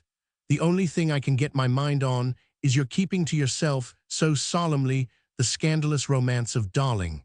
And becoming more respectably sober for a time, he asked her, Don't you really see a little fun in it, Lydia? What, she cried, do you? After you saw that wretched little man of hers stand up there and recite his lesson like a trained monkey, did you look at her while he was performing? She stood in the doorway and held the whiplash over him till he finished. And if this idol of yours is so innocent and pure, why did she go all to pieces the way she did when she saw me that morning by the hedge? Why, don't you see? He cried. Of course she saw you thought Shed called the man Darling. She knew you didn't know his name was Darling. Isn't it plain to you yet? No, his wife said vehemently. It isn't plain to me, and it never will be. Romans 17. Darling. Against all reason, she persisted in a sinister interpretation of her lovely neighbor's conduct. Never would Mrs. Dodge admit that Mr. Dodge had the right of the matter, and after a time she complained that she found his continued interest in it pretty tiresome. You keep bringing it up, she said, because you think you've had a wretched little triumph over me. It's one of those things that never can be settled either way, and I don't care to talk of it any more. If you want to occupy your spare thoughts, I have a topic to offer you. What topic? Mrs. Dodge shook her head in a certain way. Lily. Oh dear me, he said, it isn't happening again. She informed him that it was, indeed. Lily's extreme affections were once more engaged. We're in for it, was the mother's preface as she began the revelation, and when she concluded, her husband sorrowfully agreed with her. It's awful now and will be worse, he said, and thus his spare thoughts became but too thoroughly occupied. In his growing anxiety over his daughter, he ceased to think of his neighbors. The handsome chauffeur passed from his mind. Then abruptly, one day, as the wandering searchlight of a harbored ship may startlingly clarify some obscure thing upon the shore, a chance conjuncture illuminated for him most strangely the episode of Darling. He was lunching with a younger member of his firm in a canyon restaurant downtown, and his attention happened to become concentrated upon a debonair young man who had finished his lunch and was now engaged in affable discussion with the pretty cashier.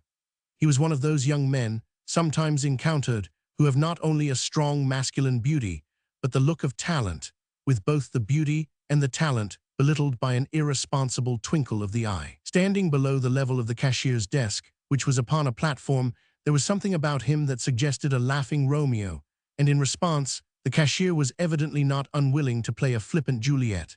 She tossed her head at him, tapped his cheek with a pencil, chattering eagerly. She blushed, laughed, and at last looked yearningly after him as he went away. Mr. Dodge also looked, for the young man was Darling, once Mrs. Leslie Braithwaite's chauffeur. Fine little bit of comedy, that, the junior member of Mr. Dodge's firm remarked, across their small table, talked her into giving him credit for his lunch. She'll have to make it up out of her own pocket until he pays her. Of course, he's done it before, and she knows him. Characteristic of that fellow, he's a great hand to put it over with the girls. "Do you know him, Williams?" Mr. Dodge asked, a little interested. "Know him, Lord, yes. He was in my class at college till he got fired in sophomore year. Every now and then he comes to me and I have to stake him. He's a reporter just now, but it's always the same whether he's working or not. He never has any money. He can do anything: act, sing, break horses, drive an airplane, any kind of newspaper work, publishes poetry in the papers sometimes, and he's not such a bad poet either at that. But he's just one of these natural-born drifters, too good-looking and too restless. He never holds a job more than a couple of months." "I suppose not," Mr. Dodge said, absently. "I suppose he's tried a good many." "Rather," Williams exclaimed. "I've got him I don't know how many myself. The last time I did he was pretty well down and out, and the best I could get for him was a chauffeur's job for a little cuss I happen to know in the brass trade. Braithwaite. Lives out your way somewhere, I think. O'Boyle took it all right. It was chauffe or starve." "I beg your pardon, who took what?" "O'Boyle," said Williams. "Charlie O'Boyle, the man we're talking about, the chap that was just conning the cashier yonder. I was telling you he took a job as chauffeur for a family out your way in the suburbs." "Yes, I understood," Mr. Dodge returned, with more gravity than Williams expected as a tribute to this casual narrative. "You said this O'Boyle became a chauffeur to some people named Braithwaite, and that you obtained the position for him. I merely wondered, I suppose, when you recommended this O'Boyle to Mr. Braithwaite, you mentioned his name. I mean to say, you introduced O'Boyle as O'Boyle." "Well, naturally," Williams replied, surprised and a little nettled. "Why wouldn't I? I wouldn't expect people to take on a man for a family job like that and not tell em his name, would I? I don't see what you—" "Nothing," Mr. Dodge said hurriedly. "Nothing at all. It was a ridiculous question. My mind was wandering to other things, or I shouldn't have asked it. We'd better get down to business, I suppose."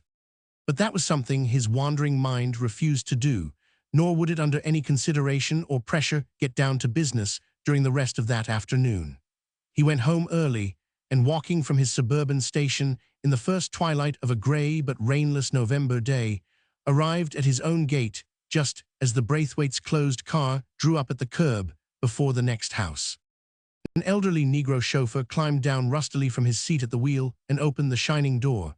Mrs. Braithwaite stepped gracefully down, and with her lovely saint's face uplifted above dark furs, she crossed the pavement, entered the low iron gateway, and walked up the wide stone path that led through the lawn to the house. On the opposite side of the street, a group of impressed women stopped to stare, grateful for the favoring chance that gave them this glimpse of the great lady. Mr. Braithwaite descended from the car and followed his wife toward the house.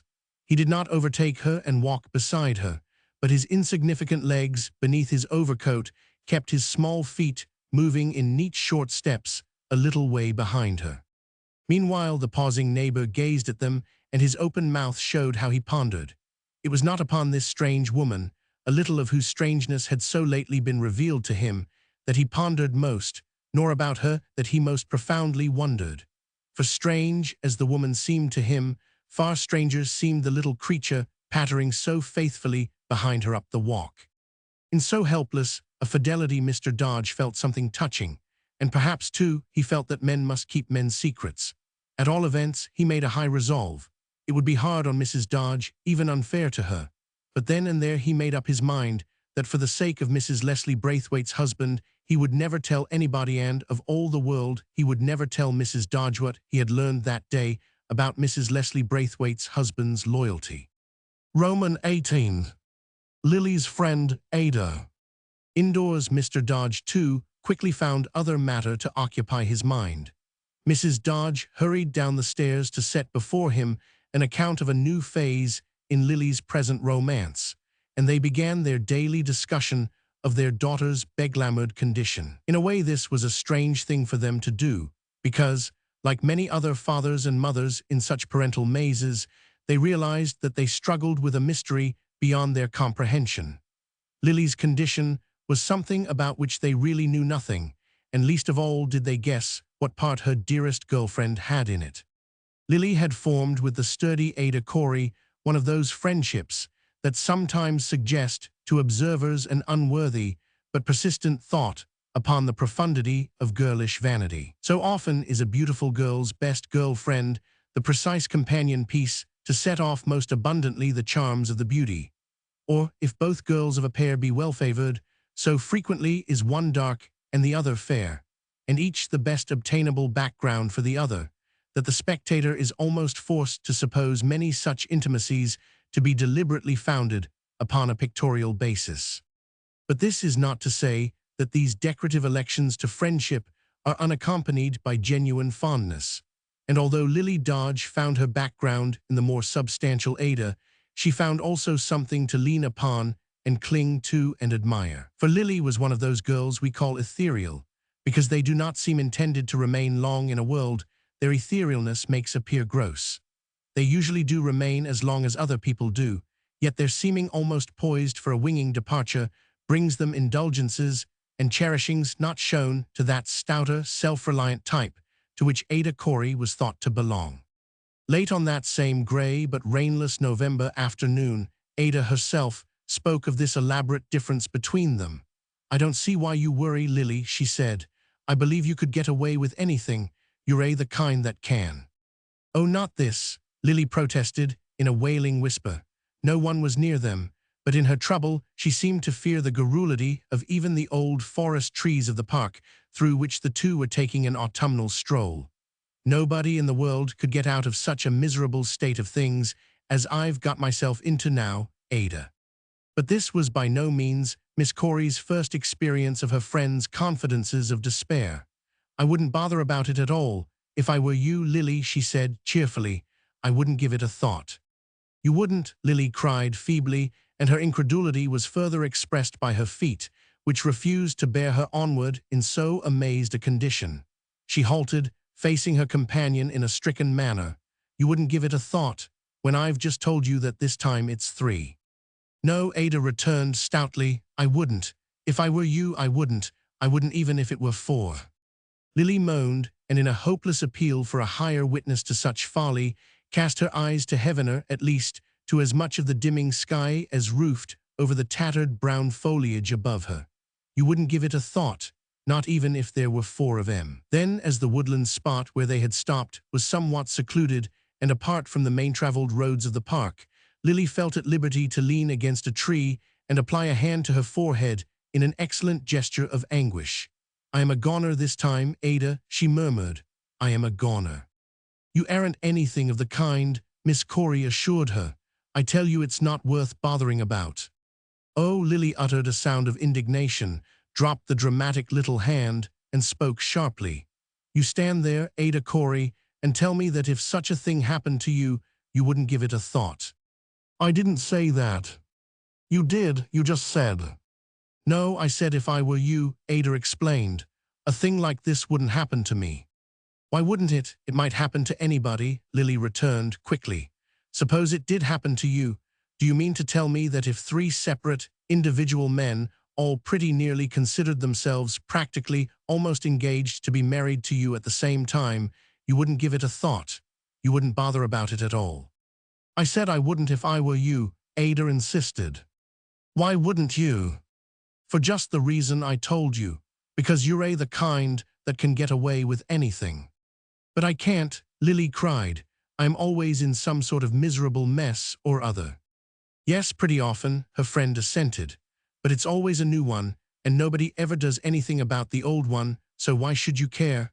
You'll write one of these three boys a little weepy note, and you'll have a little weepy scene with another, and that'll leave only the one you like the best, and— But I don't, Lily interrupted, piteously.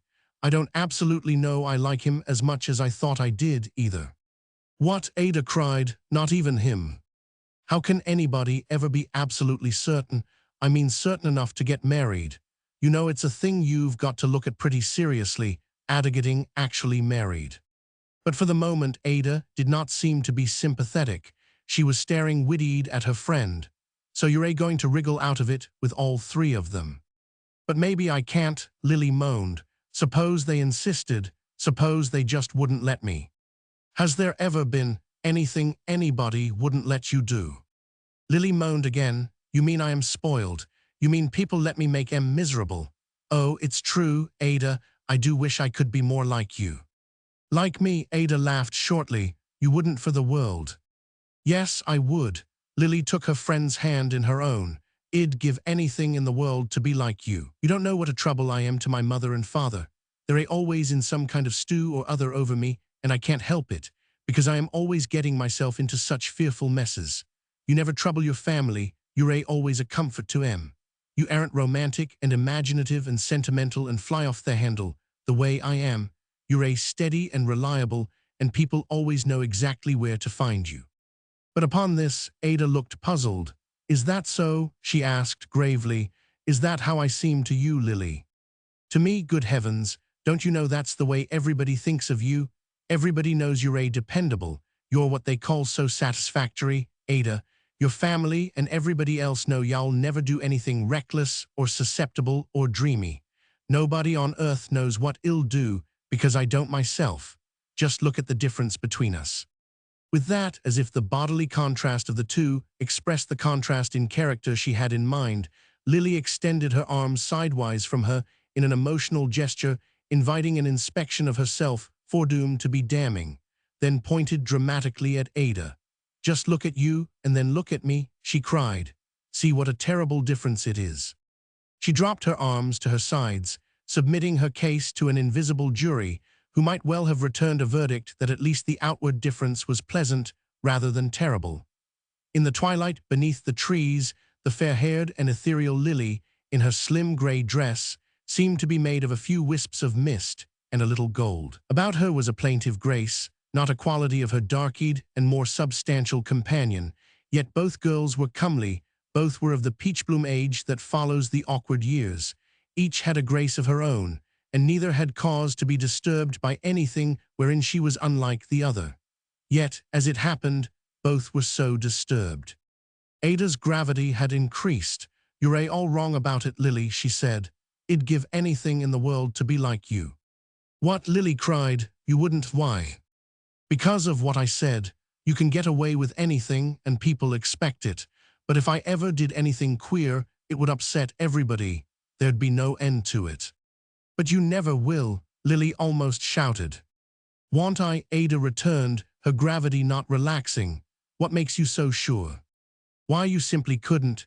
My life is just one long eternal succession of queernesses. I never do anything rational, I don't seem to know how, but you're never anything but sensible, Ada. I'll fall in love sensibly some day, not like me, but with just one man at a time, and hell, be exactly the person your family'll think you ought to be in love with. And y'all have a nice, comfortable wedding, without any of the ushers misbehaving because you wouldn't marry him instead. And then y'all bring up a large family to go to church every Sunday and take an interest in missionary work and everything. Don't you see how much I ought to be like that, and how much you really are that, don't you, Ada? Ada shook her head slowly. It doesn't quite seem so, she said. Then, beginning to stroll onward, continuing their walk, she looked even more serious than before and inquired, what are you going to wear tomorrow night? Lines almost tragic appeared upon Lily's forehead, and her previously mentioned troubles seemed of light account compared to this one. Oh dear, she wailed. That's another thing that's been on my mind all day. I haven't the least idea. What would you? She was still hopelessly preoccupied with the problem when she reached home, after parting with Ada at the park gates, and in her own pretty room, she went to one of her two clothes closets even before she went to a mirror. Frowning, she looked over her party dresses. The slim, tender-colored fabrics, charming even though unoccupied, hung weightlessly upon small, shoulder-like shapes of nickeled wire, and as she restlessly slid the hangers to and fro along the groved central rail that held them, she produced a delicate swish and flutter among the silks and chiffons before her, so that they were like a little pageant of pretty ghosts of the dances to which their young mistress had worn them. Lily approved of none of them, however, and hearing her mother's firm step approaching the open door of the room behind her, she said, desperately, without turning, "I haven't got a thing, Mama. I haven't got a single thing." Mrs. Dodge, that solid matron, so inexplicably unlike her daughter, came into the room breathing audibly after an unusually hurried ascent of the stairs. "Lily," she said, in the tone of one who still controls an impending emotion, "Lily, you must never do this to me again. I can't stand it." "Do what to you again?" Lily inquired, absently, not turning from her inspection. "I haven't got a thing I could wear tomorrow night, Mama. Absolutely, I don't see how I can go unless." "Lily," Mrs. Dodge exclaimed in a tone so eloquently vehement as to command a part of her daughter's attention. "Listen to me." Lily half turned, holding forth for exhibition a dress she had removed from its hanger. "What's the matter, Mama? This pale blue chiffon is absolutely the only thing I haven't worn so often. I just couldn't face anybody in again, but it never was a becoming." "Lily, put down that dress and listen to me." "I'm sure it won't do," the daughter said regretfully, but she obeyed and hung the dress over the back of a chair. Then she turned to her dressing-table mirror and began to remove her small hat. "Are you upset or anything, Mama?" "Upset? No, I am indignant," Mrs. Dodge explained fiercely. "If you ever do such a thing to me again." "What? Why, I haven't even seen you since lunchtime, Mama. How could I have been doing anything to you when I wasn't anywhere around to do it? You know well enough what you did to me. You broke 3 separate engagements with 3 separate." But Lily's light laughter interrupted. "Oh, did the poor things call up?" she asked, and seemed to be pleasantly surprised. "Well, my not being here might be doing something to them, maybe," she added, reflectively, "but I don't see how it was doing anything to you, Mama." "You don't. You break 3 separate engagements without a word, and leave me here to explain it. And then you say that wasn't doing anything to me." "But I didn't leave you to do it. I didn't even know you were going to be home this afternoon. I just thought maybe they'd call up and find I was out, and that'd be the end of it. What in the world did you go to the telephone for, Mama?" "Because 2 of them asked for me." "Did they? What for?" "To ask where you were," Mrs. Dodge said, explosively. "Each of 'em kept me about 15 minutes. "That was very inconsiderate," Lily observed, "especially as I hadn't absolutely promised either of 'em I'd go. I only said to call up about 3, and probably I would. I don't think they ought to have kept you so." "That isn't what I am complaining of," her mother interrupted grimly. "It was disagreeable, especially as I was unable to give either of them any information, and they both seemed to think I could if they kept at me long enough. It was trying, but it was bearable. What I refuse to have happen again, though, is what has been happening all the rest of the afternoon." Lily proved herself strangely able to divine her mother's meaning without further explanation. Pink at once became noticeable upon her cheeks. "Oh, goodness," she said. "Price didn't come in, did he?" "For 2.5 hours, Mrs. Dodge replied, slowly and harshly. "For that length of time this afternoon, I have been favored with the society and continuous conversation, I may say, of Mr. Price Gleason. I am strong enough to bear certain things, but not strong enough to bear certain other things, and I want to tell you that this is something you must never do to me again." Lily sank into a chair, staring widely. "Oh, goodness," she said. "When did he go?" "Not until about 5 minutes before you came in." "What did he say?" "What didn't he?" Mrs. Dodge returned. "He had time enough." Upon this, Lily's expression, grown grave, became tenderly compassionate. "Was he terribly hurt with me, Mama?" "Well, I shouldn't say so, no. No, I don't think he was just what one might call stricken. At first, he seemed rather depressed, but not for long. I don't think that young man will ever be much depressed about anything while he has a listener. All he asks of life is an audience. He talks beautifully, Lily said, with the dreamy look her mother knew so well. Don't you think he does, Mama? What did he talk about? About nothing, Mrs. Dodge answered cruelly. I mean, of course, about himself. Mama, Lily cried quickly, and her sensitive face showed the pain she felt. That isn't kind, and it isn't fair. Isn't it? I never in my life listened to such a conceited and unveracious rigmarole as that young man favored me with this afternoon. I did everything a Christian woman could to show him I wanted him to go, but he never stopped. You can't interrupt him when he's wound up like that, and he's always wound up. He makes an oration of it. He stands up, gestures like an actor, and walks around and up and down when he tells you how he's done all the great things. He almost believes in himself when he's talking about M. I never knew such a storyteller in my life. Mama, I never did, Mrs. Dodge said. He told me he'd killed 3 men in Mexico. But Mama, it's true, he did. He was prospecting for silver mines and all sorts of things in Mexico. I don't believe a word of it, Lily. It sounded much too much like adventure stories. I don't think he did it. I think he read it. He said he killed those 3 men because they tried to jump his claim while he was away on a visit to his friend, the President of Mexico, and that afterward the President made him a general in the Mexican army, and he fought in 7 battles and was wounded 12 times. That was 5 years ago, so he must have been a general when he was about 19. In all my life, I never heard. If you please, Mama, Lily interrupted. I'd rather not hear you accuse him of such things. I prefer. Good gracious, Mrs. Dodge exclaimed. I can't see why you're so sensitive about him when you deliberately broke an engagement with him this very afternoon without a word of explanation. That's an entirely different matter, Lily said primly. I had to do that. Why did you?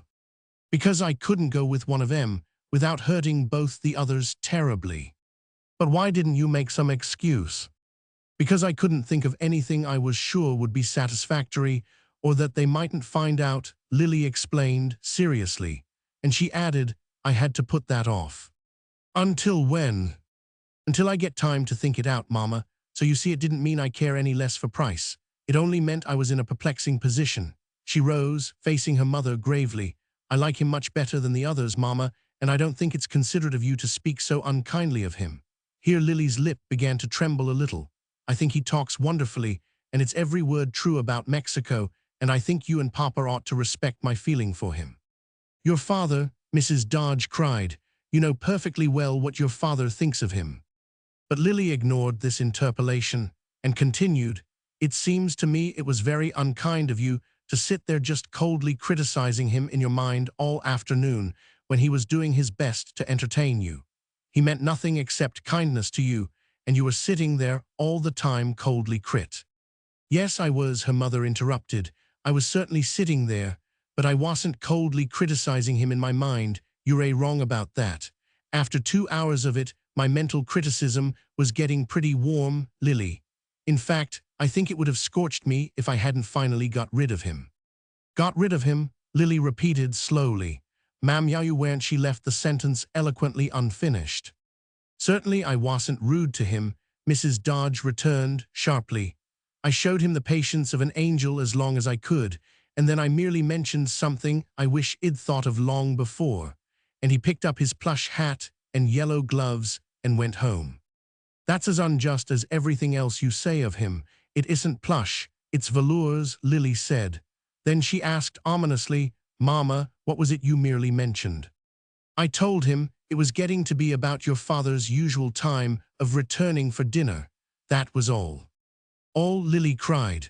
When you knew that Papa wrote him to stop coming here, and Price never does come any more when Papa's here.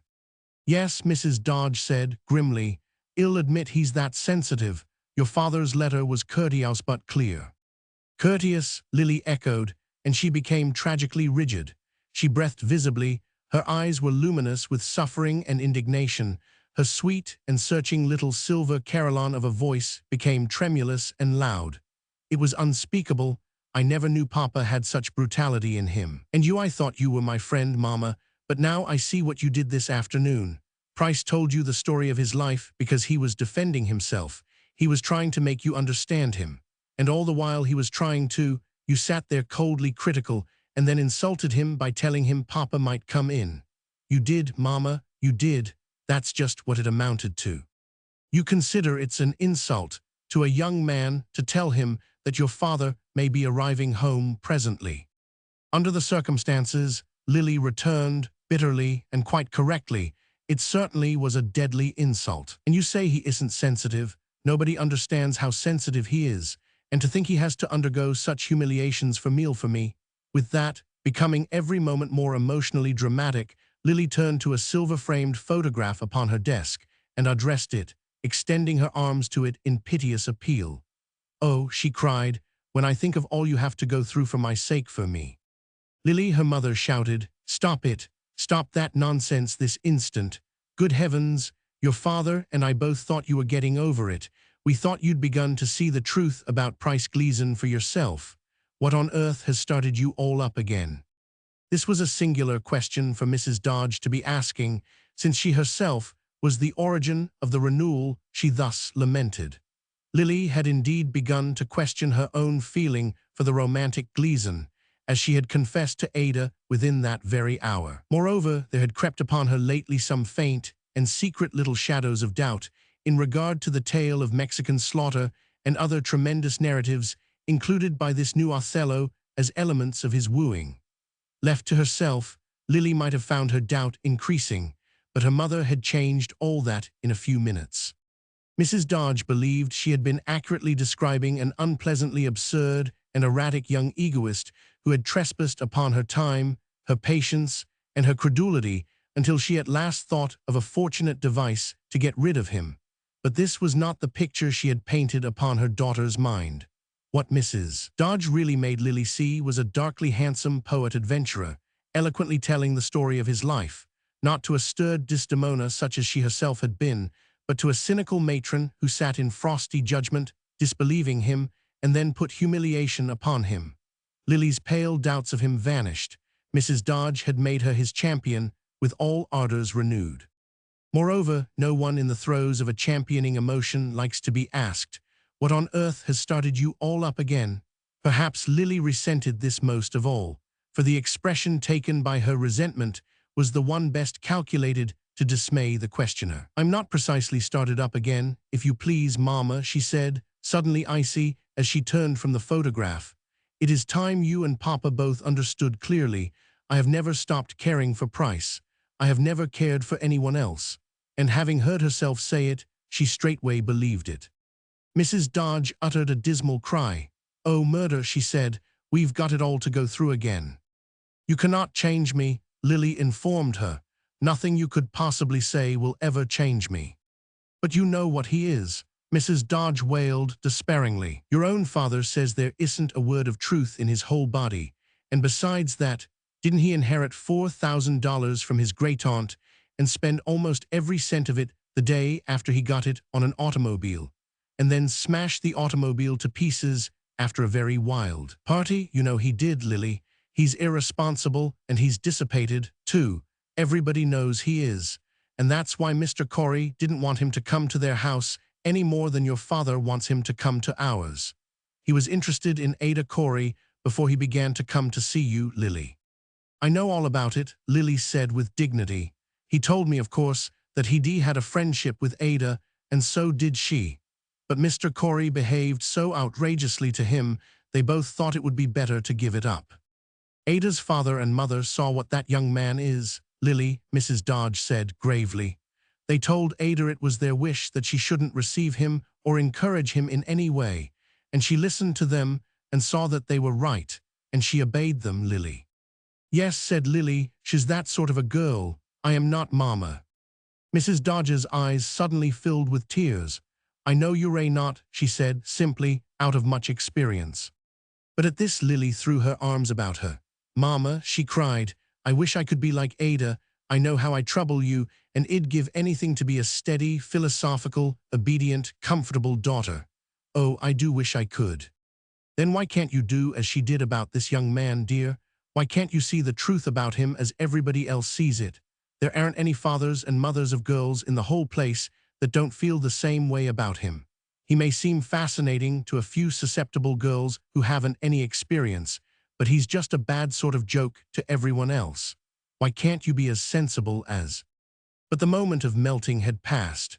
When her mother spoke of young Mr. Gleason as just a bad sort of joke, Lily stepped away from her, trembling. "Mama," she said, "I wish you never to speak of him to me again until you have learned to respect both him and myself." Mrs. Dodge stared helplessly. Then, hearing her husband closing the front door downstairs, she made gestures as of wringing her hands, but said nothing, and went down to relieve herself by agitating Mr. Dodge with the painful narrative. Roman 19. Parents in Darkness. Upon its conclusion, he went so far as to pace the floor of the library and make what his wife called an attack upon herself. "I've done everything anybody could," she protested in defense. "How could I help it if he has been here a few times when you weren't in the house? It's all very simple for you. You merely write him a letter and then sit in your office, miles away, and expect me to do the rest. You don't have to go through the scenes with Lily when it comes to keeping him out. I believe it would be better, instead of making an attack on your wife, if you'd put your mind on what's to be done about it." He shook his head gloomily. "I'm not so sure it was wise to write him that letter. I'm not sure we haven't been mistaken in our whole policy with Lily." "Well, you've always overruled me," Mrs. Dodge returned defensively.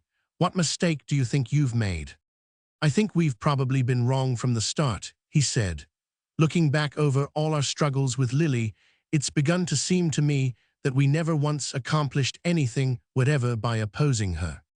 What, don't you realize that she's still a child, and that children have to be opposed for their own good? Not when they're 19, and it's opposition about their love affairs or their friendships," he returned, frowning, and he continued to walk up and down the room, his hands clasped behind him. "I mean open opposition, of course. I've begun to believe it never does the slightest good." "Why doesn't it?" she asked, challengingly. "Are mothers and fathers supposed to sit aside with folded hands and calmly watch their children ruin their lives?" He shook his head again and sighed. "Sometimes it seems to me that fathers and mothers might just as well do that very thing. Certainly you and I could have saved ourselves a great waste of voice and gesticulation ever since Lily's babyhood if we'd never opposed her. And so far as I can see, results would have been just the same. Suppose we go on struggling with her about this Gleason nuisance, trying to keep him away from her, arguing with her, and all the rest of it. Will it change her in the slightest? Will it do any good to anybody?" "You mean to say that we have no effect whatever upon our own child?" "No," he answered, "we might have an effect. That's just what I'm afraid of." "You mean we shouldn't keep on telling Lily the truth about Price Gleason?" his wife cried, incredulously. "Yes, I've almost come to that conclusion. It doesn't seem to her to be the truth about him when we tell it. She only sees it as an attack on him. We spoil our own cause by making her his defender, and a defender can't help idealizing what he defends. I've come to believe that's where we parents make a lot of our worst mistakes. We're always throwing our children into the camp of our enemies. And in particular, when a girl is showing signs of being in love with a worthless young poseur like this Gleason, I believe that all our denouncing and arguing and bossing only puts a glamour about the fellow in the girl's eyes and makes her more certain she's in love with him and wants to marry him." "Why no," Mrs. Dodge returned, triumphantly demolishing him at a stroke. "Look at Ada Corey. Her father and mother told her the truth about Price Gleason and declined to let her see him. That was enough for Ada. She just quietly gave him up." I know," Mr. Dodge admitted, but clung to his point. "Ada isn't like most girls of her age. I understand her because she's sensible, and I don't understand most of them, particularly my own daughter. But I've grown pretty sure of one thing, and that is this. If we want to throw Lily into this bounder's arms, well, keep on telling her the truth about him. Our one chance is to let her alone and see if she won't find it out for herself." "In other words, you intend to revoke our whole policy toward him?" "In a manner, yes, I believe we should," Mr. Dodge admitted. "I don't go so far as to say I mean to tell Lily I consent to his coming to the house again, but I propose that we stop mentioning him at all in her presence, and that if she speaks of him, we say nothing in dispraise of him. That is, from now on we're no longer actively and openly opposing her, And if you're going with her to that country club affair tomorrow night, and he's there, I suggest that you do and say nothing to make her think you object to her being with him. Let her dance with him all she wants." "It won't work," Lily's mother predicted ominously.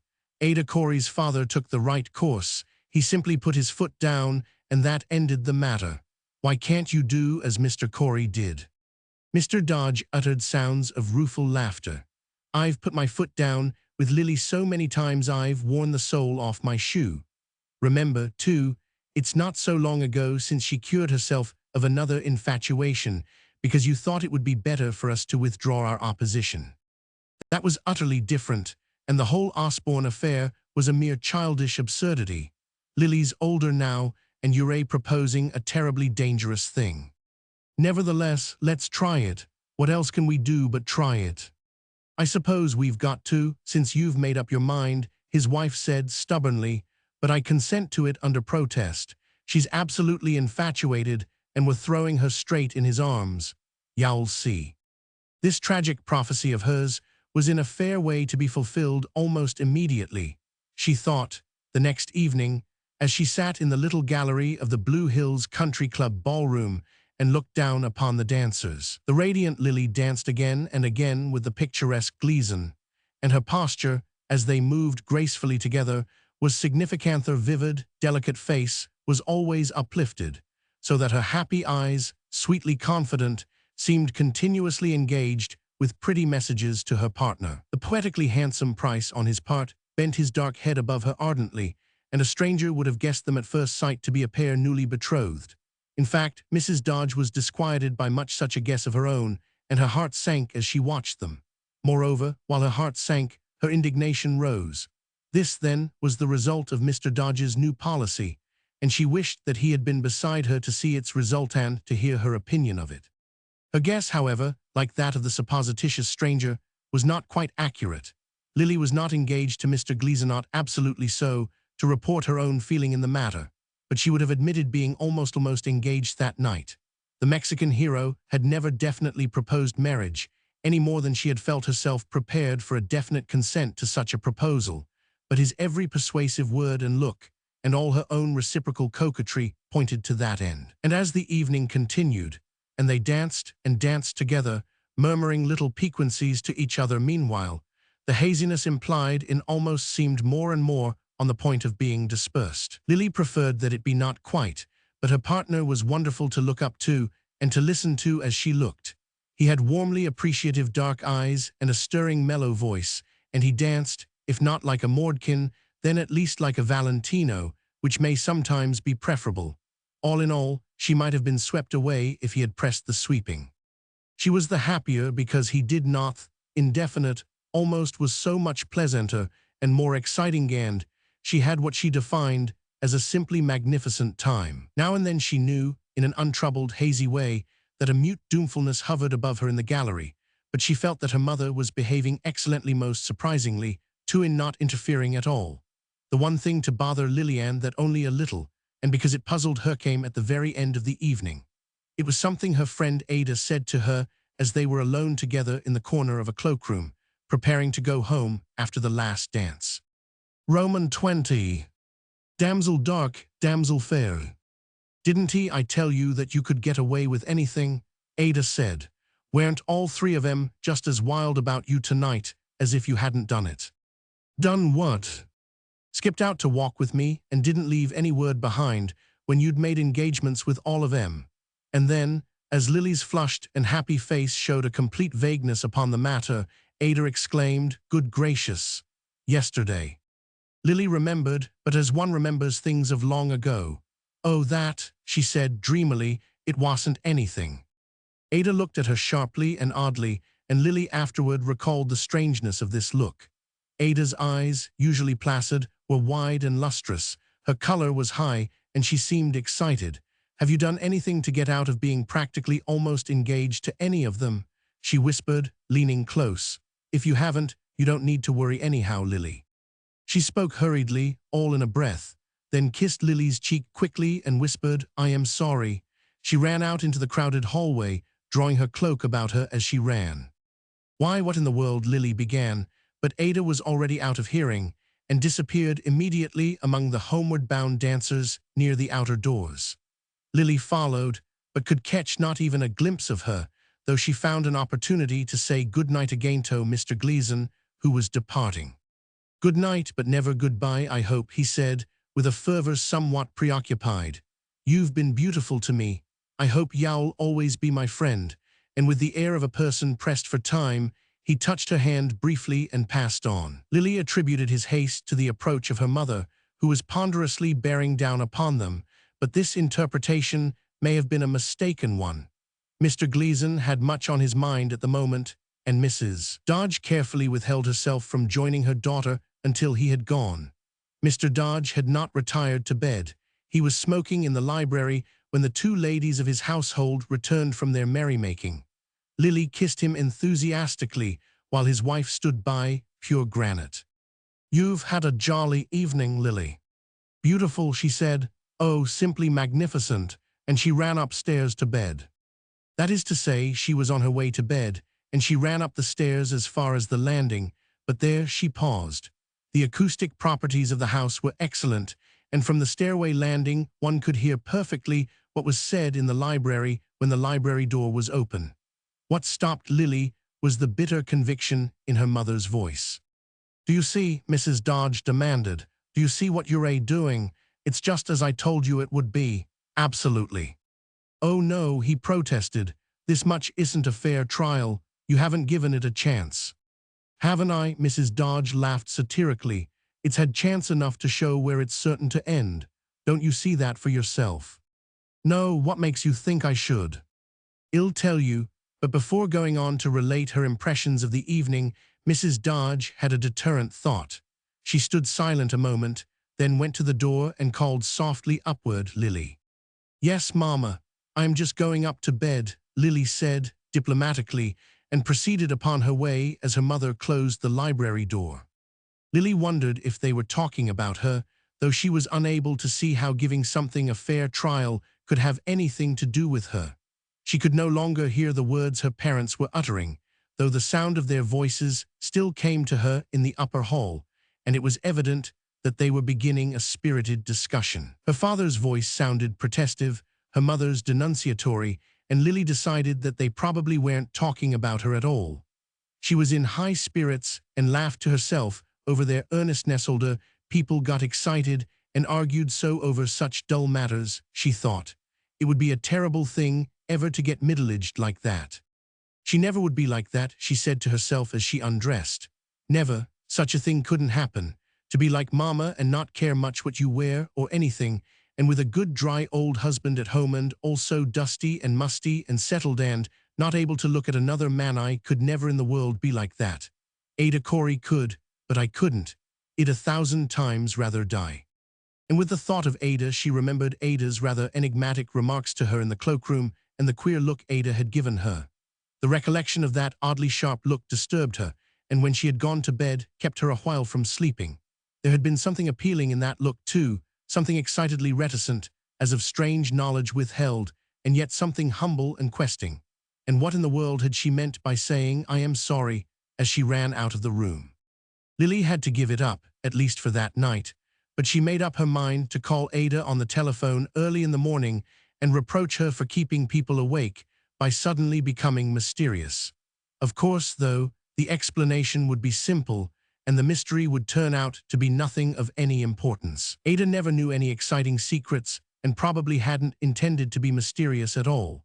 Having come to this conclusion, Lily let her thoughts go where they wanted to go, though they were not so much thoughts as pictures and dreamy echoes of sounds, pictures of dark and tender eyes bent devotedly upon hers, dreamy echoes of a mellow voice murmuring fond things to the lilting accompaniment of faraway dance music. So finally, she slept, and slept smiling. A colored maid tapped at her door in the morning, and being bidden to enter, came in and brought to Lily's bedside a note addressed in Ada's hand.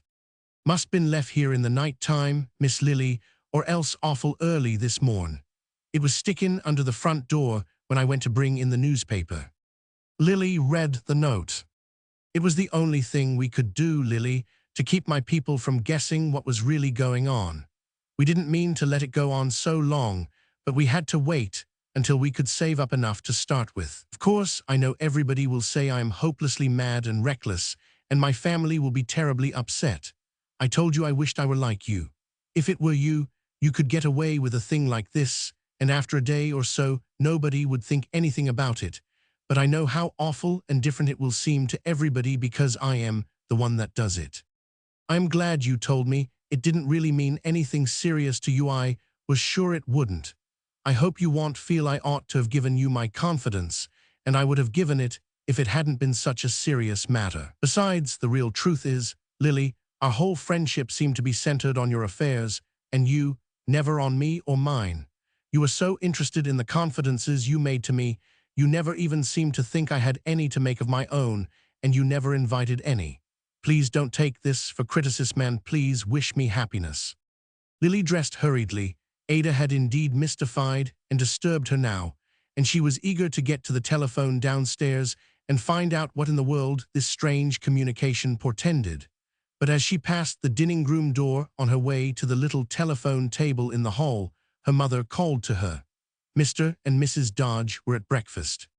"Not now, Mama. I'll come in a moment. I want to telephone to Ada first."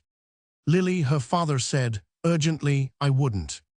His tone arrested her, and she paused near the doorway. "You wouldn't telephone to Ada?" she asked nervously. "Why wouldn't you?" "Ada's not there," he said gravely. "Come here, Lily." She came in slowly, looking at him with an appealing apprehension, and his own look, in return, was compassionate. He held a morning paper in his hand and moved as if to offer it to her, then withheld it. "Wait," he said.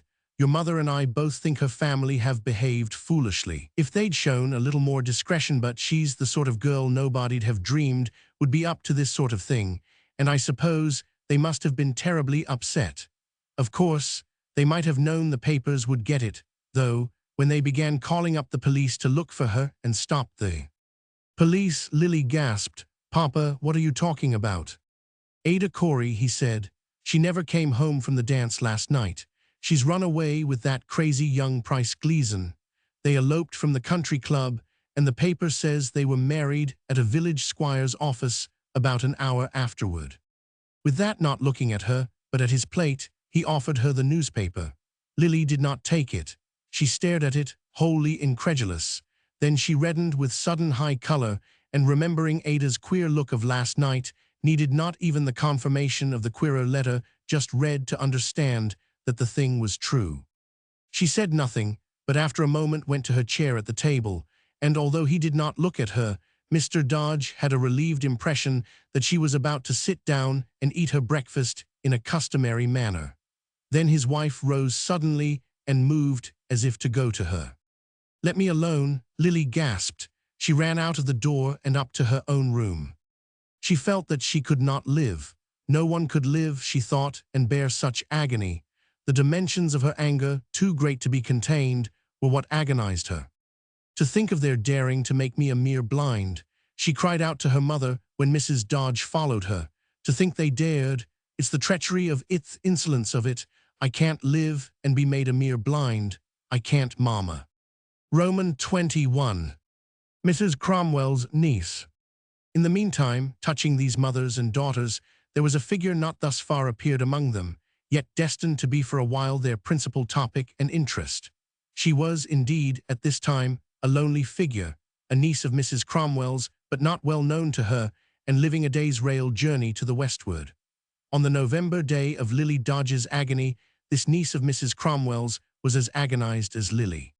Each thought herself the unhappiest soul in the world, and yet, with greater wisdom, each might have known that no girl can ever think herself the unhappiest, but that, at the same time, other girls somewhere will be thinking the same thing and suffering as sadly. The lonely niece's tragedy was as dark as Lily's, but came about in a different way. The group of girls who had happened to meet at the corner of Maple Street and Central Avenue that morning was like the groups their mothers had sometimes formed, years before, on the same corner. This is to say, it was not unlike any other group of young but marriageable maidens pausing together by chance at a corner in the best residence section of a town of 40 or 50,000 inhabitants, anywhere in the land. 3 of these 7 girls were on their way homeward from downtown, 3 were strolling in the opposite direction, and the 7th, seeing the 2 parties meet and begin their chatter with loud outcries, had come hurrying from a quiet old house nearby to join them. The 6 made a great commotion. Their laughter whooped on the whirling autumn wind that flapped their skirts about them. Their gesturing hands fluttered like the last leaves of the agitated shade trees above them.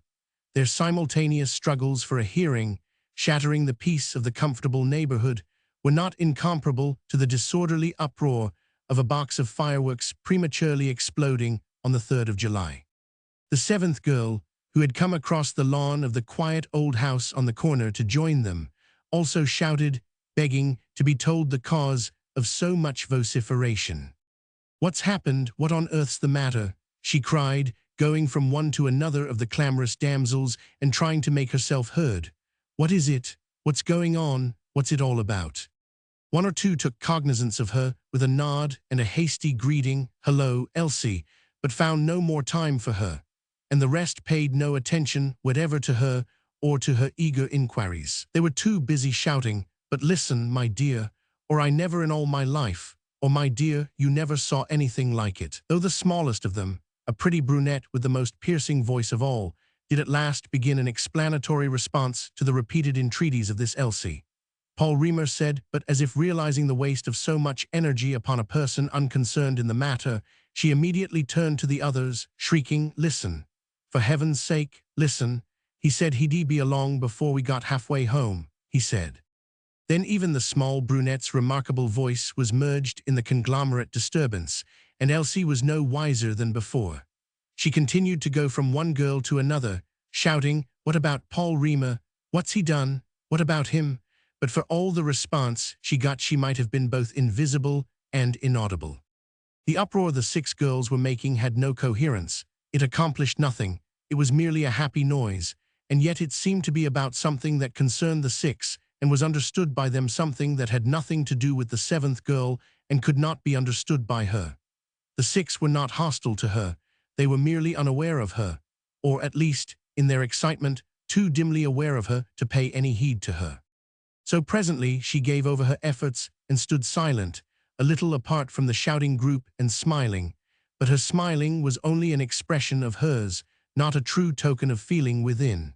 She wished to go on making her share of the noise, but a persistently disregarded questioner must always become at last a mere onlooker. Thus Elsie found herself excluded from the merriment she had come to join, and she felt obliged to maintain a lively and knowing look upon her face, so that passers-by might not think her an outsider, for she did not know how to go away with any grace or comfort. Excluded, she could only stand near the congenial, vociferous 6 and try to look included, a strain upon her facial expression.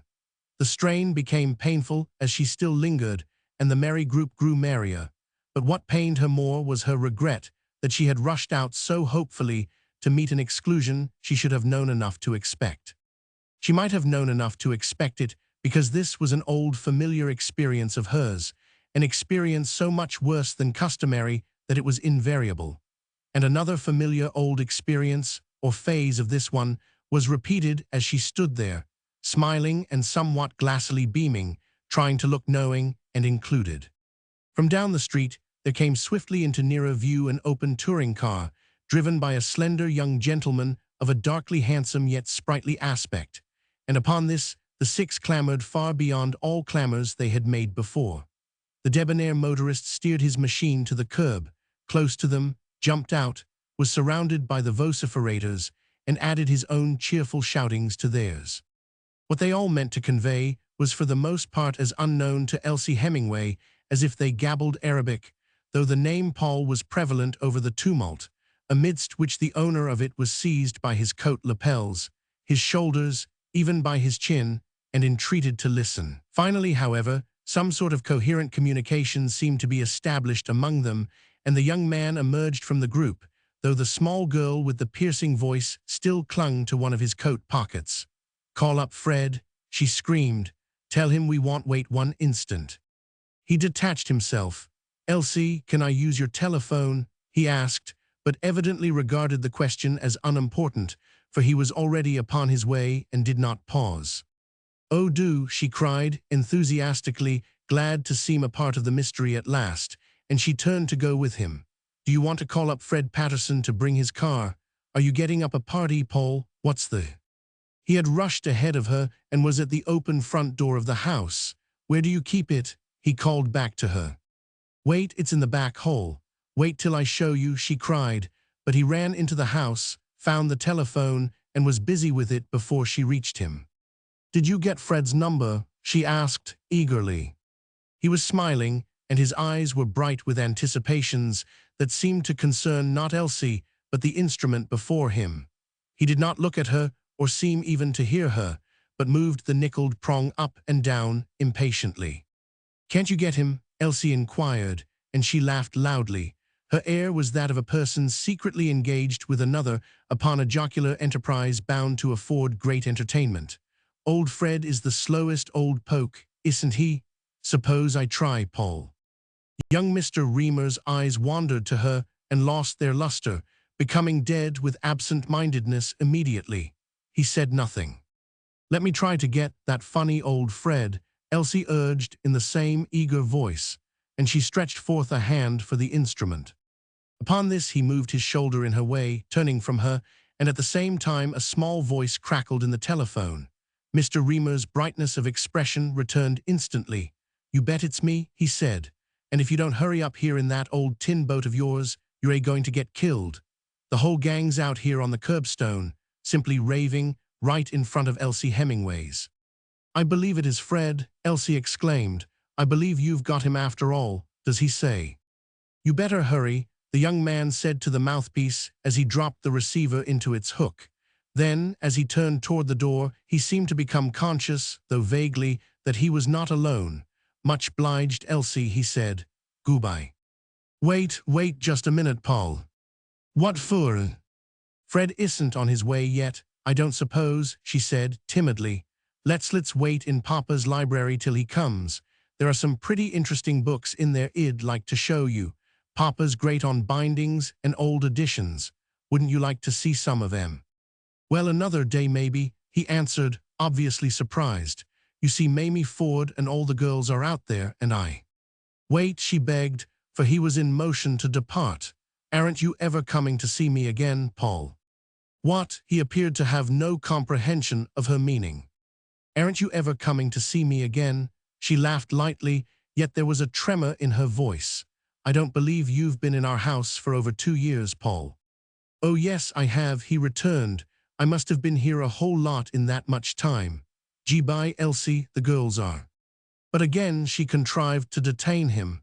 "Wait, when will you come to see me again, Paul?" "Oh, almost any time." "But when? What day?" This urgency, though gentle, bothered him, and he wished he hadn't thought of using Elsie's telephone.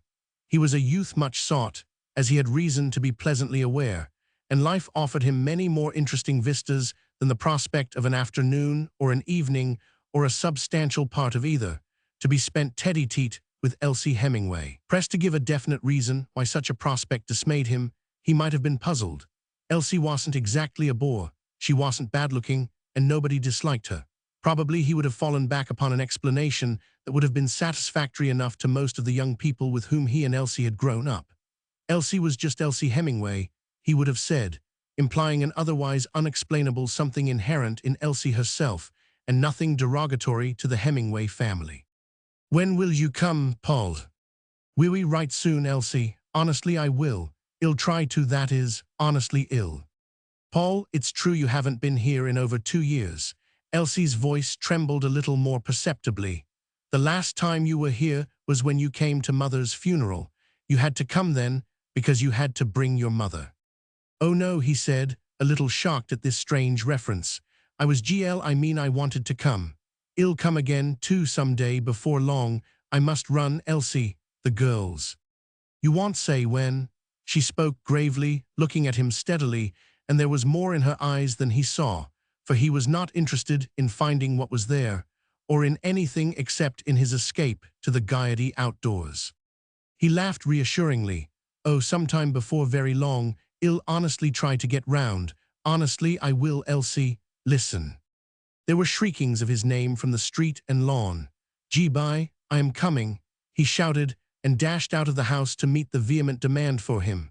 He was asked at the top of several voices what on earth he'd been doing all that time, but no one even jocularly suggested Elsie as a cause of his delay.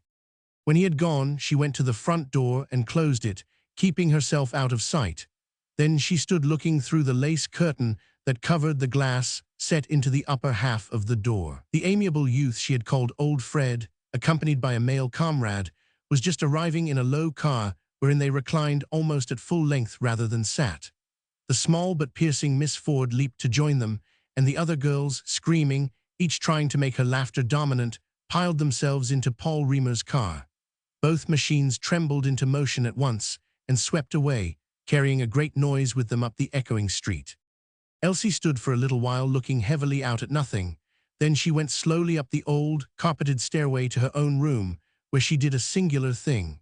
She took a hand mirror from her dressing table, looked searchingly into the glass for several long and solemn minutes, then dropped down upon her bed and wept. She might have been a beauty discovering the first gray hair. It was strange that she should look into a mirror and then weep because, if the glass was honest with her, its revelation should have been in every detail encouraging. The reflection showed lamenting gray eyes, but long-lashed and vividly lustrous. It showed a good white brow and a neat nose and a shapely mouth and chin. No one could have asked a mirror to be colored a pleasanter tan brown than where it reflected Elsie's rippling hair. And as for the rest of her, she was neither angular nor awkward, neither stout nor misshapen in any way, but the contrary. Yet this was not the first time she had done that strange thing. She had come too often silently to her room, looked into her mirror, and then fallen to long weeping. Roman 22. Wallflowers. The first time she had done it, she was only 12, but even then her reason for it was the same. At the end of a children's party, she realized that she had been miserable, and that she was never anything except miserable at parties. She always looked forward to them, always thought for days about what she would wear, always set forth in a tremor of excitement. And then, when she was there, and the party in full swing, she spent the time being wretched and trying to look happy, so that no one would guess what she felt. She had always the same experience. In the games the children played, if two leaders chose sides, she was the last to be chosen, except when she was ignored and left out altogether, which sometimes happened. When they danced, she usually had no partners, except upon the urgency of mothers or hostesses. The boys rushed to all the other girls and came lagging to Elsie only in duty or in desperation. So at last, being 12, she realized what had been happening to her and came home to look secretly into her mirror and then to weep. As she grew older, and her group with her, nothing changed. She was a wallflower. The other girls were all busy with important little appointment dates. They called them. Elsie had none. With the liveliest eagerness, the others talked patteringly about things that were meaningless to her, and when she tried to talk that way too, she failed shamefully. She tried to laugh with them, and as loudly as they did, when she had no idea what they were laughing about.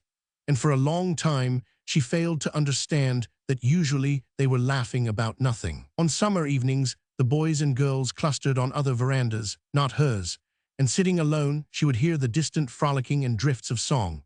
At dances for her 16- and 17-year-old contemporaries, everything was as it had been when she was 12. Even when her mother, guessing a little of the truth, tried to help her, and in spite of failing health, worked hard at entertaining for Elsie, the entertaining failed of its object. Elsie was not made popular. Why not? She had passionately asked herself 1,000 times. Why do they despise me so? Yet she knew that they did not even despise her.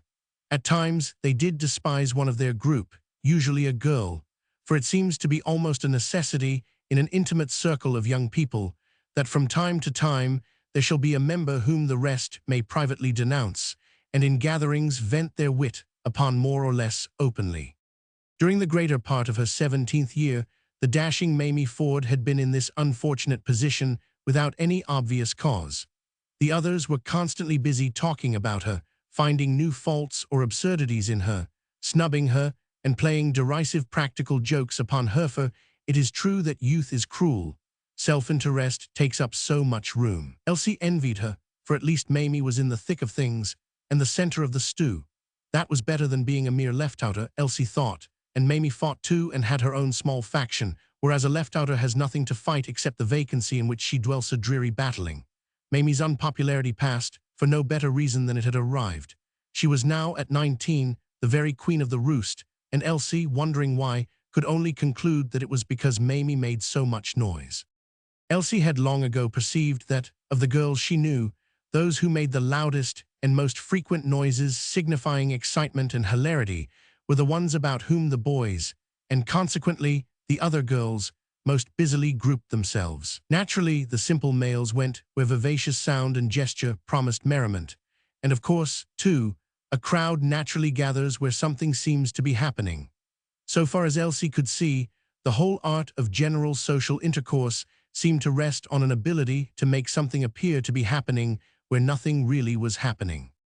What had always most perplexed her was that the proper method of doing this seemed to be the simplest thing in the world, and was, nevertheless, in her own hands, an invariable failure. She had watched Mamie Ford at dances and at dinners where Mamie was the life of the party, and she observed that in addition to shouting over every nothing and laughing ecstatically without the necessity of being inspired by any detectable humor, Mamie always offered every possible evidence of flushed face, sparkling eyes, and unending gesticulations that she was having a genuinely uproarious good time herself. Elsie had tried it. She had tried it until her face ached, but she remained only an echo outside the walls. Nobody paid any attention to her. Therefore she had no resource but to infer what she had inferred today, when the merry impromptu party whirled away without a thought of including her, and when Paul Reamer had so carelessly evaded her urgency or shameless urgency, as she thought, weeping upon her coverlet. This inference of hers could be only that she had some mysterious ugliness, some strange stupidity, and it was this she sought in her mirror, as she had sought it before. It evaded her as it always did, but she knew it must be there. "What is wrong about me?" she murmured, tasting upon her lips the bitter salt of that inquiry. "They couldn't always treat me like this unless there's something wrong about me." She was sure that the wrong thing must be with herself. The Hemingways were one of the old families. They had always taken a creditable part in the life of the town, and the last man of them, her father, owned and edited the principal newspaper of the place. Elsie had no prospect of riches, but she was not poor, and other girls with less than she were popular. Therefore the wrong thing about her could be identified in nothing exterior. Moreover, when she pursued her search for the vital defect, she could not attribute it to tactlessness, for that has some weight, and she was weightless. She danced well, she dressed as well as any of the girls did, and her father told her that she talked well, too. He said this to her often, during the long evenings she spent with him in his library. Yet he was the only one who would listen to her, and though she adored him, he was not the audience she most wanted. She talked well, but even by pleading, she could not get Paul Reamer to spend 5 minutes with her. No wonder. Paul was the great beau of the town, and she the girl least of all like a belle. And, remembering his plain consciousness of this contrast, almost ludicrously expressed in his surprise that she should try to detain him with her for even a few minutes, she shivered as she wept. She hated herself for begging of him. She hated herself for having run out of the house to try for the 1000th time to be one of a crowd that didn't want her. She hated herself for hanging around them, laughing and pretending that she was one of them, when anybody could see she wasn't. She hated herself for having something wrong about her and for not being able to find out what it was. She hated herself, and she hated everything and everybody except her father. At dinner that evening, he reproached her for being pale. "I don't believe you take enough exercise," he suggested. "Yes, I do. I took a long walk this afternoon. I walked 4 or 5 miles. "Did you?" He smiled under his heavy, old-fashioned, gray lambrequin of a mustache, and his eyeglasses showed a glint of humorous light. "That doesn't sound as if you went with a girl companion, Elsie. 4 or 5 miles, was it?" "I went alone," she said, occupied with her plate. His humorous manifestations vanished, and he looked somewhat concerned. "Is that so? It might have been jollier the other way, perhaps. I sometimes think I monopolize you too much, young woman. For instance, you ought to spend all your evenings with me. You ought to keep up your contemporary friendships more than you do, I am afraid. Why don't you ask the girls and boys here to play with you sometimes?" I don't want them. Would you like to give a dancer anything? No, Papa. He sighed. I'm afraid your young friends bore you, Elsie. No, she said, it isn't that exactly. She left the sentence unfinished. You just don't take much interest in M, he laughed. Well, maybe, still occupied with the food before her, though her being occupied with it meant no hearty consumption of it, she seemed to admit the charge. Something like that. It shouldn't be so, he said. From the little I see of M, I shouldn't spot any of M for a lofty intellect precisely, but young people of that sort in a moderate-sized city like this usually do seem to older people just a pack of incomprehensible gigglers and gabblers. I suppose you never hear much from M except personalities and pretty slim jokes, and it may get tiresome for a girl as solid on the Napoleonic period as you are. He paused to chuckle. I don't suppose you hear much discussion of Madame de Remusat among M, do you? No. What I am getting at, he went on, you ought to think too much about intellectual fodder or be bored with people your own age, because they can't offer it. At that she glanced wanly at him across the table. I am not, Papa, they don't bore me. Then I can't understand you're not seeing more of them. It isn't normal, and you're missing a lot of the rightful pleasures of youth. It's natural for youth to seek youth, and not to devote all its time to an old codger like me. I believe you need a change. He looked at her severely and nodded. I am serious. What change? Your Aunt Mildred's written me again about your visiting there, he said. Your cousin Cornelia finished her school last year. Now she's home from 8 months abroad, and they really want you. Oh no, Elsie said, quietly, and looked again at her plate. Why not? I don't care to go, Papa. Why don't you? Her lip quivered a little, but she controlled it, and he saw no sign of emotion. Because I wouldn't have a good time. I'd like to know why you wouldn't, he returned a little testily. Your Aunt Mildred is the best sister I had. She's a pretty fine person, Elsie, and she's always wanted to know you better. She says Cornelia's turned out to be a lovely young woman, and they both want you to come. She's sure you'll like Cornelia. Maybe I would, Elsie said, moodily. That isn't saying Cornelia'd like me. Of all the nonsense, he cried, and he laughed impatiently. How could she help liking you? Everybody likes you, of course. Mildred says Cornelia has a mighty nice circle of young people about her. They have such jolly times. It's fun just watching em, Mildred says, and she enjoys entertaining a lot. They have that big house of theirs, and they're near enough the city to go in for the theater when they want to and... I know, Elsie interrupted. They're a great people, and it's a big, fashionable suburb and everything's grand. I'm not dreaming of going, Papa. Aren't you? Well, I'm dreaming of making you, he retorted. You haven't been there since you were a little girl, and your aunt says it's shameful to treat her as if she lived in China, when it's really only a night or day's run on a Pullman. They want you to come, and they expect to give you a real splurge, Elsie. No, no, she said, quickly, and if he could have seen her downcast eyes, he might have perceived that they were terrified. Let's don't talk of it, Papa. Let's do, he returned genially. I suppose you think that because you're bored by this little set of young people of yours, here, you'll be bored by Cornelia's friends. I don't know, but I'd at least guess that they might be a little more metropolitan, though of course young people are pretty much the same the world over nowadays. Yes, Elsie said in a low voice, I am sure they would be. More metropolitan, you mean? No, Elsie said, I mean they'd be the same as these are here. Well, at least you might give them a try. They might prove to be more. No, Elsie said again, they'd be just the same. This was the cause of the obstinacy that puzzled and even provoked him during a week of intermittent arguing upon the matter. Elsie was sure that one thing he said was only too true. Young people are pretty much the same the world over nowadays, and in her imagination she could conjure up no picture of herself occupying among her cousin Cornelia Cromwell's friends a position different from that she held among her own. They would be polite to her for the first hour or so, she knew, and then they would do to her what had always been done to her. They would treat her as a weightless presence, invisible and inaudible, a left-outer. Her aunt and Cornelia would expect much of her, and they would be kind in their disappointment, but they would have her on their hands, and secretly look forward to the relief of her departure. Elsie could predict it all, and in sorry imaginings foresee the weariness of her aunt and cousin as they would daily renew the task of privately goading reluctant young men and preoccupied girls to appear conscious that she was a human being, not air. The visit would mean only a new failure, a new one on a grander scale than the old failure at home. The old one was enough for her, she was used to it, and the surroundings at least were familiar. The more her father urged her, the more she was terrified by what he urged. "I've made up my mind to compel you," he told her one evening in the library. "I am serious, Elsie." She did not look up from her book, but responded quietly, "I am 20. Women are of age in this state at 18, Papa." "Are they? I wrote your aunt yesterday that you're coming."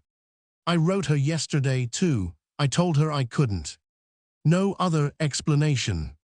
"Of course, I said you needed me to run the house, Papa." "I didn't bring you up to tell untruths," he said.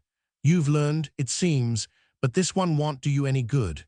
You're going, Elsie, and if you want some new dresses or hats or things, you'd better be ordering 'em. You don't seem to understand I really mean it." She dropped her book in her lap and sighed profoundly. "What for?" she asked. "Why do you make such a point of it?" "Because I've been watching you and thinking about you, and I don't believe I am doing my duty by you. Not," Ashley's voice showed feeling, "not as your mother would have me do it. Sometimes you cheer up and joke with me, but I don't believe you're happy." "But I am." "You're not," he returned with conviction. "And the reason is, you lead too monotonous a life. A monotonous life suits elderliness, but it isn't normal for youth. Really, you're getting to lead the life of a recluse, and I won't have it. If these provincial young people here bore you so that you won't run about and play with them as the other girls do, why then you've got to try a different kind of young people." "But you said young people were all the same, Papa, the world over, and it's true." "At least," he insisted, "your cousin Cornelia's will have different faces, and you're going to go and look at 'em. Elsie, you're not having a good time, and one way or another I've got to make you. You need a new view of some kind. You've got to be shaken out of this hermit habit you've fallen into." "Papa, please," she said appealingly. "I don't want to go. Don't make me, please." At this he rose from his chair and came to her and took one of her hands in his. The room was warm, and she sat near the fire, but the slender hand he held was cold. "Elsie, I want you to," he said. "I don't want to think your mother might reproach me for not making you do what seems best for you. Let me wire your aunt tomorrow you'll come next week." Her lower lip moved pathetically, and along her eyelids a liquid tremulousness twinkled too brightly. "I couldn't," she began. "Don't tell me that any more, Elsie." "No," she said meekly. "I meant I couldn't get ready until week after next, Papior the week after that. I couldn't go before December. Not before then, please, Papa." He patted her hand and laughed, pleased that she would be obedient, touched that she was so reluctant to leave him. "That's the girl. You'll have a glorious time, Elsie, see if you don't," he said, and looking down tenderly upon her shining eyes, never suspected the true anguish that was there. Roman 23. The strange mirror. It was still there, and all the keener, when Elsie dressed before the French mirror in the big and luxurious bedchamber to which she had been shown on her arrival at her aunt's house. Mrs. Cromwell and Miss Cornelia had an engagement they couldn't break. "They said for me to say they're sorry they couldn't be here when you came," a maid told her. "Mrs. Cromwell said, tell you she's giving a dinner for you and Miss Cornelia this evening. It's set for early because they're going to theatricals and dancing somewheres else afterward, so she thought p'raps you better begin dressing soon as your trunk gets here. They'll have to dress in a hurry theirselves, so you may not see 'em till dinner." But Elsie did not have to wait that long. Half an hour later, when she had begun to dress, Cornelia rushed in, all fur and cold rosy cheeks. She embraced the visitor impetuously.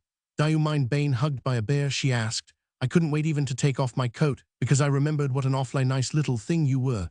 Do you know we haven't seen each other for 9 years? She stepped back with her hands upon Elsie's shoulders. "I've got to fly and dress," she said. "My, but you're lovely." With that, she turned and scurried out of the room, leaving behind her a mingled faint scent of fur and violets, and the impression upon Elsie that this cousin of hers was the prettiest girl she had ever seen. Cornelia's good looks terrified her the more. Probably there were other girls as pretty as that among Cornelia's friends, the people she was to meet tonight. And Cornelia's rush into the room, her flashing greeting, so impulsive, and her quick flight away were all flavored with that dashingness with which Elsie felt she could never compete. My, but you're lovely, was sweet of Cornelia, Elsie thought. But girls usually said things like that to their girl visitors, especially when the visitors had just arrived. Besides, anybody could see that Cornelia was as kind as she was pretty. My, but you're lovely, was pleasant to hear, even from an impulsive cousin, yet it was of no great help to Elsie. She went on with her dressing, looking unhappily into the glass and thinking of what irony there had been in her father's persistence. To make me have a good time, she thought, as if I wouldn't have had one at home if I could, but of course he didn't know that. She was so afraid of what was before her, and so certain she was foredoomed, that during this troubled hour she learned the meaning of an old phrase describing fear, for she was indeed sick with apprehension. She took some spirits of ammonia in a glass of water as a remedy for that sickness. "Oh, Papa," she moaned, "what have you done to me?" The maid who had brought her to her room reappeared with a bouquet of rosebuds and lilies of the valley to be worn. "It's from one of the gentlemen that's coming to dinner," Miss Cornelia said. "He sent two. Perhaps I could pin it on for you." Elsie let her render this service, and when it was done the woman smiled admiringly. "It certainly becomes you," she said. "I might say it looks like you." Elsie regarded her with a stare so wide and blank that the maid thought her probably haughty. "Excuse me, Mom, could I be of any more assistance?" "No, thank you," Elsie said, still staring, and turned again to the mirror as the flatterer left the room. The bouquet was beautiful, and before the evening was over, the unknown gentleman who had sent it would be of a mind that the joke was on him, Elsie thought. The misplaced blarney of an Irishwoman had amazed but not cheered her, and the clock on the mantel-shelf warned her that the time was 10 minutes before 7. She took some more ammonia. The next moment into the room came her aunt, large, decorously glittering, fundamentally important. She was also warm-hearted, and she took her niece in her arms and kissed her as if she wanted to kiss her. Then she did as Cornelia had held her at arm's length and looked at her. "You dear child," she said, "I've wanted so long to get hold of you. A man never knows how to bring up a girl. She has to do it all herself. You've done it excellently, I can see, Elsie. You have lovely taste. That's just the dress I'd have picked out for you myself. And to think I haven't seen you since your dear mother left us. Cornelia hasn't seen you for much longer than that, and she haven't had a glimpse of each other since you were 10 or 11 years old." "Yes," Elsie said. "I saw her a little while ago." She gulped feebly and by a great effort kept her voice steady. "Aunt Mildred, how proud of her you must be. I want to tell you something. I think Cornelia is the very prettiest girl I've ever seen in my whole life." Mrs. Cromwell took her hands from her niece's shoulders and, smiling, stepped backward a pace and shook her head. "No," she said, "Cornelia's very pretty, but she isn't that pretty." "I think she is." "No," Mrs. Cromwell laughed, then became serious. She swept a look over her niece from head to foot, accurately estimating scrutiny of an intelligent and experienced woman who is careful to be an honest mother. "Of course Cornelia isn't in your class," she said, quietly. Then she turned to the door. "Come down to the drawing-room a minute or so before 7, she said, and was gone. Elsie stood, cataleptic. The words seemed to linger upon the stirred air of the spacious room. "Of course Cornelia isn't in your class." Cornelia's mother had not intended to be satirical. She had been perfectly serious and direct, and she had really meant that Cornelia, not Elsie, was of the lower class of prettiness. Here were 3 dumbfounding things in a row. "My, but you're lovely. It certainly becomes you. I might say it looks like you. Of course Cornelia isn't in your class." The third was the astounding climax that now made the first 2 almost convincing. Elsie rushed to the long mirror and in a turmoil of bewilderment gazed and gazed at what she saw there. And as she looked, there slowly came a little light that grew to be a sparkling in those startled eyes of hers. Her lips parted. Breathlessly she smiled a little, then, all in a flash, radiantly. For what she saw in the mirror was charming.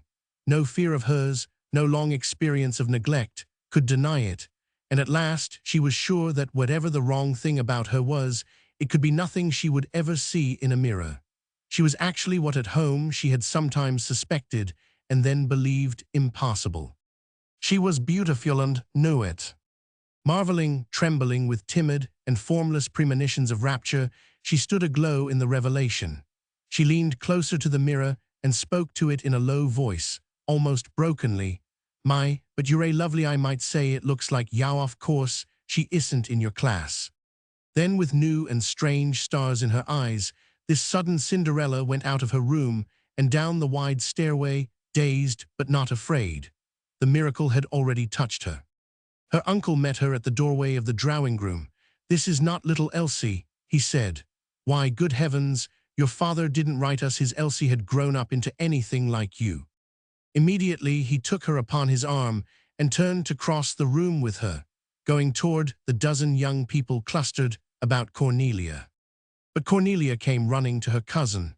"You're a dazzling," she whispered, and it was obvious that Cornelia's friends had the same impression.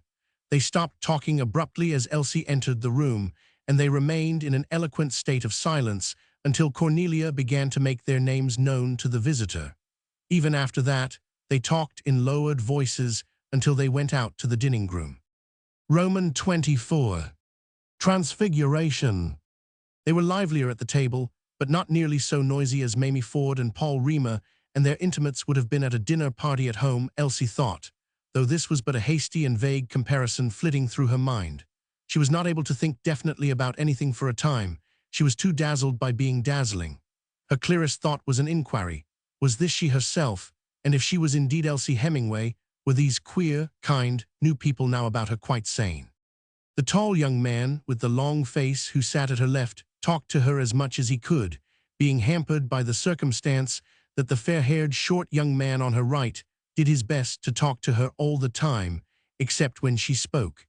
Then both of them listened with deference, and so did a third young man directly across the table from her. More than that, she could not look about her without encountering the withdrawing glances of other guests of both sexes, though some of these glances, not from feminine orbs, were in no polite flurry to withdraw, but remained thoughtfully upon her as long as she looked their way. Could it be Elsie Hemingway, upon whom fond eyes of youth thus so sweetly lingered?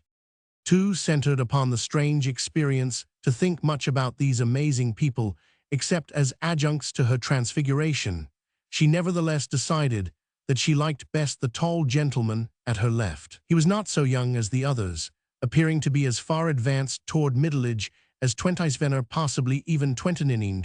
She decided that his long, irregular face was interesting. She asked him to straighten out the names of the others for her, hoping that he would straighten out his own before he finished. He began with Lily Dodge. "Our prettiest girl," he explained, honestly unconscious of what his emphasis implied. "That is, she's been generally considered so since your cousin Anne was married."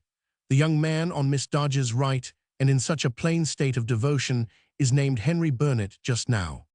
Just now, does his name change from time to time? Poor Henry's doesn't know, nor the condition in which Miss Dodge keeps him, probably because she likes to win golf tournament cups with him. I mean, the next time you see her at a dinner, the man beside her in that state may have another name.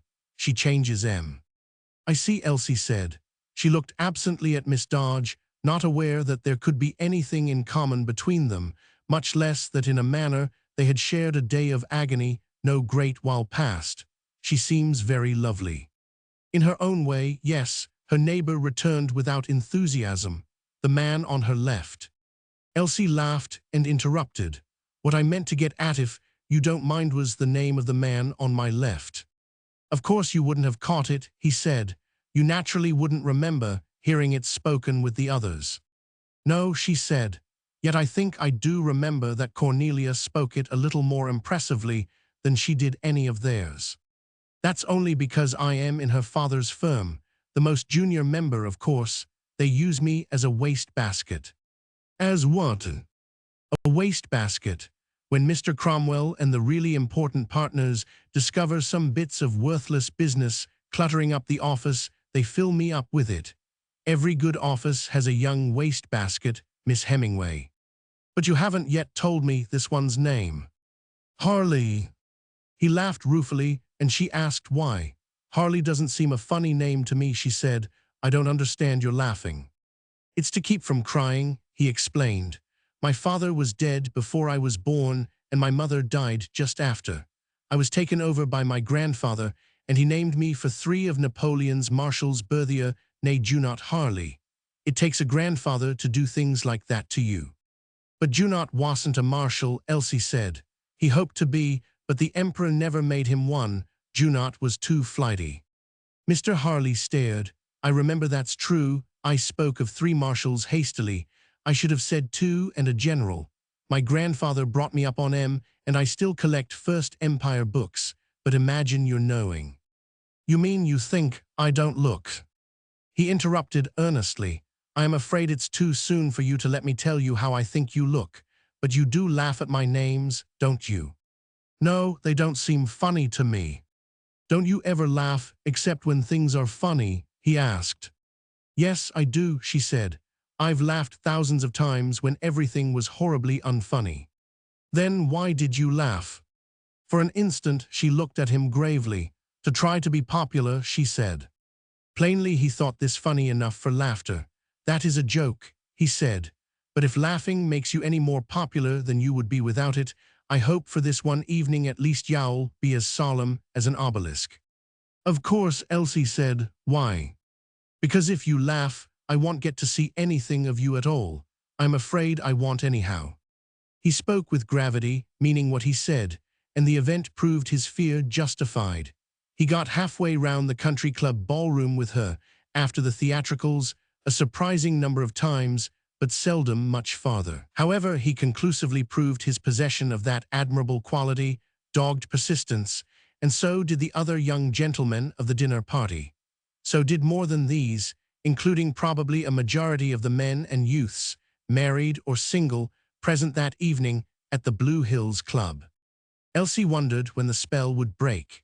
It seemed impossible that she wouldn't be found out presently as a masquerader and dropped into her old home-like invisibility.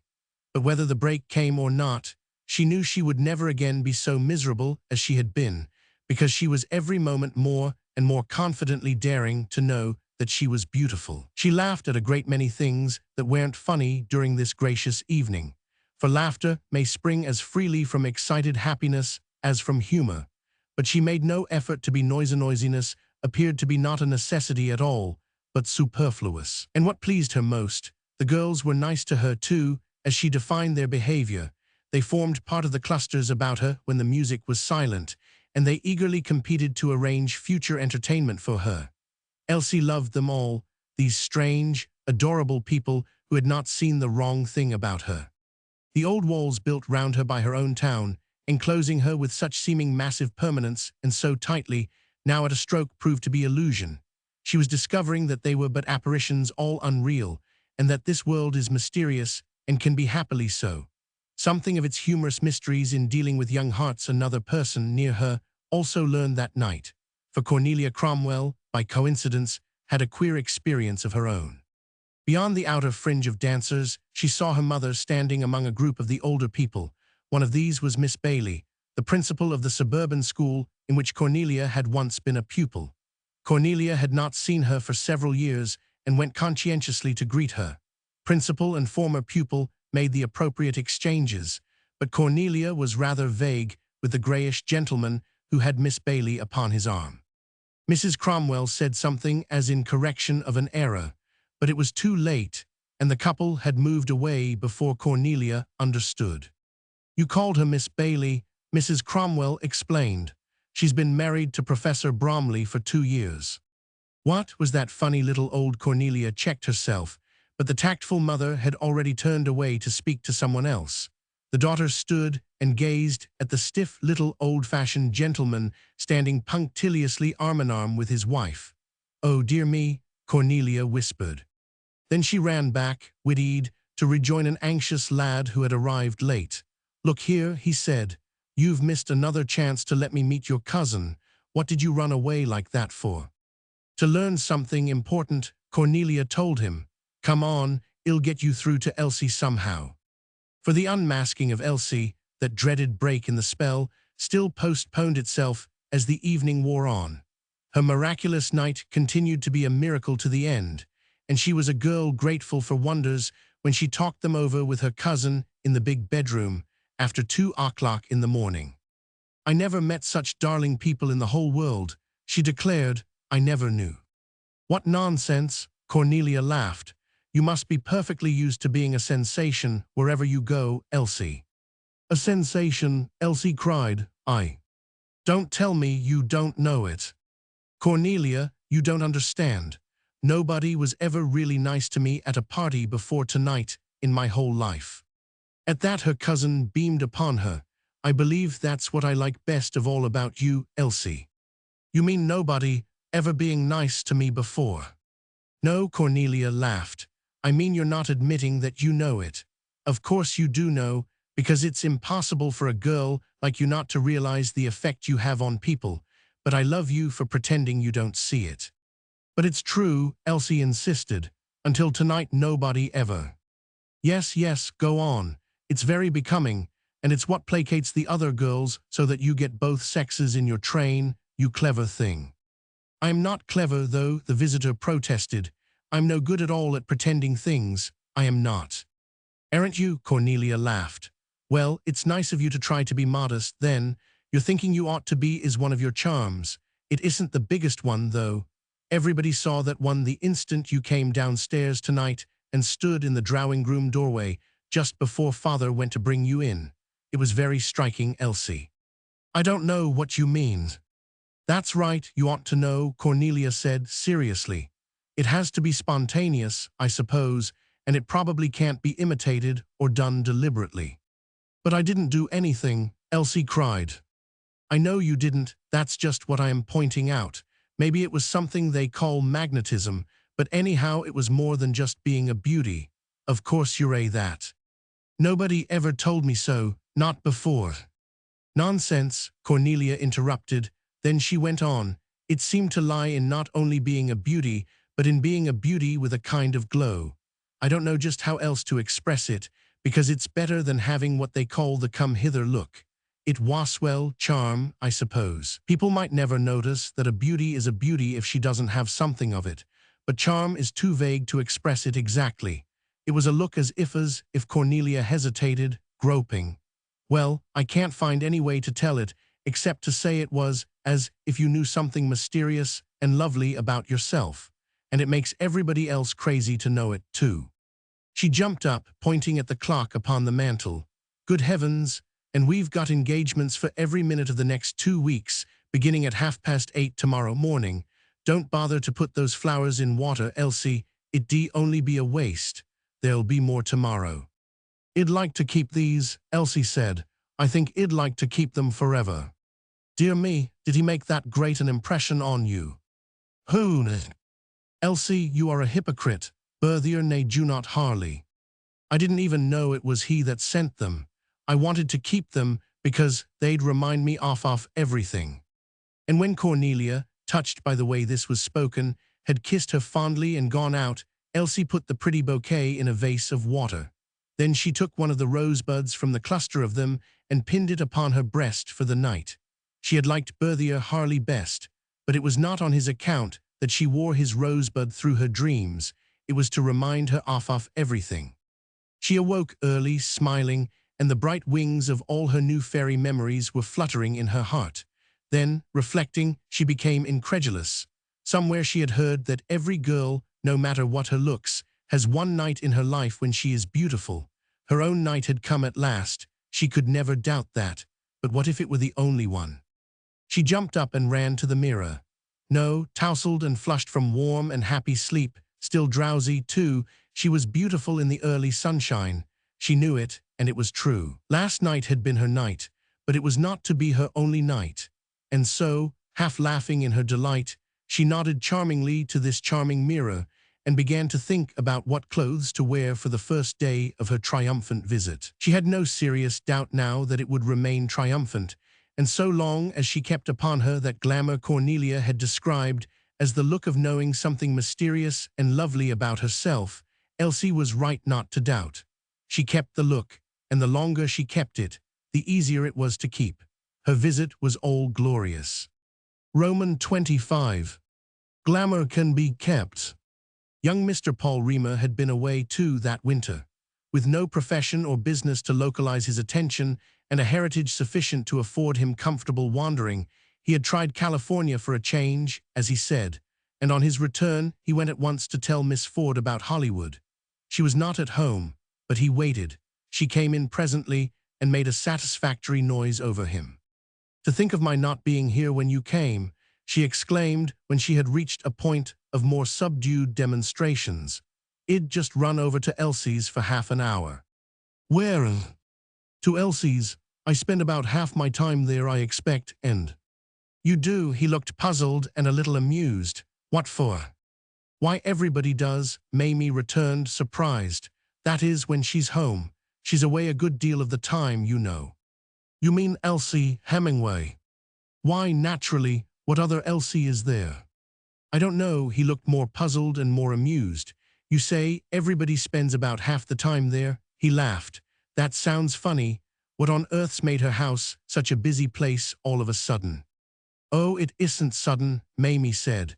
And she added, reflectively, "You know Elsie always was about the best-looking girl in town." "Oh, possibly. It never seemed to get anywhere, though," he returned. "She's good-looking all right, I suppose, but not the way anybody would ever notice." "What?" Mamie cried. "Why, you don't know what you're talking about."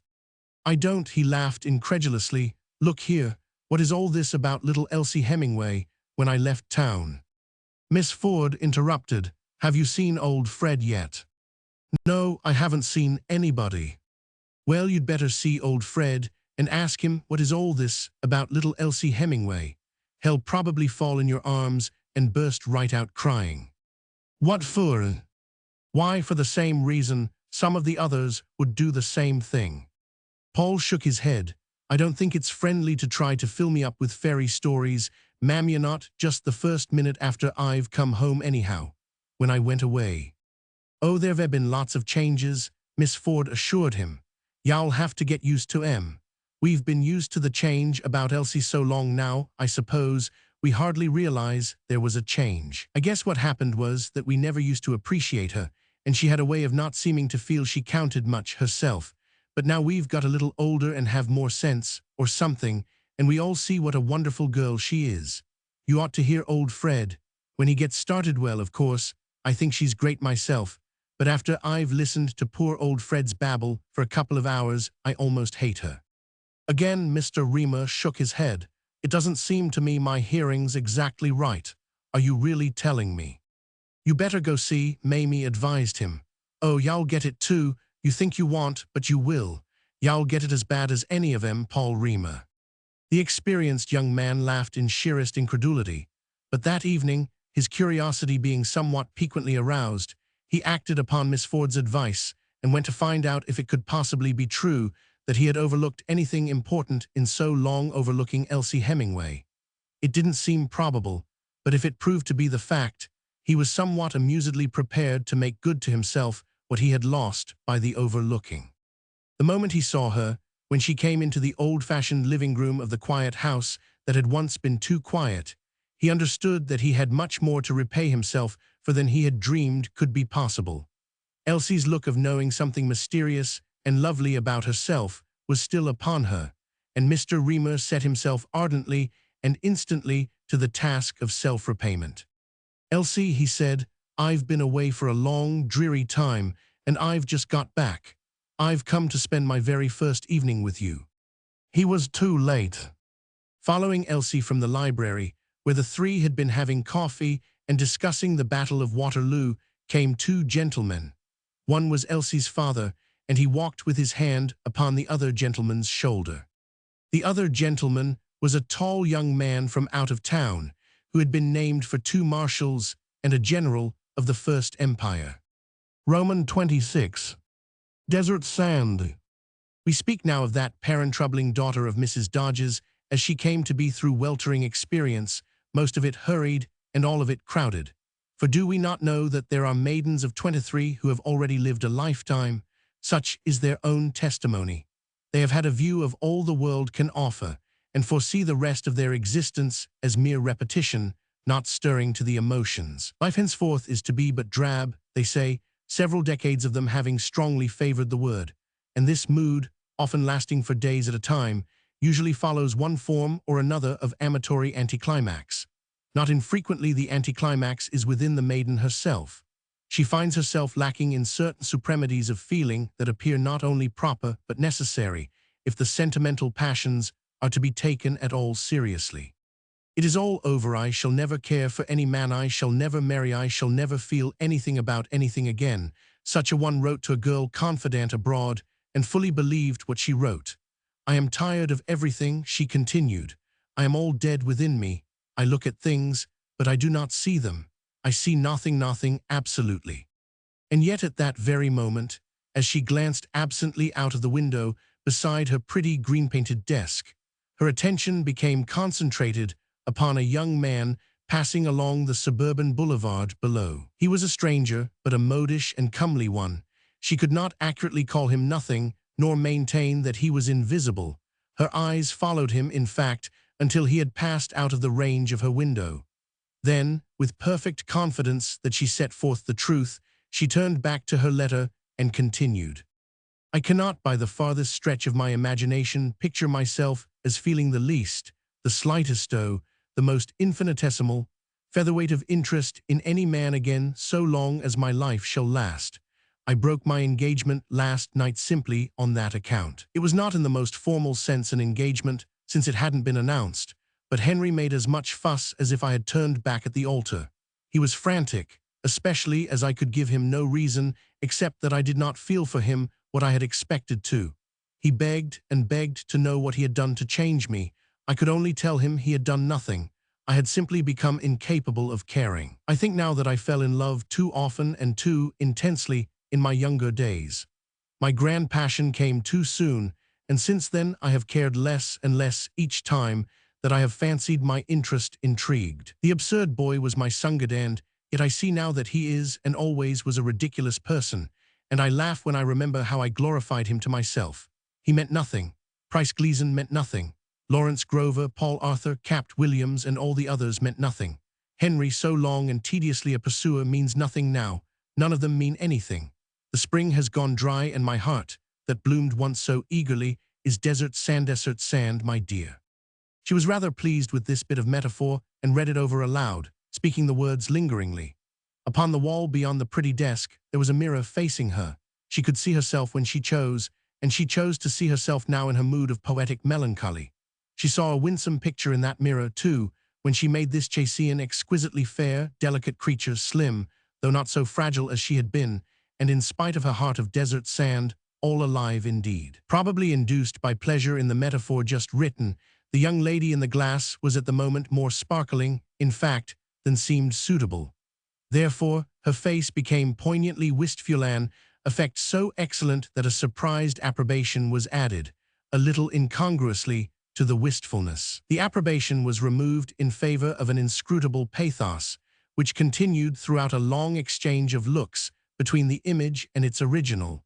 Then both of these little blonde heads bent once more above their green-painted desks, in a charmingly concerted action, like two glints of sunshine glancing down through foliage, and the letter was resumed. My dear, our suburb is trembling with excitement. The chief scion of all the McArdles is on the point of being installed in residence among us. I think it should be spoken of as at least an installation, shouldn't it? In our great plutocracy, surely the McArdle dynasty is royalty, isn't it? Anyhow, you'd think so if you could see the excitement over the announcement that James Herbert McArdle, Roman III, is coming here to represent the dynasty's interests. That is, he's supposed to be the new manager of the huge McArdle works, which are the smallest, I believe, of the dozens of McArdle works over the country. I understand he's only to be nominal manager and is really to learn the business under old Mr. Hiram Huston, the McArdles' trusted local representative. The youthful Dauphin is given command of an army, but under the advice of old General Strictly. However, you can guess what a spasm is happening here, with $70 million, or is it 700 million, walking around under one hat. I feel sorry for the poor agitated girls and their poor agitating mothers. The rich marry the rich. We shan't get him. She looked up thoughtfully at the mirror, frowned in sharp disapproval not of the mirror and continued, "It's really disgusting, the maneuvering to be the first to meet and annex him. Elena Gray and her mother are accused of having gone to New York to try to be on the same train with him.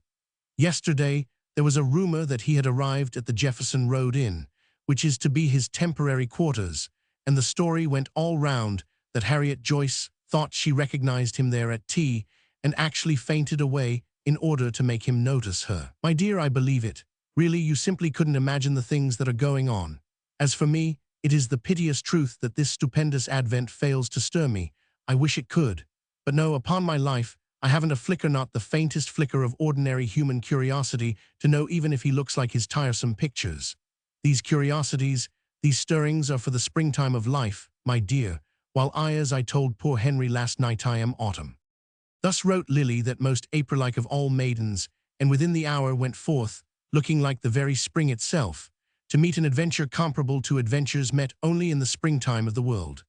The scene of this adventure should have been a wood near Camelot or the forest of Arden, and Lily a young huntress in a leathern kirtle, and out with a gilded bow and painted arrows for hare or pheasant. Then if one of her arrows had pierced the thicket, and also the king's son on the other side of it, so that she came and took him, all swounding, in her arms, the same thing in all true essentials would have happened that happened to her today. The surroundings would have been more appropriate, especially for a damsel with a dead heart, than the golf course of the Blue Hills Country Club, but the hero and the heroine and the wounding and the swounding would have been identical. In particular, there was little difference between James Herbert McArdle and a king's son.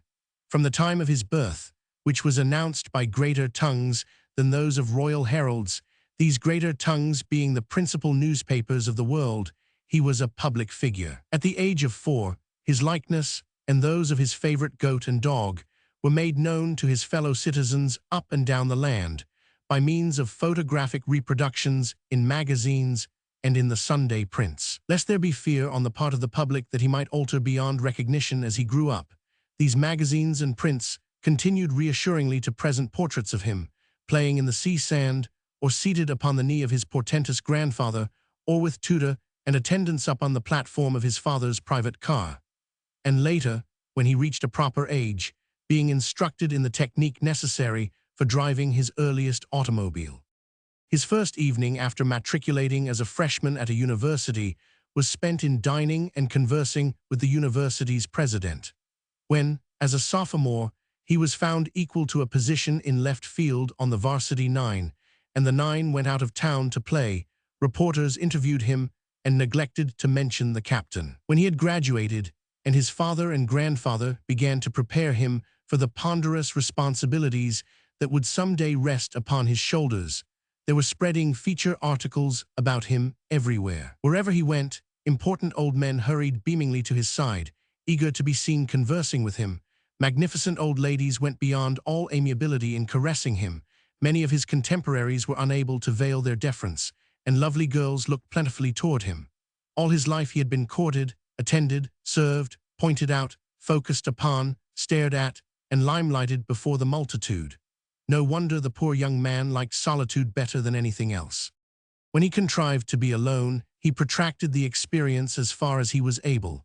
And today, having escaped from a welcoming committee and the mayor of the suburb that was to be his home for a year, he drove alone to the country club, which had already elected him to membership. Here he was delighted to find that the late hour and nipping air had divested the links of every player, and attended by a lingering caddy who was unaware of his client's identity, James Herbert set forth upon a round of the course with a leisureliness unmatched by the most elderly member of the club.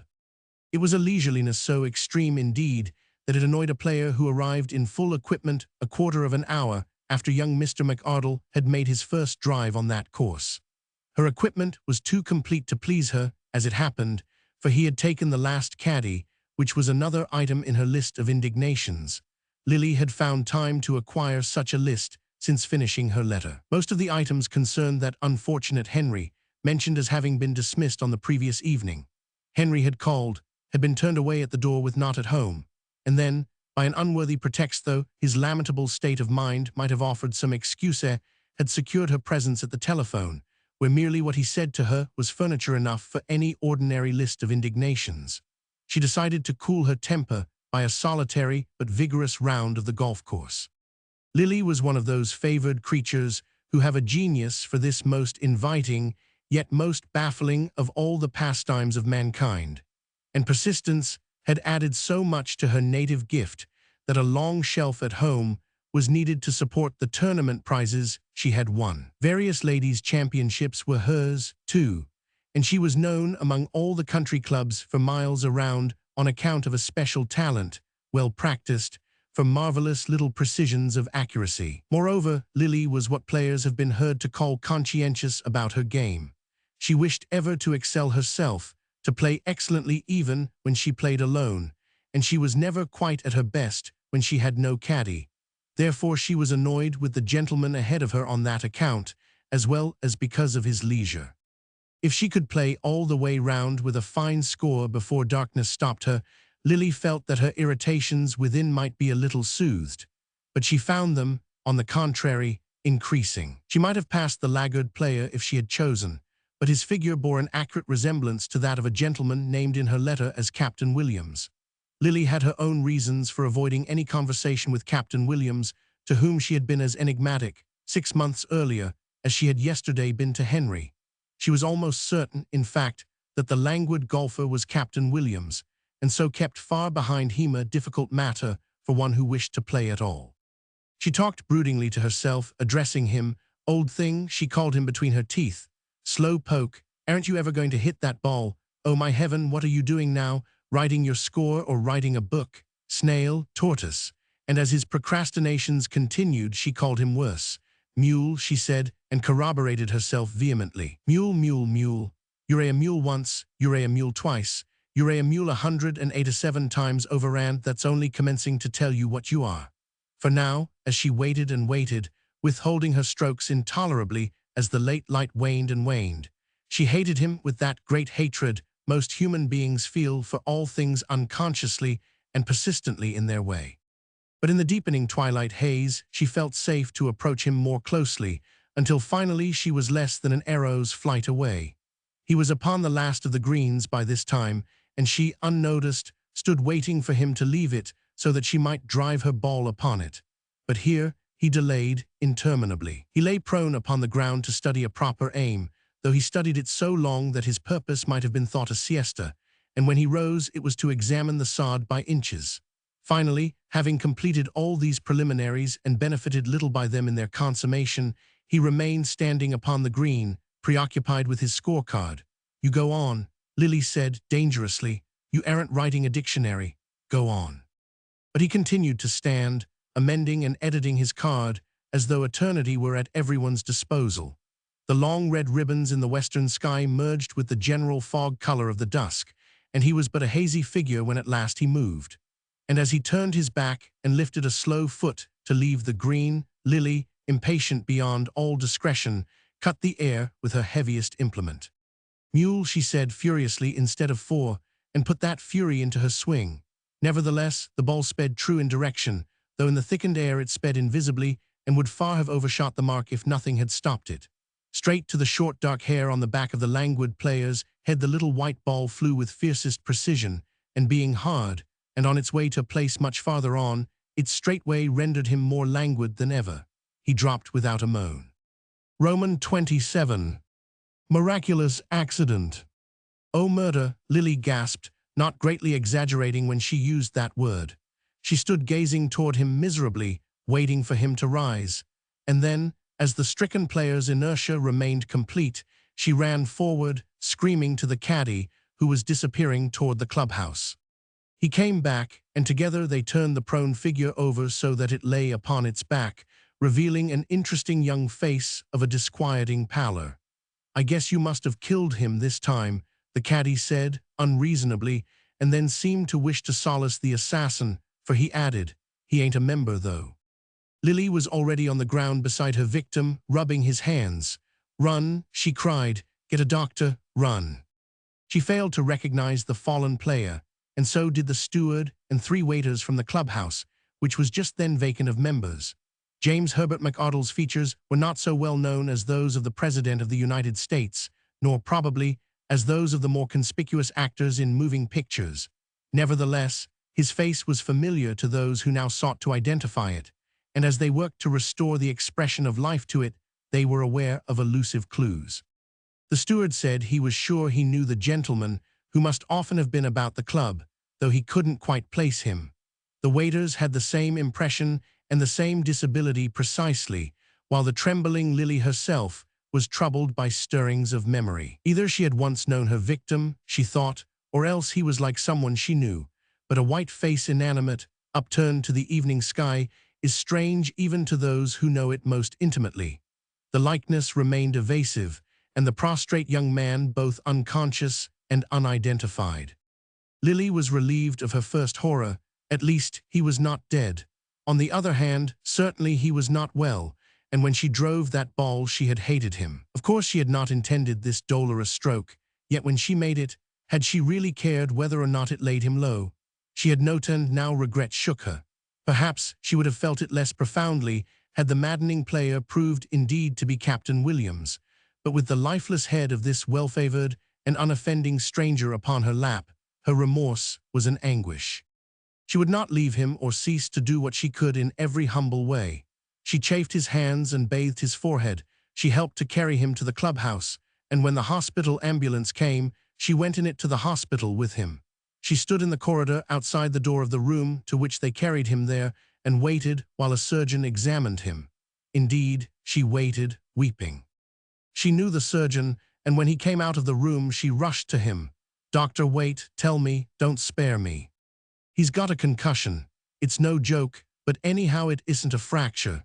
Funny about nobody knowing who he is. I'm sure I've met him, or else he reminds me of somebody, I can't think who. Doctor, he isn't going to." The surgeon looked upon her reassuringly. "No, well, pull him through.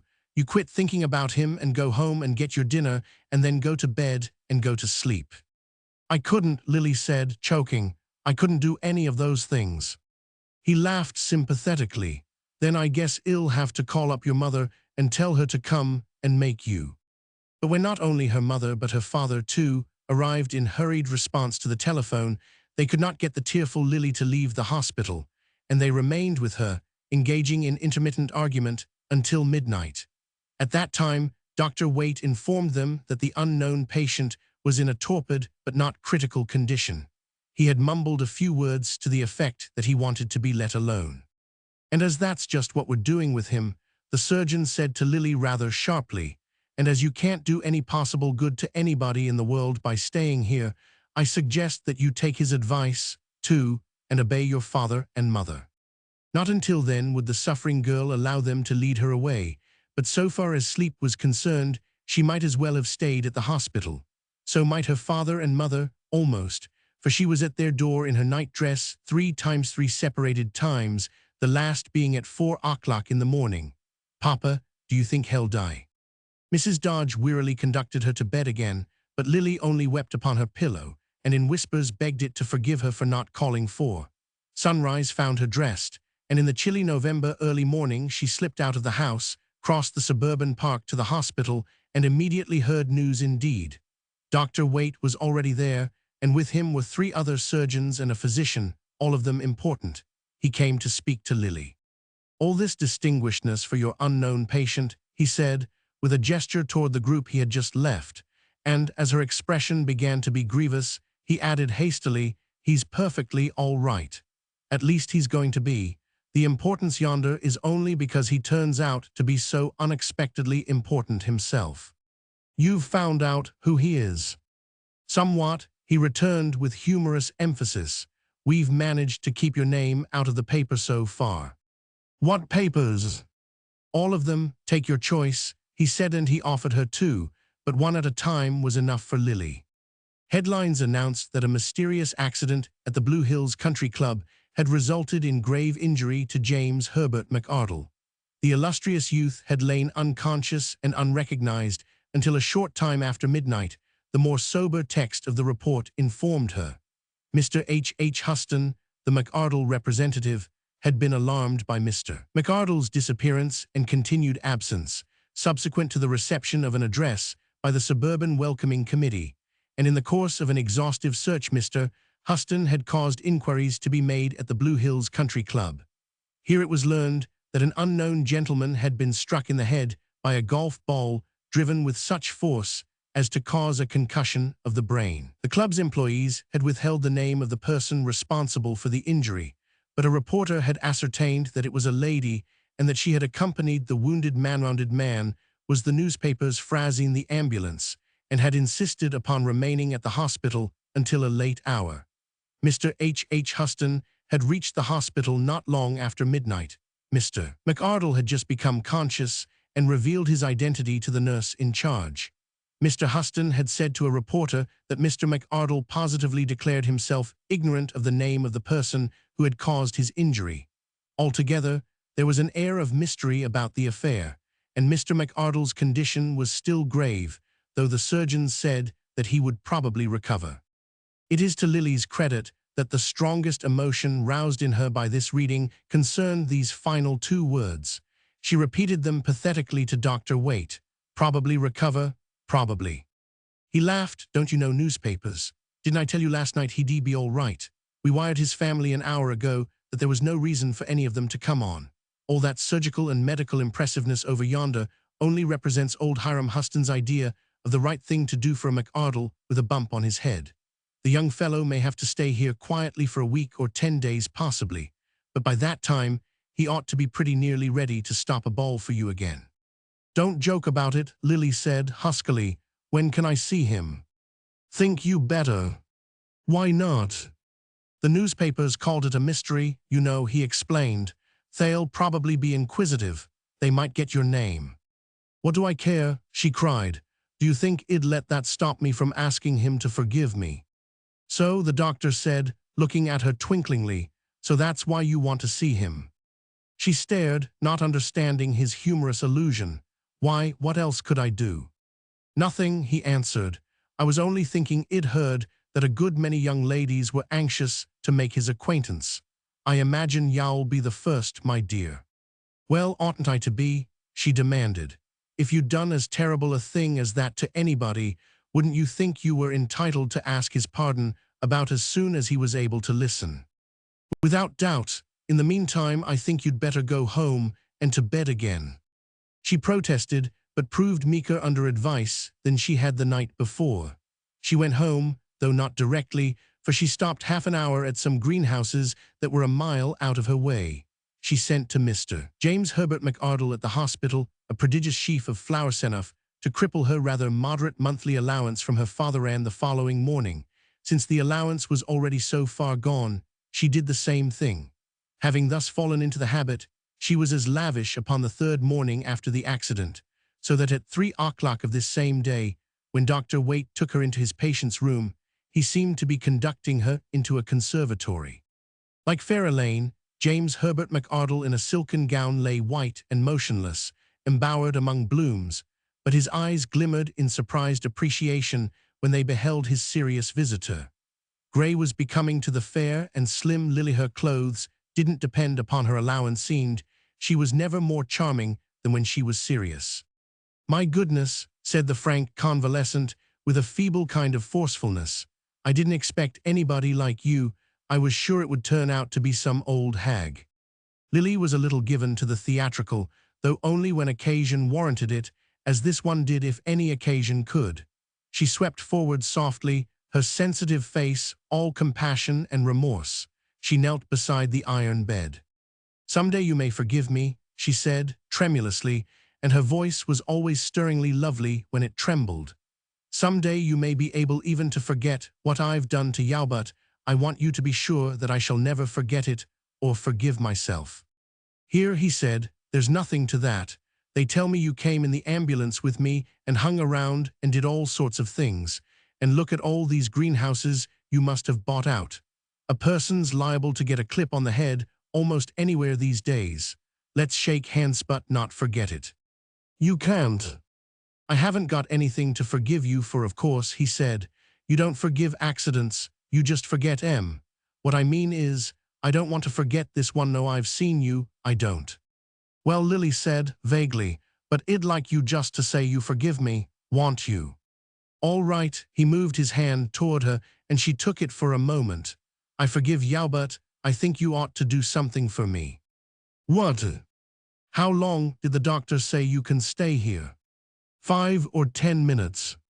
Well then, I think you ought to come back tomorrow when you can stay half an hour or an hour. I will, she said. But he had not finished. And the next day too, maybe they'd let you read to me or something, and as long as I am laid up here it won't be long. At that I think you ought to come every day and help me pass the time. I forgive you, but I think you do owe me that much. And as soon as they let me take a drive, I think you ought to go along. How about it? I will, Lily said. I will, indeed. I'll do anything in the world you think might make up a little for the pain I've brought you. Nothing could make me happier. That's good news, the young man told her, thoughtfully. A clip on the head isn't necessarily such a bad thing, after all.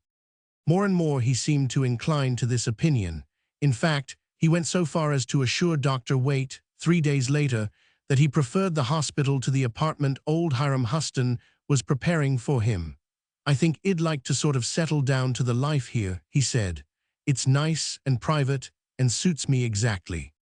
Yes, said the doctor, thoughtfully. It's a pity you're too important to do what you want to. And lightly, as if to himself, he hummed a fragment of frivolous song. I don't want to get well. I don't want to get well. I am in love with a beautiful nurse. The young man heeded neither the humming nor the remark about his unfortunate importance. He frowned, looking anxiously at his watch on the table beside his couch. I wonder what's keeping her, he said peevishly. She said she'd be here with a book to read to me. When anybody does to another person what she did to me, I think the least they can do is to be punctual, especially when they've promised they would. She of whom he complained was not far away, however.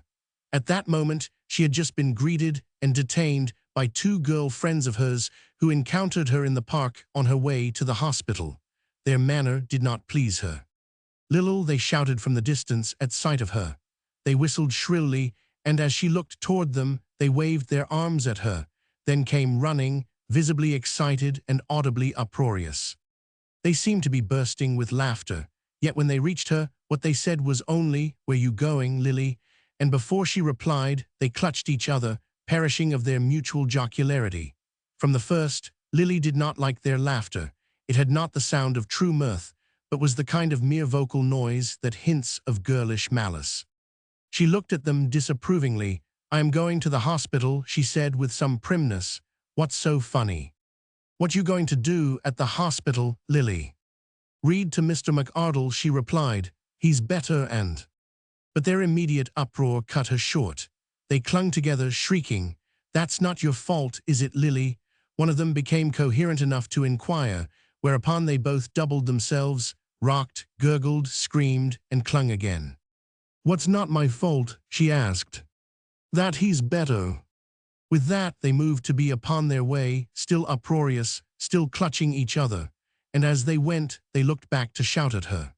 He won't get better very fast, will he, Lily? One of them thus called back to her, and without pausing, replied to herself, Not if you have your way. And the other, Elena Gray and Harriet Joyce have nothing on you, have they, Lily? They disappeared round a curving path, leaning upon each other from exhaustion, and Lily stood looking after them frowningly. There had been little good nature in their raillery, and also there were mysterious and vaguely unpleasant implications in it, particularly in the final jibe about Elena Gray and Harriet Joyce. Miss Gray was the girl accused by rumor of having sought to put herself upon James Herbert McArdle's train, and Miss Joyce was widely supposed to have fainted with the deliberate purpose of attracting his attention. The implication of the mirthful pair just encountered that Lily surpassed both Miss Gray and Miss Joyce was plain enough, as if going to a hospital to read to a patient were a mere maneuver of the type to which the Gray and Joyce maneuvers belonged, and as if one wouldn't gladly give a little of one's time to a hospital patient who has become a patient through one's own fault. But more than mere rallying upon the hospital readings seemed to have been implied, and as Lily thought the matter over, she felt that something of the teasing pair's meaning evaded her. She had the same feeling after an interview the next day with one of her nearest and dearest girl friends who came to see her at home. "I don't want to be intrusive, dear," the caller informed her with sympathetic but rather eager gravity. "You know me too well to believe I'd ask such a thing out of pure curiosity, but I've simply got to know how poor Henry Burnett is taking it." "Taking what, Emma?" "Lily, you know what I mean. I mean all this about you and Mr. McArdle." "All this?" Lily repeated in a tone of cold inquiry. "I don't see that such a simple matter needs quite that sort of definition. Naturally, I am doing what I can to help him through his convalescence. Oughtn't I too? But perhaps you don't know that I am responsible for his being in the hospital, Emma." "Oh yes," Emma said quietly, and she gave her friend a queer look. "Yes, everybody knows that, Lily," she went on in a thoughtful voice. "Everybody? Yes, indeed." She paused, then reverted to her former topic. "I just wondered how poor Henry Burnett is taking it all." "I haven't any idea what you mean," Lily said impatiently. "I fail to see that there's anything for him to take, and if there were, it would certainly be no affair of his. I have no responsibilities to Mr. Burnett." "But you did, weren't you, almost?" "That may be," Lily interrupted, "but I don't see him anymore." "You broke with him, Lily." "I did not, because there was nothing absolutely announced and definite to break. I simply decided not to waste any more of his time and mine." "Why?" Emma asked. "Because I found that I had no feeling for him. None for him, nor for anything else, no interest in him or in any other man alive." "Oh, Lily," Emma cried, and then she sat open-mouthed and rounded, staring in perfect incredulity. "Oh, Lily. What's the matter?" Emma still stared, but finally, being a true friend, she half-gasped nothing as she rose to go. She was still round of eye, though her mouth had become decorous for a street appearance, when she left the house a few moments later, and Lily was not much better pleased with her friend Emma than she had been with the two taunting girls in the park. Nor were these three the sum of all who displeased her. She went to a tea and easily perceived that she became instantly the center of all interest, but she did not like the interest. Whispering and half-suppressed laughter buzzed about her. Eyes were furtively upon her wherever she glanced. Elderly women looked at her and talked behind their hands, and she was uncomfortably aware of a wondering derision focusing constantly upon her. She came away shivering, marveling at the pettiness of human nature that could make such a disagreeable pother over a girl's doing her simple best to atone for a moment's carelessness with a golf club. Moreover, before she got out of the gate, she found herself surrounded by a group of newcomers, girls of her own age, who repeated almost precisely the performance of the two in the park. "How long do you think you can keep his head from fitting together where you broke it, Lily?" This was the last thing she heard from the group near the gate, except for a loud burst of unfriendly laughter. She began to be seriously indignant. Roman 28. A public mockery. Not much time was granted her indignation to cool. It became outright fury not 24 hours later, and the occasion of this change for the worse was a spectacular little performance on the part of the gentleman for whom her emotions had forever ceased to stir, that unhappy Henry so recently dismissed. And since Henry's performance took place in public, according to Lily's definition of its background, her fury was multiplied in intensity by a number corresponding to the number of witnesses present at the spectacle. One of these was Mr. James Herbert McArdle, who was seated beside her at the time. She was accompanying him for a drive, as she had promised him, and his choice for the excursion had been an open red car, noticeable also in contour and dimensions. The top was folded back, so that Lily and her escort, both richly shrouded in furs, presented to the world a fast-flying sketch of affluent luxury. A fleeting glimpse of beauty might be caught there too, for Lily's color was high and sunshine glinted in her hair. Amber lights danced from it and blue sparklings from her eyes as she sped by. At one point, however, the fast-flying sketch ceased to fly and halted, affording spectators more leisure for observation. But this, as presently appeared, was just the wrong point for such a thing to happen. The red car, returning from the open country, passed into the suburban outskirts, and Mr. McArdle directed the chauffeur to turn into the country club driveway. "I've got a fancy to see where our friendship began," he said to Lily. "I noticed the last green was near the driveway. Let's go look at it." She assented, and they drove to the spot that interested him, but they found it inhabited.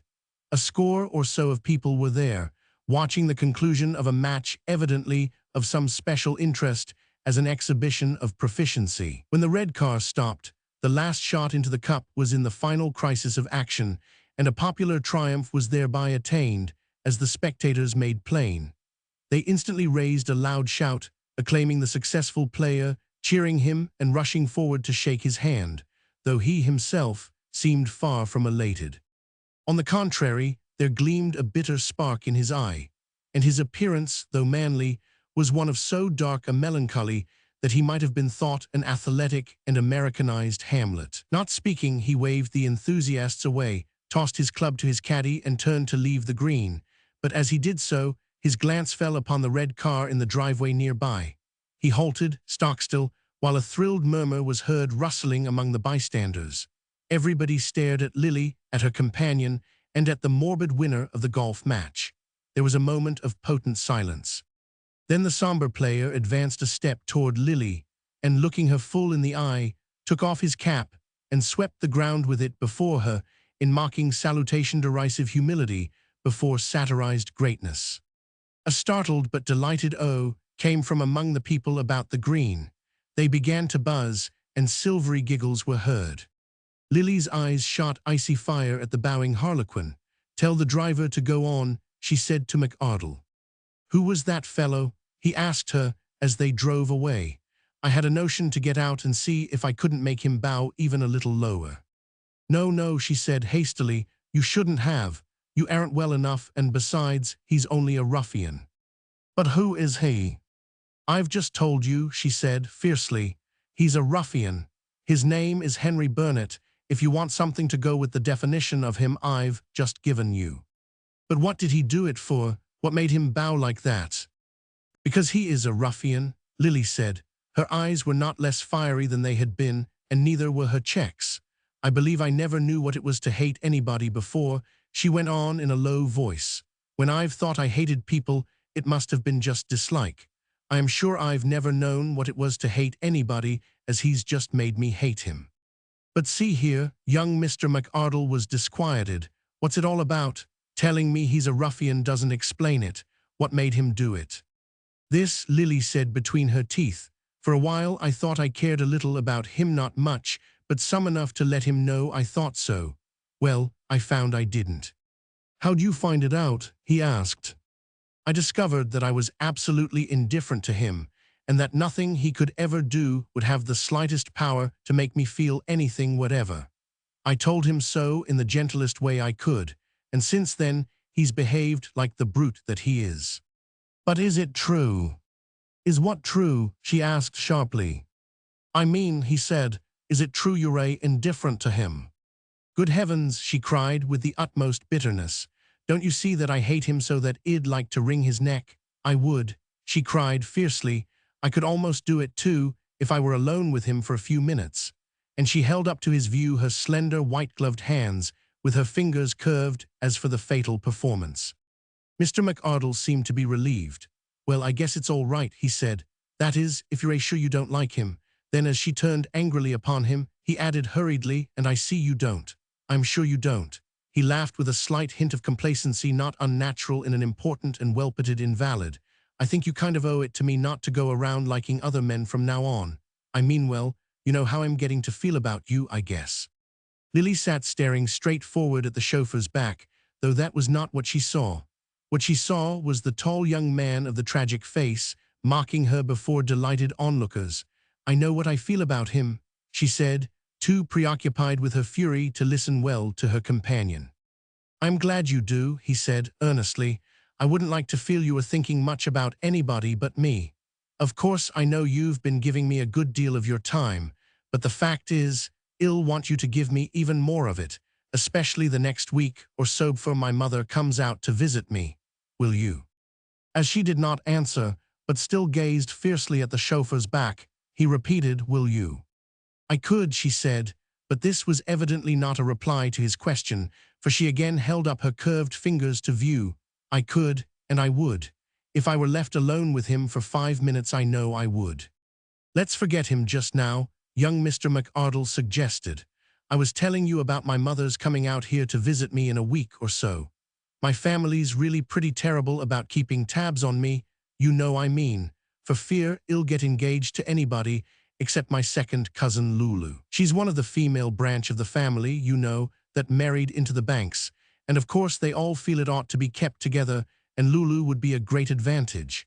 But she's homely as sin, and so far, they've had a pretty hard time persuading me. You understand, don't you? What? Lily asked vaguely. Then she drew a deep breath, clenched her curved fingers tightly upon the fur rug, and said virulently to herself, I could do it and sing for joy that I had done it. However, in the ears of her companion, this was only an indistinct murmur. I mean, I suppose you understand about the family and all that, he said. My mother's bound to interfere, of course. If you and I expect to see much of each other after she comes, we'll have a fight on our hands, because, of course, the family won't stand for my getting too interested in anybody out here. Naturally, they don't expect me not to have a good time, but you know what I mean. They wouldn't stand for my getting serious, I mean. He was serious enough just then, however, that was plain. His voice was almost quaveringly plaintive, in fact, as he leaned toward her. Lily, he said, I expect my mother would like you all right if you were my cousin Lulu or somebody in Lulu's position, but the way things are, well, of course she isn't going to. She's going to make an awful fuss if I try to go about with you at all, but I'm willing to buck up to her and see if we can't pull it off anyhow. Honestly, I am. How about it? What? She said, absently, still looking forward and not at him. What did you say? My goodness, he exclaimed blankly, I don't believe you were even listening. I am afraid I wasn't. At that, a natural resentment deepened the color in this important young man's cheeks. Well, I should think it might be considered worth your while, he said. I don't put too much on being James Herbert McArdle, third, I believe. But at least I might claim it isn't a thing that happens every day in the world. Exactly me asking a girl to marry me, I mean. She turned to him, frowning. Was that what you were doing? I was telling you I hope to make a try for it, he explained a little querulously. When my mother comes and hears about this, she'll send for my father probably, and there'll be a big fuss, more than you could have any idea of until you really hear it. But I never took to any girl as much as I've taken to you, never in my life. Here his querulousness gave way to another feeling, and his voice softened. I'm ready to buck up to the whole crew of 'em for your sake, Lily. What about it? She looked at him blankly. I don't know, she said. What? He cried. Don't you understand? I am asking you to marry me. Yes, she said. I hear you say it, but so far as I am concerned, you might almost as well be telling me it's a pleasant day. I am not in the right state to think about it, or even to understand it. Why not? Because, she said, I am so angry I don't know what I am doing. Look here, he began, but said no more, and in spite of her preoccupation with her anger, she was able to perceive that he now had some of his own. She put her hand lightly upon his sleeve, and simultaneously the car stopped at the hospital door. Forgive me, she said. I'm afraid I'm terribly rude, but don't you know there are times when you get so furious you just can't think about anything else? Can't you? He returned coldly as the chauffeur helped him down from the car. I'm afraid I doubt if you'd ever consider what I was saying as of enough importance to listen to. I'm so sorry, Lily said, and in spite of herself, she said it absently, so that nothing could have been plainer than that her mind was not even upon this apology, but altogether upon the offense she had received from Mr. Henry Burnett. A special attendant of the convalescents came from within the building and offered his arm. Young Mr. McArdle took it and gave a final glance at the flushed cheeks and fiery eyes of the lady who had already twice smitten him and thus smote him again. Something hot in his upper chest seemed to rise against this provincial and suburban young woman who was too busy being furious with a local nonentity to know what she was doing indeed. The affronted young man's last word was to the chauffeur. When you have taken Miss Dodge home, I shan't want you until day after tomorrow. I don't care to drive every day. Lily was borne away murmuring, I am sorry again, but what she thought was, I could wring Henry Burnett's neck and sing for joy. When the long red car drew up before her father's house, there was another machine standing at the curb, a small black thing of the hardiest variety and odiously familiar to Lily. She jumped out, and shaking with rage and her desire to express it, fairly ran up the brick walk to her front door. But here a housemaid sought to detain her, whispering urgently, "Mr. Burnet's in the living room, waiting. Your mother isn't home, and I didn't know how to keep him out. If you don't want to see him, you'd better go round to the—" Lily interrupted her. "I do want to see him," she declared in a loud voice. "I want to see him instantly," and she swept into the room to confront the mocker. But mockery was no part of Mr. Henry Burnet's present mood, far from it. He had come to apologize, and apology was profoundly in his manner as he rose from the chair in which he had been most dejectedly sitting. Dark semicircles beneath his eyes were proof of inner sufferings. He was haggard with his trouble and more Hamlet-like than ever, but now he was a Hamlet truly humble. "Lily," he said huskily, "I'd sworn to myself I'd never make another attempt to see you as long as I lived. But after what I did a while ago, I had to explain it. It was in vile taste, and you can't think any worse of it than I do. But you came on me suddenly. I hadn't dreamed I'd see you. Then all at once I looked up, and there you were, and with the man you threw me over for. I just couldn't." "Henry Burnet," she said, and her hot little voice shook with the rage that vibrated in her whole body, "you used to be a gentleman. Twice within less than an hour you've shown me you've forgotten what that word means." "Twice, Lily," he said pathetically. "I admit the other time out at the club, but how have I offended you besides that?" "In your very apology," she told him scornfully. "You've just had the petty insolence to stand there and say I threw you over for Mr. McArdle." "But you did," he said, and he seemed surprised that she should not admit it.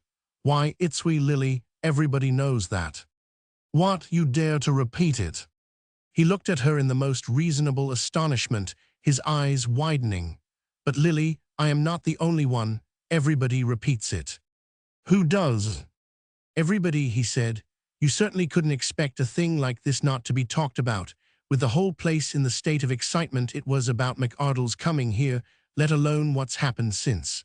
I had no idea you'd deny it to me now, though I supposed you might to other people, as a matter of form. Of course, no one would believe it could be a coincidence." She stepped closer to him dangerously. "No one would believe what could be a coincidence, Henry Burnet?" "That you threw me over just by chance the very day before McArdle came to town, and you took that shot at him." "I did what?"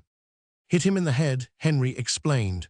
"Your name didn't get in the papers, but you don't for a moment imagine that everybody in town doesn't understand, do you, Lily?" She stamped her foot. "Understand what? What are you talking about? What does everybody understand?" "Your plan," he said simply. "You don't think you can lay out a man like that, a man that every other girl in the place is ready to fight you for you.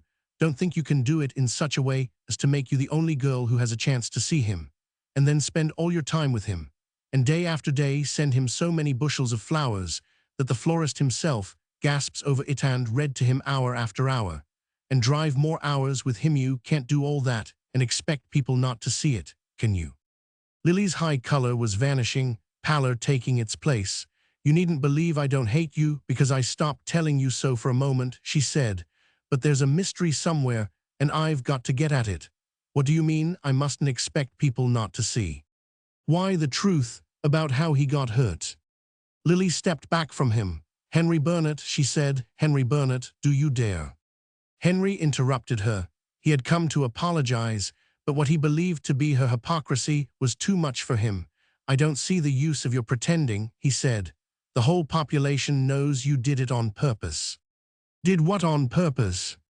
"Hit him in the head with your golf ball on purpose." Lily uttered a loud cry and clasped her hands to her breast. Aghast, she stared at him with incredulous great eyes, but even as she stared, her mind's eye renewed before itself some painful pictures that had mystified her spitefully uproarious girls in the park, her friend Emma, the buzzing tea, the group at the gate as she came out, and there were other puzzles that explained themselves in the dreadful light now shed upon them. Uttering further outcries, she sank into a chair. "Slander," she gasped. "Oh, a horrible slander." What? Henry cried again. When everybody knows the things you can do with a golf ball if you care to. When that professional trick player gave his exhibition here, knocking 5 balls into 5 hats in a row and all that, how many of his shots didn't you duplicate after you'd practiced them? And some of the girls talked to the caddy McArdle had with him when it happened, and the boy said he didn't think you were over 40 yards away when you hit him. Lily, there isn't a soul that knows you'll ever believe you didn't do exactly what you planned to do. I don't mean they think you could do it every time, or that they're all certain you aimed at his head, but they all believe you tried to hit him and succeeded. And you do, she said. You believe it. He laughed bitterly. Lily, it's clear as daylight, and I knew it when I looked up and saw you with him today. I knew you'd won what you were after. It was in his face. Lily gulped and smiled a wry smile. I see, she said. It all works out, and nobody'll ever believe I didn't plan it. Yes, I think he proposed to me on the way home this afternoon. Let me wish you happiness, Henry said, and seemed disposed to repeat his satiric bow, but thought better of it. Is the engagement to be a long one? He inquired lightly instead, and this seemed to be as effective as the bow, for Lily sprang up, as if she would strike him.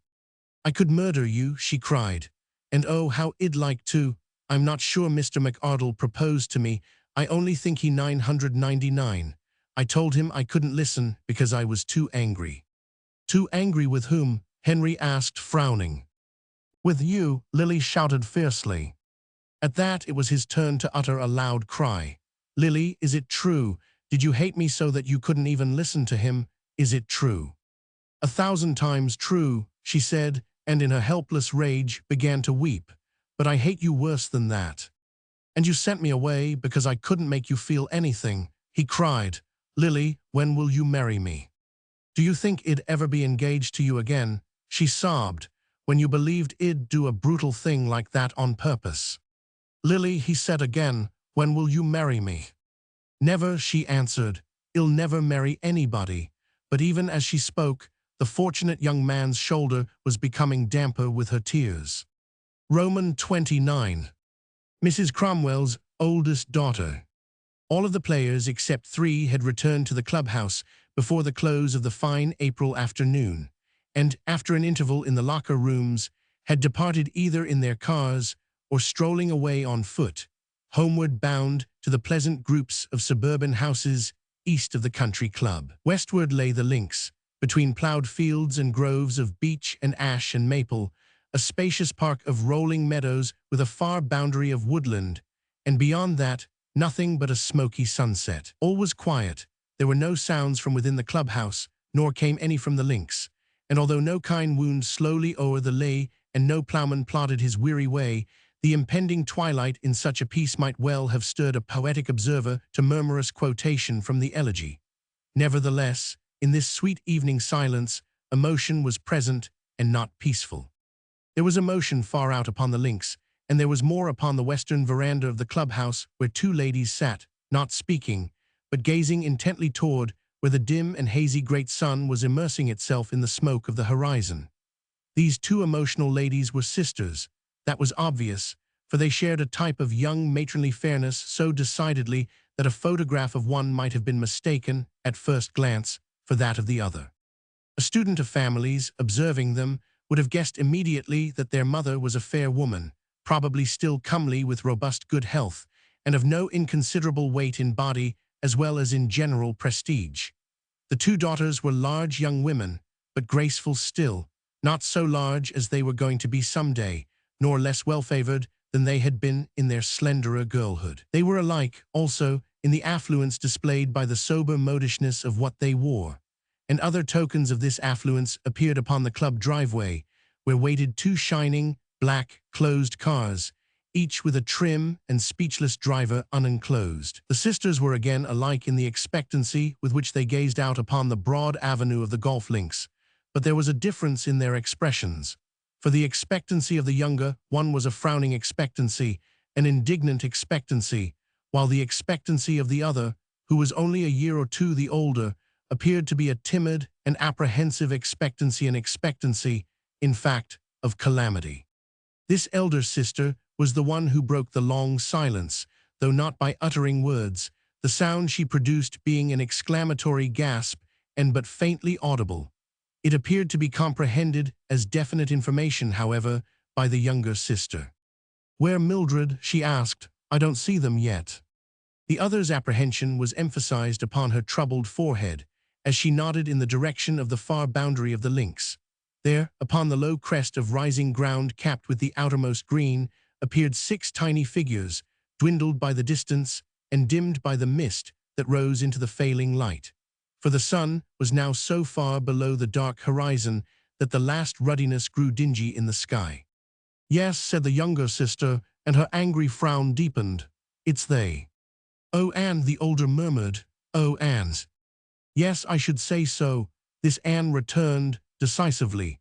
"I certainly intend to express myself to my husband, Mildred." Mildred shook her head unhappily. "If I only could to mine, but that's just what I can't do." "I don't know," the other said. "I think in your place I should, though it's true I can't imagine myself in your place, Mildred. My husband has his faults, and one of M's the way he's letting himself be used today, but I can't imagine his behaving as your husband is behaving. Not that way." She made an impatient gesture toward the west, where the 6 figures had left the green and were now moving toward the clubhouse, 3 of them playing deliberately as they came, with 3 smaller figures, the caddies, in advance. One of the players detached himself, keeping to the southern stretch of the fairway, while the 2 others, a man and a woman, kept to the northern, walking together, each halting close by when the other paused for a stroke. "Can you make out which is which, Anne?" the older sister inquired in a voice of faint hope. "Isn't it John who's playing off there by himself, and Hobart she keeps so close to her?" "Not very likely," Anne returned with a short laugh. "She's using my husband as a chaperone strictly, and I must say he's behaving like a tactful one. It's your John she keeps so close to her as usual, Mildred." Mildred made merely a desolate sound, and then the sisters resumed the troubled silence that falls between people who have long since discussed to a conclusion every detail of an unhappy affair, and can only await its further development. The 3 players came nearer slowly, growing dimmer in the evening haze as they grew larger, until at last it was difficult to see them at all. Other things were as dim as they, the player to the south, found to his cost, and finally deciding to lose no more balls that day, he crossed the fairway to his competitors. "I am through, John," he called cheerfully. "It's no use in the world trying to play out these last 2 holes." "I don't suppose it is," the other man assented. "Julietta rather wanted to, though." He turned to the tall girl beside him. "Hobart says." "I heard him," she said, laughing a light laugh, a little taunting in its silveriness. "Hobart's a well-trained husband. You know what that is, don't you, John? A well-trained husband is one who doesn't dare to call his soul his own. Hobart's been worrying this last half-hour about what Mrs. Sims will say to him for keeping her waiting." "You're right about that, Julietta," Mr. Hobart Sims agreed. "My wife's a pretty amiable lady, but I've kept her waiting longer than I like to, and old John's done the same thing. So, as he's probably in the same apologetic state I'm in, and it's ridiculous to try to play these last 2 holes in the pitch dark anyhow, I suggest we—" The girl interrupted him, though it was to his brother-in-law that she addressed herself. "Are you in the same apologetic state that Hobart is, John?" she asked, and there was an undercurrent in her voice that seemed to ask more than appeared upon the surface. She seemed to challenge, in fact, and yet to plead. "Are you as afraid of Mrs. Tower as Hobart is of Mrs. Sims, John?" Mr. Tower laughed placatively. "My dear Julietta, of course if you'd like to play it out." "There," Julietta said, gaily triumphant. "You see he wants to himself. I believe you're the one man I know who isn't terrorized by a wife, John." She stepped closer to him, speaking through the darkness in a warm, soft voice, almost a whisper. "But then you're a wonderful man, anyhow the most wonderful I ever knew, John." "Oh no," he laughed deprecatingly, and pleased with her, yet embarrassed by his modesty, coughed lightly for a moment or two. "Of course I am not, but I do value your thinking so, Julietta. I appreciate it very deeply indeed." "Are you sure you do?" she said in a hurried whisper, so low that he could just hear it. Then she turned briskly toward his brother-in-law, who stood at a little distance, waiting their pleasure. Run along, Hobart, and please tell Mrs. Tower I haven't kidnapped him. He's staying to play it out with me of his own free will. And please pay all the caddies off and let them go. We don't need them, and they're dying to get home." He was obedient, and from the clubhouse veranda, where lights now shone, it could be discerned that the party on the links had broken up. The caddies ran scurrying by, their shrill outcries disturbing the air about them, and in their wake, the slight figure of Mr. Hobart Sims appeared within the radius of illumination from the building. "They're coming," Anne Sims said to her sister. "Don't let them see anything." Mr. Sims mounted the dozen steps that led up to the veranda. "Dear me, Anne," he said, "I'm afraid you've been waiting quite a time. I can't tell you how sorry." But she cut his apology short. "Where's John?" "Old John, why, I gave up, but he's decided to play it out. Old John and I started pretty late anyhow, and we were playing around with Julietta Voss, as it happened." "Yes," his wife said, dryly, "as it happens rather often. Where are they?" "Just out yonder." "Where? We can't see anybody." "Well, they're there anyhow," he returned. "They'll be along in a minute or two." Mrs. Sims rose from her chair. "Suppose you go and bring them," she said. But before he could make any response, her sister intervened. "No, oh no," Mildred cried in a voice of distress, and rising too, she caught Anne's hand in hers. "Don't send him." It would look as if she stopped, perceptibly agitated. The surprise of the gentleman present was genuine, though not so acute as that of an inexperienced man who expects ladies never to show unreasonable and apparently causeless emotion. "Why, what's the matter?" he said. "It doesn't seem to me that just because two people happen to get interested in the game." "Never mind," his wife said sharply. "If you intend to take your clubs down to the locker room, you'd better be doing it." "Very well." He entered the clubhouse through a French window that opened upon the veranda, and his surprise was somewhat increased when his wife followed him. "Wait," she said, as she closed the window behind her.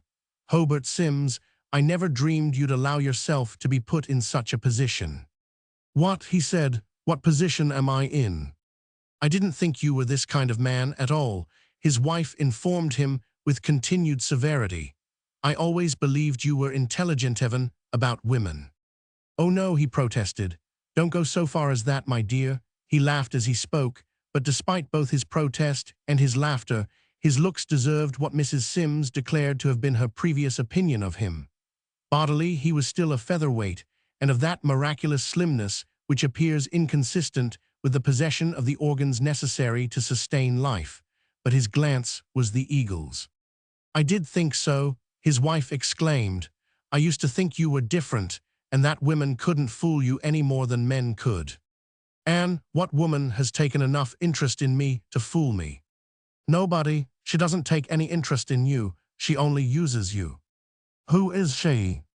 The lady gave utterance to an outcry of indignant amazement at the everlasting stupidity of a man beguiled by a woman. For, in spite of the ages during which men have been beguiled by women, the women who are not doing the beguiling never cease to marvel that it can be done. "You poor blind thing," she cried. "Julietta Voss." At this he was merely amused. "You're not feeling well, Anne," he remarked. "What you say doesn't sound like you at your best. I never heard anything so." Mrs. Sims interrupted him. "Who paid her caddy?" "I 999. I paid both hers and old John's, but I don't think we need." "What made you keep so far away from them? What made you play down the south side of the course and leave them so far over on the north? Did she ask you to?" "Good gracious," he exclaimed, "it just happened. They were playing the same ball against me, naturally." "Naturally," she said, taking up the word sharply. "It was like that all round the course, wasn't it?" "What of it? I understood you to charge me with being fooled by poor little Julietta." "Stop calling her little," Mrs. Sims commanded. "She's a foot taller than you are." "Well then," he mildly remonstrated, "with all that advantage, what would she take the trouble to fool me for? If she wanted to make love to me, she could do it openly, by force." At this, his wife's face showed sheer despair of him. "I just said that she doesn't take the slightest interest in you except as a foil. This is the third time." "The third time what?" The third time you've been maneuvered into coming out here to play with them. Good heavens, don't you see it? No, he returned meekly. Tell me in words of one syllable, Anne. Mrs. Sims complied, and in her response, there was that direct brevity not unusual with her sex in the climaxes of bitter moments. She's trying to get my sister's husband away from her. The bewilderment of Mr. Sims was complete. Old John, he cried, old John Tower, poor little Julietta Voss is trying to get old John away from Mildred. Of all the preposterous, his laughter interrupted his enunciation. Why, that's the most far-fetched fancy work I ever, but of course you don't mean it seriously. I do. But it's nonsense. Julietta's always ready to come and be an outdoor comrade for anybody. But it's only because she's such a good fellow she doesn't stop to care whether she's with old married men like John and me, or with the boys of her own age that shed naturally like to be with a great deal better, of course. She's almost my own age. She's over 30, the grim Mrs. Sims informed him. The boys of her own age are busy elsewhere. Well, she isn't that kind of a schemer, no matter what her age is, and if she were, why, the last person on earth she'd pick out would be steady old John Tower. He's absolutely devoted to Mildred, and everybody knows it. And finally, if poor Julietta is trying to break up Mildred's hearth and home, what in the world are you so sharp with me about? If it's John, and not me, that Julietta's after. Didn't I tell you she uses you as a foil? Who could criticize her for running after another woman's husband when his own brother-in-law is always chaperoning them? She knows there's talk. She does. Well, I don't, you say. I certainly do. Of course there's talk. There has been for some time. Does Mildred share your idea? He asked. She does, most unhappily. And do you mean to tell me that as sensible a woman as Mildred's always seemed could actually let herself get worried about? Any wife would, Anne interrupted severely, especially with a husband as odd as John Tower. So far as women are concerned, he's nothing but a grown-up child. He believes everything they tell him, and Julietta knows it. It's because he is so perfectly simple and naive and trustful with women that Mildred is wretched about him.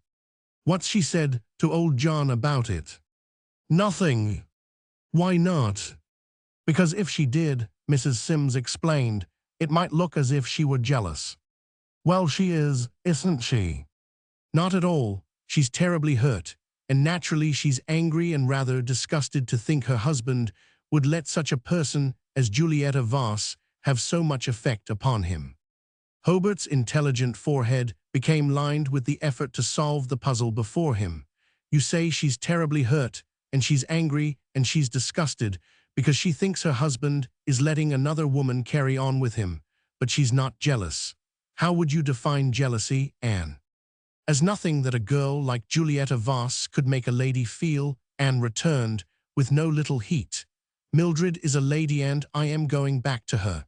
Be kind enough to hurry with your ablutions, if you intend any. He went away meekly to obey, and when he returned to the veranda, he still looked meek, though there was in his glance a sly skepticism readily visible to his wife. She was sitting by the veranda railing with her sister, who was staring forth into the darkness in a manner somewhat pathetic, but as her brother-in-law thought her imaginings absurd, his sympathies were not greatly roused. Hasn't that old Don Giovanni of yours finished playing it out yet, Mildred? He inquired. Both ladies looked round at him over their shoulders, Mildred piteously, but Anne sternly. There's one great trouble with an unflagging humor, Mrs. Sims said. It never flags. Dear me, he exclaimed. If Mildred thinks poor old John and Julietta Mildred, you don't for 1 minute honestly and truly. But Mildred made a gesture of agonized entreaty. Please, please, she said in a low voice, they're a-coming. A peal of light laughter was heard from the darkness, and the figures of the two delaying players became visible within the outer reaches of the clubhouse lights. They were walking slowly, engaged in obviously cheerful conversation, and from the shoulders of the stalwart Tower were slung both bags containing the implements used in the game they had been playing. It was characteristic, and like old John's punctilious gallantry, his brother-in-law thought, to have seized upon both those bags the moment the caddies were dismissed. Miss Voss, almost as tall as he, was more than equal to carrying her own bag without effort. She had the figure of a distance runner in training, lithe, hard, and active, and there was something lively, yet hard, too, in her tanned, long face, which was a handsome face in spite of its length. But her eyes were what was most noticeable about her, for they were beautiful. They were brilliantly dark, and at times seemed to hold little dancing lights within them, as if they gave glimpses of secret laughter.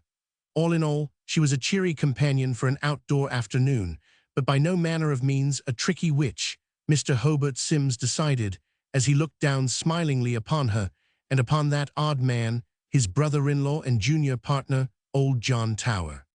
Old John, of an age not more than Hobart's, was queer, Hobart thought, but his queerness did not alter the simple steadiness of character that made his intimates think and speak of him as Old John.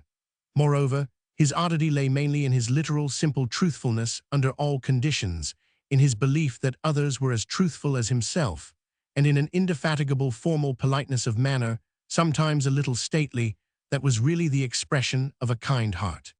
The two came gaily up the steps, still laughing at something said out of hearing from the veranda, and Julietta gave a final fillip to their joke by reeling against her companion as they reached the top step. She steadied herself by clutching his shoulder and seemed almost to hang upon him for a moment or two while she chid him. "Don't make me laugh any more, or I'll give you up as a partner and absolutely not play with you again tomorrow." Then she turned briskly to Mildred. "I hope you haven't been waiting long for your poor abducted husband, Mrs. Tower.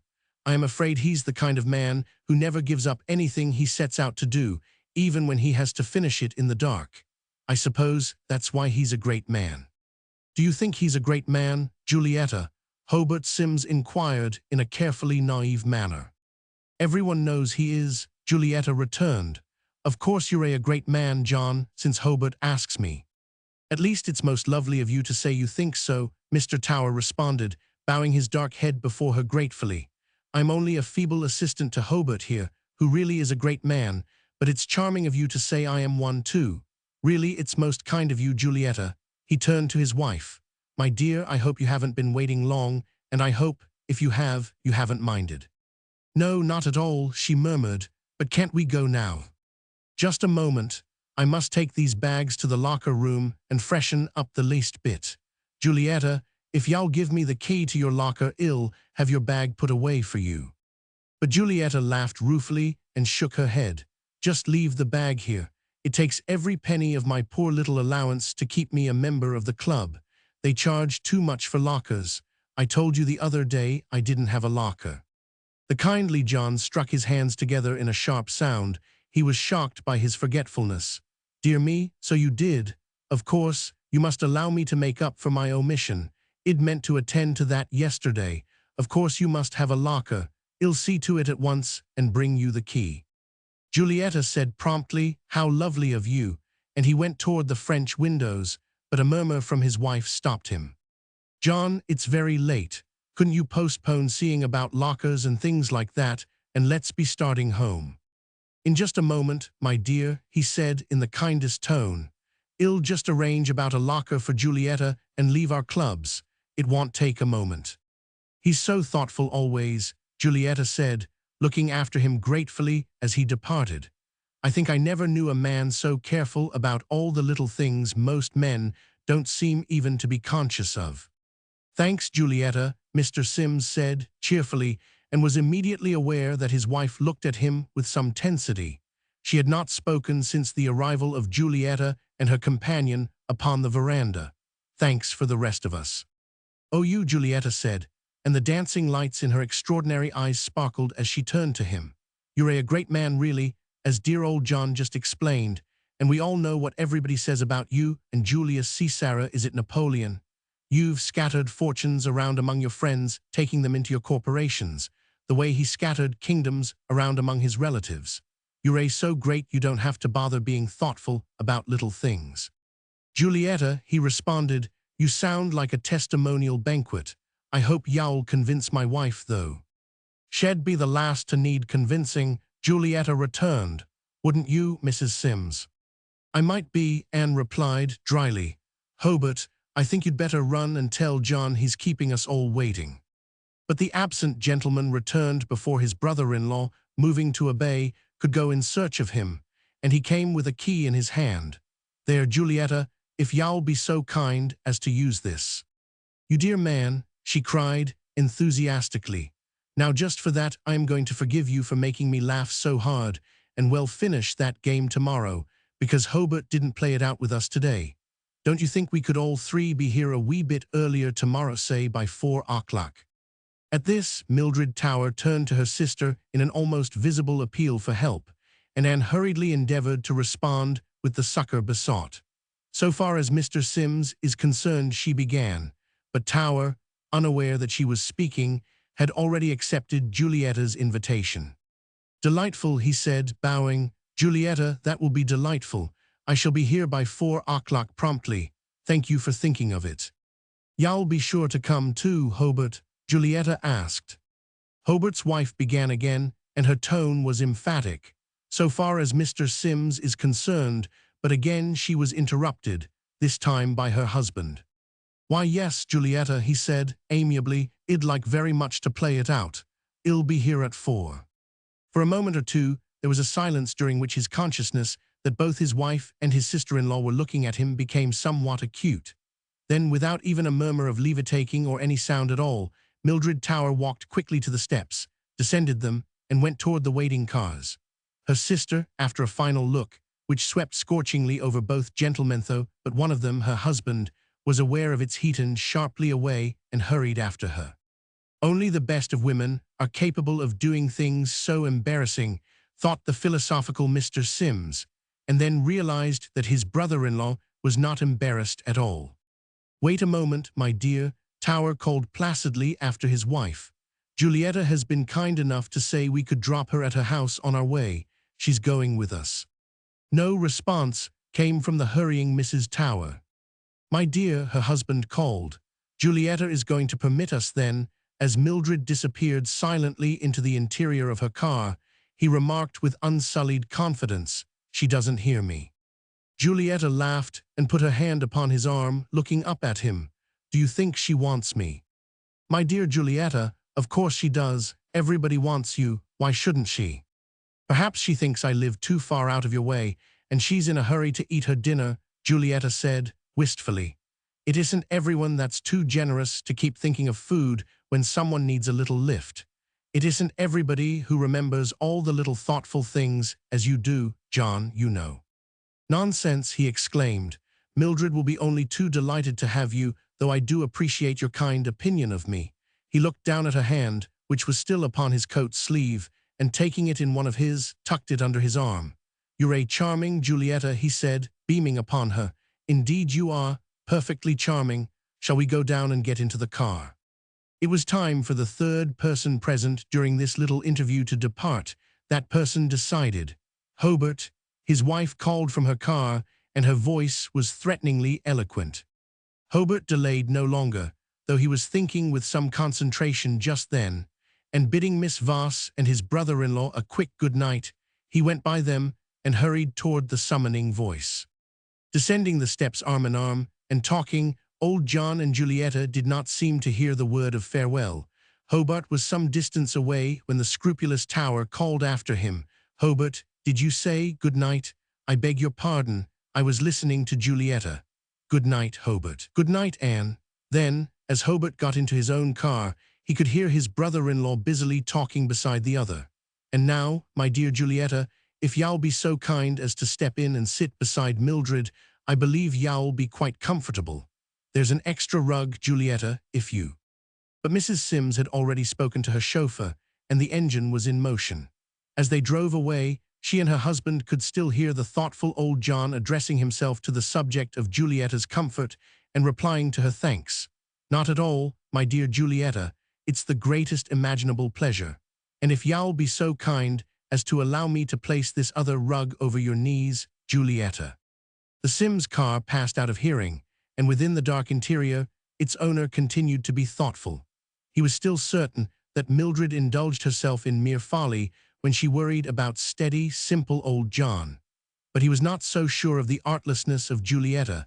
The final little interview upon the veranda had somewhat shaken his convictions in regard to Julieta. "I suppose you're pleased with yourself," Mrs. Sims said, icily, after an extended silence. "I couldn't decline," he returned easily. "You didn't give me a chance to."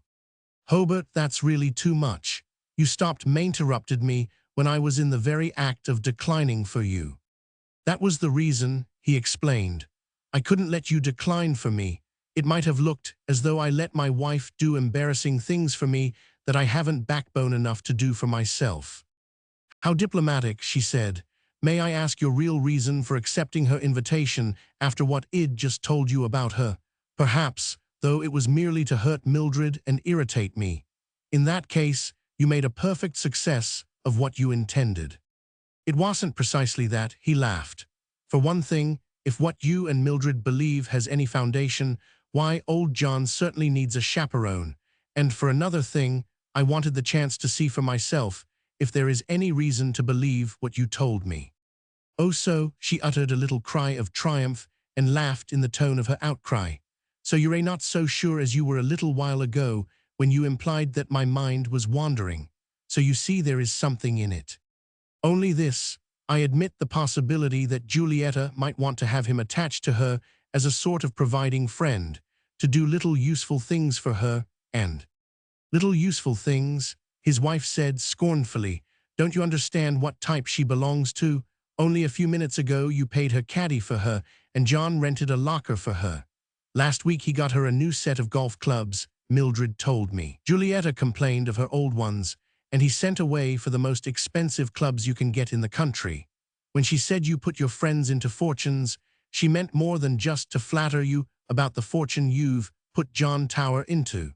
She meant you to begin to get the idea into your head that it would be pleasant someday to put her into one of her worthless old father, perhaps." Then, as Hobart laughed loudly at an idea apparently so far-fetched, Anne defended it. "Oh, I know it was only her impulse and not deliberate, just a chance shot of hers, but she never misses a possibility, and that possibility was somewhere in the back of her head. Of course, it isn't you, but John that she's playing for. She'd rather have played for you, but she didn't see any chance, of course. She discovered John's weakness and did see the chance with him." "What weakness, Anne?" "Why, the poor old thing's childlike acceptance of women at the face value they put upon themselves, and his quaint belief that they say everything they mean and mean everything they say just as he does himself. Mildred's helpless because he's such a helpless idealist. He tells her the only thing he can't bear in a woman is when she's so small-minded as to speak slightingly of any other woman. All Mildred can do is to suffer and not speak. I never saw anything so pitiful as what she did when you hurt her feelings so terribly." "When I did what?" "When you insulted her a while ago," Mrs. Sims explained with calm frigidity. "She knew Id told you what she was suffering. I'd just told her I had. And then she had not only to listen to her husband accepting that girl's overtures for another long tete-a-tete with him tomorrow, but to hear you promising to lend countenance to it by being used again, as you've already been used 3 times. It was the same as either telling Mildred that she's a fool, imagining the whole thing, or that you approve of Julieta's little plans and intend to lend your aid to further them. You might as well have slapped my sister in the face." "Dear me," he exclaimed, "don't look at it that way. I didn't mean." "Didn't you?" Anne had no compunctions whatever in punishing him to the best of her ability. "You'd already mocked her for suffering what no woman in her position could help suffering. Then, in addition to what she was already trying to bear and not show, you gave her some more to bear, and she couldn't trust herself to speak. She could only run from you." This was indeed a new light upon what Hobart had been masculine enough to think a mere example of woman's rudeness to woman, and in that light, the speechless flight of the unfortunate Mildred now bore the color of true pathos. Moreover, following his awakened doubts of Julieta, his wife's view of his conduct began to be uncomfortably convincing. He feared that he was going to be remorseful. "Of course you don't dream I'm not fond of Mildred," he said. "I've always been very—" "You show it strangely," Anne interrupted. She spoke with no softening of her resentment, though what she felt for her sister brought to her eyes the tears she had been withholding, and he saw them as a street light flashed through the glass of the window beside her. "Mildred's the kind of woman people do hurt, I suppose. She's so gentle and harmless herself, it must be a temptation. She's always been so lovely to you, I suppose you couldn't resist it." "Oh, look here," he protested, and his fears were realized. He was already remorseful. You know I wouldn't have hurt. Then why did you? Well, if I did, he said desperately, and confound it, I am afraid maybe I did. I suppose it was, because jealousy is the kind of suffering that onlookers always have the least sympathy with. I'll beg her pardon, and if I caused her pain, I'll try to make it up to her. How can you do that? I don't know, he said, regretfully. I'll just have to try to find some way. That wouldn't be very easy, his wife said. Could you get her husband back for her if this girl gets him away? But that is nonsense, he protested. Julieta Voss couldn't get that far with old Jonot if she had all eternity to try in. This was the position he took, and he maintained it during the rest of their drive, and at intervals during the rather stately dinner for two people that was the evening custom of their big country house. After dinner, however, as he sat down to coffee with his wife in the library, he was forced to adopt another view. His sister-in-law came in suddenly and dramatically, the fur cloak she had thrown about her for a hasty drive falling to the floor as she entered the door. Anne sprang up from her easy chair. Mildred, what's happened?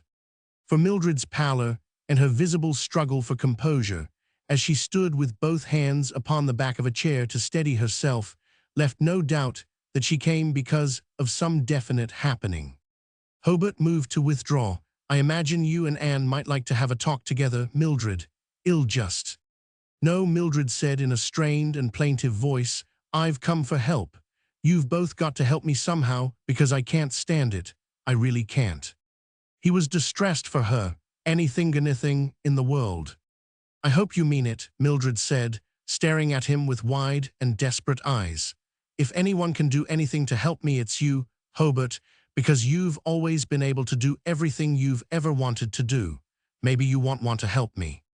What? He cried. My dear girl. No, she said, pathetically. Maybe you won't want to. After the way you treated me before them at the club, I shouldn't be sure you'd want to. My dear sister, don't think that, he begged. I see I did hurt you, and I only ask a chance to make up to you for it. What can I do? Nothing, his wife said, taking the reply into her own mouth, as she put an arm about her sister and stood facing him scornfully. Nothing that will make up to her for what you 999. That's something you can never do, because even you can't recall and do again what has passed. Troubled, admiring Anne for the proud anger of her attitude, and secretly pleased with her even you, he gave her a queer look in which there was a gleam of doggedness. I'll try, at any rate, he said, and then, more casually, he addressed his sister-in-law. You drove over alone, Mildred. As soon as John left the house after dinner, she said, I kept up till he went, and then I found I couldn't bear it any longer. I had to ask for help. After he put her into the car with me at the club, he asked me why I was so quiet, and I said I had a bad headache. It was true enough, too. She said that was too bad and immediately proposed that we should all three drive into town after dinner to a cabaret vaudeville and dance and late supper. She did, Hobart asked, not just after you'd told them your head ached. Yes, she said the way to cure a headache was to be gay and forget it. What did you tell her, Mildred? I said I couldn't and that John couldn't go either, because he had to be in his office early tomorrow morning. He said no, he didn't need more than 3 or 4 hours sleep, and he would be only too glad to escort Julieta, since if I had a headache, I'd probably go to bed, and he'd have nothing to do. At dinner I asked him please not to go, please to stay with me instead. He said in his kindest way that he'd be glad to any other night, but it was impossible this evening since he'd promised Julieta and couldn't possibly break a promise. So he went, and I found I couldn't stay in the house and think it over any longer. Hobart, you mustn't go out there and help them pretend to play golf tomorrow. Very well, he said gravely. I'll do whatever you wish, but isn't it just possible you'd rather have me with them, if Julieta really is the designing person you believe she is? If Mildred cried with sudden loudness, if she is, you don't understand, Hobart. This is what happened in the car just before we reached her house tonight. It happens all the time. She made a gesture-resh, always talks with gesture-s, and her hand smashed against the doorframe and broke the crystal of her wristwatch. She said she was sure the works were broken, too. It was a plain gold watch, old and not very valuable, but she made a great lamentation over it. John took it from her, put it in his pocket, and said that since it was broken in our car, it was our place to restore it. She should have a new one as near like it as possible tomorrow. It would be the greatest privilege to obtain it for her. She knew that was just what he'd do, and she broke it on purpose, of course. Mildred, you really believe? She stopped him. You don't understand. It goes on all the time. And if she does this much under my very eyes, what doesn't she get out of him when they're alone together? There might be something reassuring in that, Hobart suggested. If she spends her energies getting these trifles from him because, of course, that's all they are to a man in old John's position, doesn't that look as if her designs might be limited too? No, it does not, Mrs. Sims interrupted promptly. But, no, his wife repeated. Don't you see that the very fact of her wanting the trifles would make her want something a great deal more important, and that's to be in a position where she wouldn't have to work for them? Well then, her husband returned. If she expects to reach that position by supplanting Mildred, she has a ridiculous ambition. Is it? Mildred asked unhappily. If John were any other kind of man, it might be ridiculous. Tears came into her eyes that had been dry until now, but she struggled with herself and kept more from coming. Isn't it ironical? She said. The very goodness of such a man as John, his simple kindness, his idealizing the very things I've cared for most in him, that they should be his weakness, and just what leaves him open to the easy cajoling of a crude trespasser like Julietta Voss. Don't you understand, Hobart? I know you didn't understand this afternoon, but don't you now? You thought I was jealous of him, I know. Perhaps I am, perhaps I do want to keep him for myself, but I am his wife, why shouldn't I? And I know I'm better for him than she'd be. Oh, don't you understand? I want to protect him. Hobart came to her and took her hand. Mildred, old John hasn't the remotest idea you're suffering like this. You've got to tell him about it. But I can't, she cried. I can't let him think I am just a jealous woman, and what else would he think of me if I told him the truth about her? That's why I don't want you to go out there with them tomorrow, Hobart. Of course I want, since you ask it, he said, mystified. Yet I don't see. You don't? His wife asked, sharply, and in obvious pity for a poor understanding, characteristically manlike. She explained what she had instantly divined her unhappy sister's reason for coming to ask him to help her. Julietta counts on your being with them as the answer to the talk about them. She intends to have a defense against the talk and answer that will help to keep people on her side, and if you break your engagement without any explanation, she'll wonder what it means, and if we haven't asked you to do it, and she'll get John to find out. He'll ask you why you didn't come. Then you can tell him you stayed away because you're troubled about what Mildred may think. It's all you need say, and he'll speak to Mildred about it. That will give her a chance to talk to him. Is it what you want, Mildred? He asked. Yes, she said. It's the only thing I can think of. It gives me a chance to talk to him, that's all.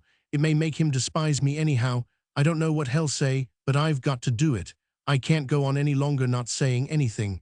Perhaps your breath caught in her throat, and for a moment she could not speak. Perhaps he'll ask me for a divorce. Well, if he does, I'll give it to him. No, no, her sister cried. You said you wanted to protect him. If he doesn't love me anymore, I couldn't, Mildred sobbed, for her struggle to control herself was lost now, and her weeping became convulsive. Don't you see I couldn't? You can't protect anybody that's tired of you. If he's tired of you, how can you protect him against someone he's in love with? My dear sister, Hobart begged her, deeply moved, don't think it. Old John isn't in love with Julietta Voss any more than I am. How do I know? She sobbed. He acts as if he is. What other way is there to tell? How do I know? And clinging to his hand, she sank down into the chair beside which she had been standing. Oh, Hobart, you must help me. You must try your best to help me. Indeed I will, he promised, with all the earnestness that was in him. I'll do anything in the world, Mildred, absolutely anything. He meant it indeed, but over the bowed form of the unhappy lady who clung to his hand, entreating him, he looked into the denouncing and skeptical eyes of his wife. She needed no words, nor anything except those implacable eyes of hers, to tell him that his own recent behavior was in great part responsible for the misery before them, and that he lacked the power to make up to Mildred for what he had done. He adored his wife, and he took that look of hers as a challenge. XXX. Mrs. Cromwell's sons-in-law. He was far from convinced, however, that Mildred's necessity was as tragic as she believed. If it was, he would prove to his wife that he was a man of more resources than she thought. But it still seemed to him that old John Tower could be in no danger from the simple wiles of Julietta. For Hobart had accepted the theory that Julietta was wily. He had finally gone that far unconditionally before the unhappy evening was over, and he even wondered why he had hitherto been so blind when he looked at Julietta. But as for steady old John Towerno, he said to himself, as he drove into the city the next morning, absolutely impossible. Yet in this emphasis there was that faint shade of doubt so often present when people buttress their convictions with absolutely. So he decided to buttress himself further by means of a diplomatic experimental talk with old John. Arrived in the heart of the city at the great building that was his own, with all its 30 stories obedient to his 5 feet 3 inches, a giant djinn enslaved by a little master enchanter, he went, not to his own offices, but to old John's. "I just dropped in for a morning cigar," he explained. His brother-in-law received him heartily. "My dear Hobart, this is indeed a pleasure. Will you smoke one of my cigars or one of your own? I'm afraid yours are much the better." "No, there ain't not," Hobart laughed. "Mine are much the worse. Your taste is a lot better than mine about pretty nearly everything." As he spoke, he took a long cigar from the box that Tower was offering him and lighted it. "You have better taste in cigars, better taste in furniture." Here he seated himself in one of the set of 17th-century English chairs that helped to make the room the pleasant place it was. "You even have better taste on the golf links," he concluded, chuckling as if reminiscently. "How so? You play a better game. You don't allude to my apparel for it, I imagine." "That too," Hobart said, "but I was thinking of something else." "Of what, my dear Hobart?" Hobart laughed, gave him a look of friendly raillery mixed with jocose admiration, and said, "Don't you think I'm a good deal of a dunderhead? On your word, don't you, old John?" Old John, beaming genially and amused by his caller's question, but puzzled by it, laughed with him. "On my word then, no, I haven't the slightest conception of what you mean." "Just think of it," Hobart chuckled. "Here we go, afternoon after afternoon, you and I, out to the links, and every single time when we get there, I go roving round the course virtually all by myself, while you put in the time with Julietta. You and she keep together and play the same ballad. What do I play? It seems to me I play the lone fisherman. Honestly, do you think it's fair?" Fair? Old John had become grave, and the other was surprised and interested to observe that a tinge of red was slowly mounting in his cheeks. "Let me understand you, Hobart," he said. "You mean that I've been monopolizing Julietta?" "Rather," Hobart continued his rallying jocosity, though inwardly he was disturbed by the spreading of that tinge of red over his brother-in-law's face. "Don't you think it's about time I had a share of feminine camaraderie in our outdoor sports?" "You mean, Hobart, that this afternoon you'd prefer to play the same ball with Julietta and have me play against you?" This was not the question Hobart had desired to evoke, and his jocosity departed from him suddenly. "Well," he said. Then, as his shrewd eyes took note again of old John's rosy face, and of his gravity already troubled as by some forthcoming disappointment, Napoleonic Hobart came to one of those swift and clear resolutions, the capacity for which had made possible his prodigious business career during what was still almost his youth. Old John was indeed in danger, although old John was too innocent to know it himself. And in the very instant of this realization, Hobart decided that he had found the opportunity to take up his wife's challenge and atone in full for his fault to her sister.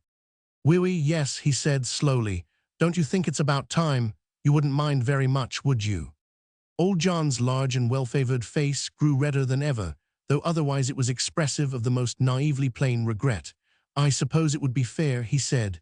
"Julietta is attractive, as you say. In fact, I believe she is the most attractive girl I have ever known. I value her friendship very highly, Hobart. I came into town to cabaret with her last night, and neither of us knew anybody in the place. We danced together and had a little supper, and danced some more, and talked altogether until about 2 o'clock, I think, Hobart. And in all that time, I never had a dull moment, not one. She is a most attractive girl, as you say, and I believe there's perhaps some justice in your idea that you're entitled to more of her companionship than you've been enjoying for this afternoon at least. Since you put it as you do, suppose we arrange, then, that you and she play the same ball this afternoon, and I play against the two of you. I believe that would be fair, Hobart said, his eyes sidelong upon old John. It's settled then. He rose to go. I suppose so. Tower's gravity increased, but he brightened at a thought that came to him as his departing caller reached the door. I suppose, Hobart, tomorrow. Tomorrow what? Hobart inquired, staring at him. Tomorrow. Old John hesitated, then finished hopefully. We might return to our former arrangement. Tomorrow? Oh yes, certainly tomorrow. Well, return to our former arrangement, Hobart said, and as he passed through the anteroom beyond, he murmured the word incredulously to himself, tomorrow.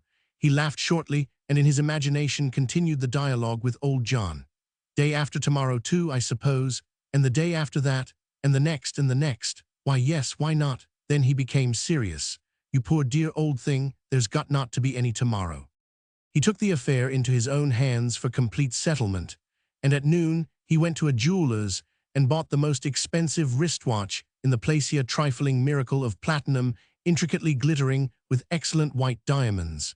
He put the little packet in his coat pocket, and at about 5 o'clock that afternoon he showed it to Miss Julietta Voss.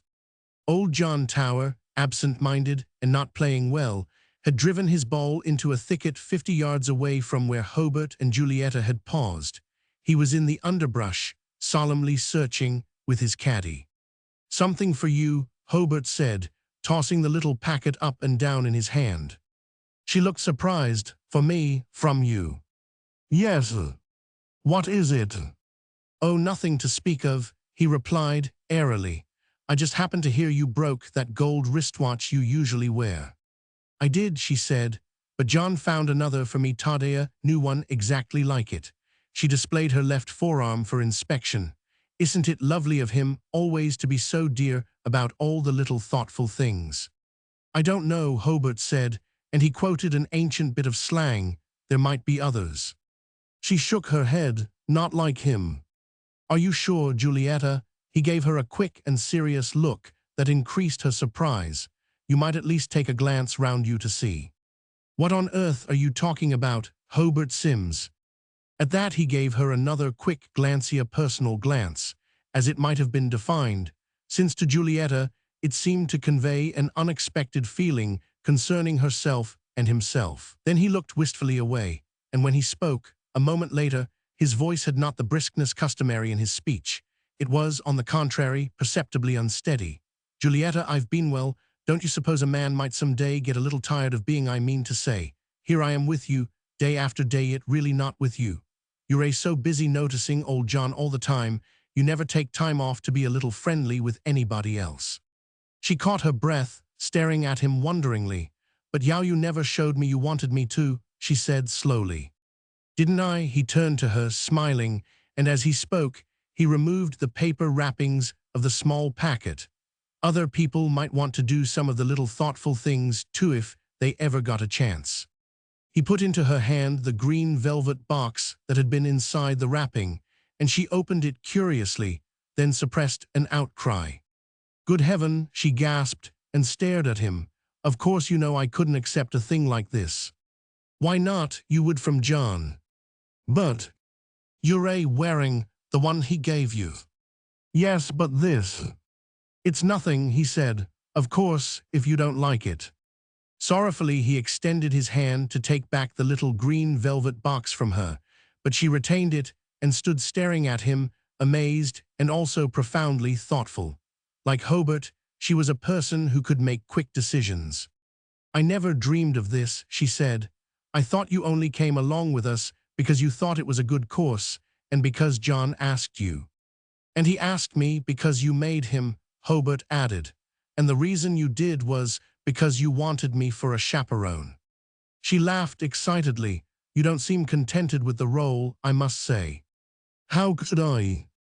I never dreamed, she said, and she looked at the watch upon her wrist and at that in the green velvet box. Queer, she laughed, now I have two. Would you mind wearing mine? Hobart asked, and he laughed with her. But hell see it. Hobart's laughter became gayer and louder. What if he does? Perhaps you're right, Julieta said, and as she took the magnificent tiny miracle from the box, there began to shine in her eyes an exultation that could be ruthless. Perhaps I'd better wear yours and keep his in my pocket. Perhaps you'd better, he agreed, still laughing. Don't let him see the joke's on him till we get back to the clubhouse, though. If he asks you about it, don't tell him till then. I want to get away first. Yes, she assented, thoughtfully. Perhaps that would be just as well. Roman 31. The anniversary dinner. When he got home from the country club, something less than an hour later, his wife told him coldly that he seemed to be in high spirits. You appear to have the happy faculty of not being depressed by the troubles of people close to you, she added. However, your gaiety may be useful this evening, at Mother's.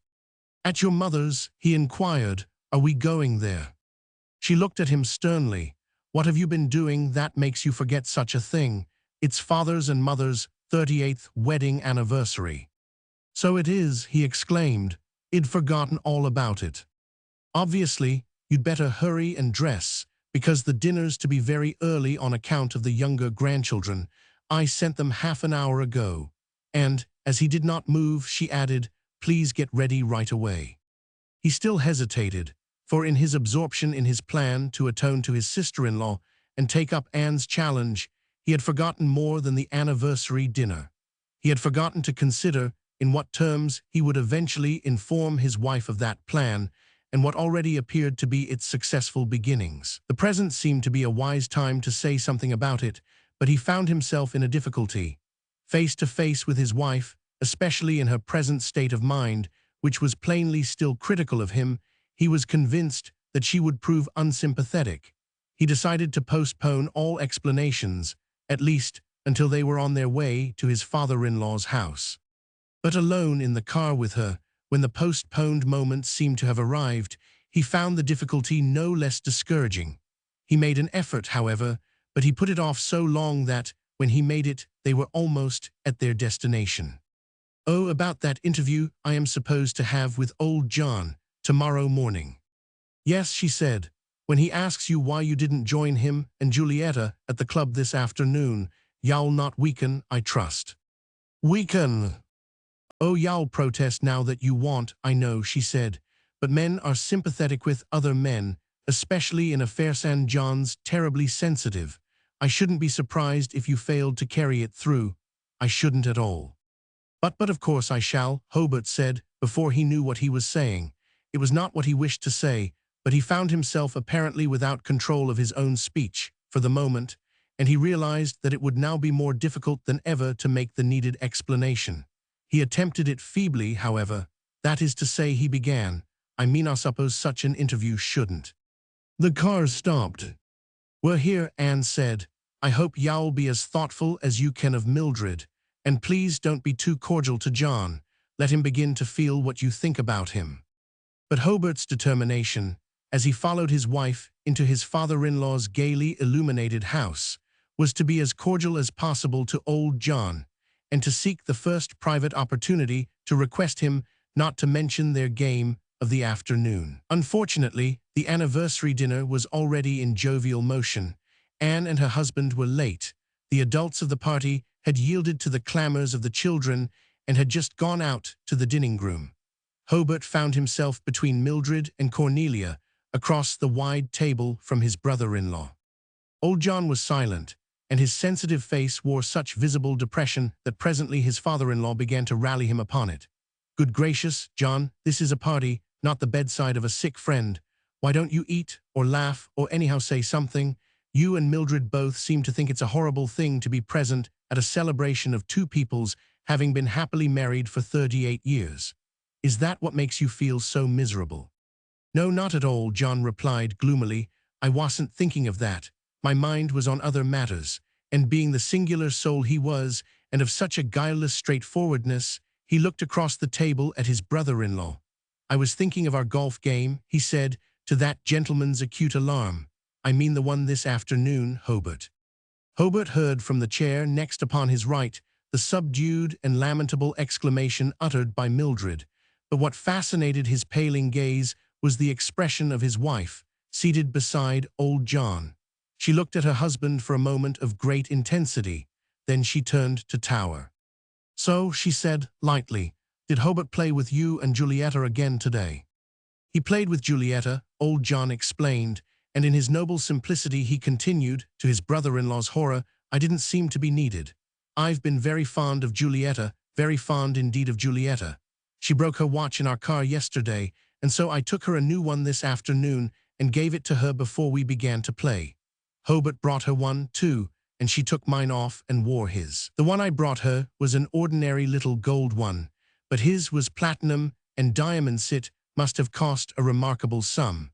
It was very generous and kind of Hobart, because Julietta isn't well off, but the way she took it made me feel peculiarly disappointed in her. She evidently considers only the relative financial value of gifts and not the spirit. She was quite different in her manner toward me. I cannot say that I value her friendship as I 999. You don't?" Anne said, and she laughed excitedly. "Don't you mean you've decided she values my husband's friendship more than you thought she did?" The unhappy Hobart, upon whom the wrong he had done to Julietta thus already began to be avenged, made an effort to speak, but beneath the table he felt a warm hand upon his knee, pressing warningly. It was Mildred's.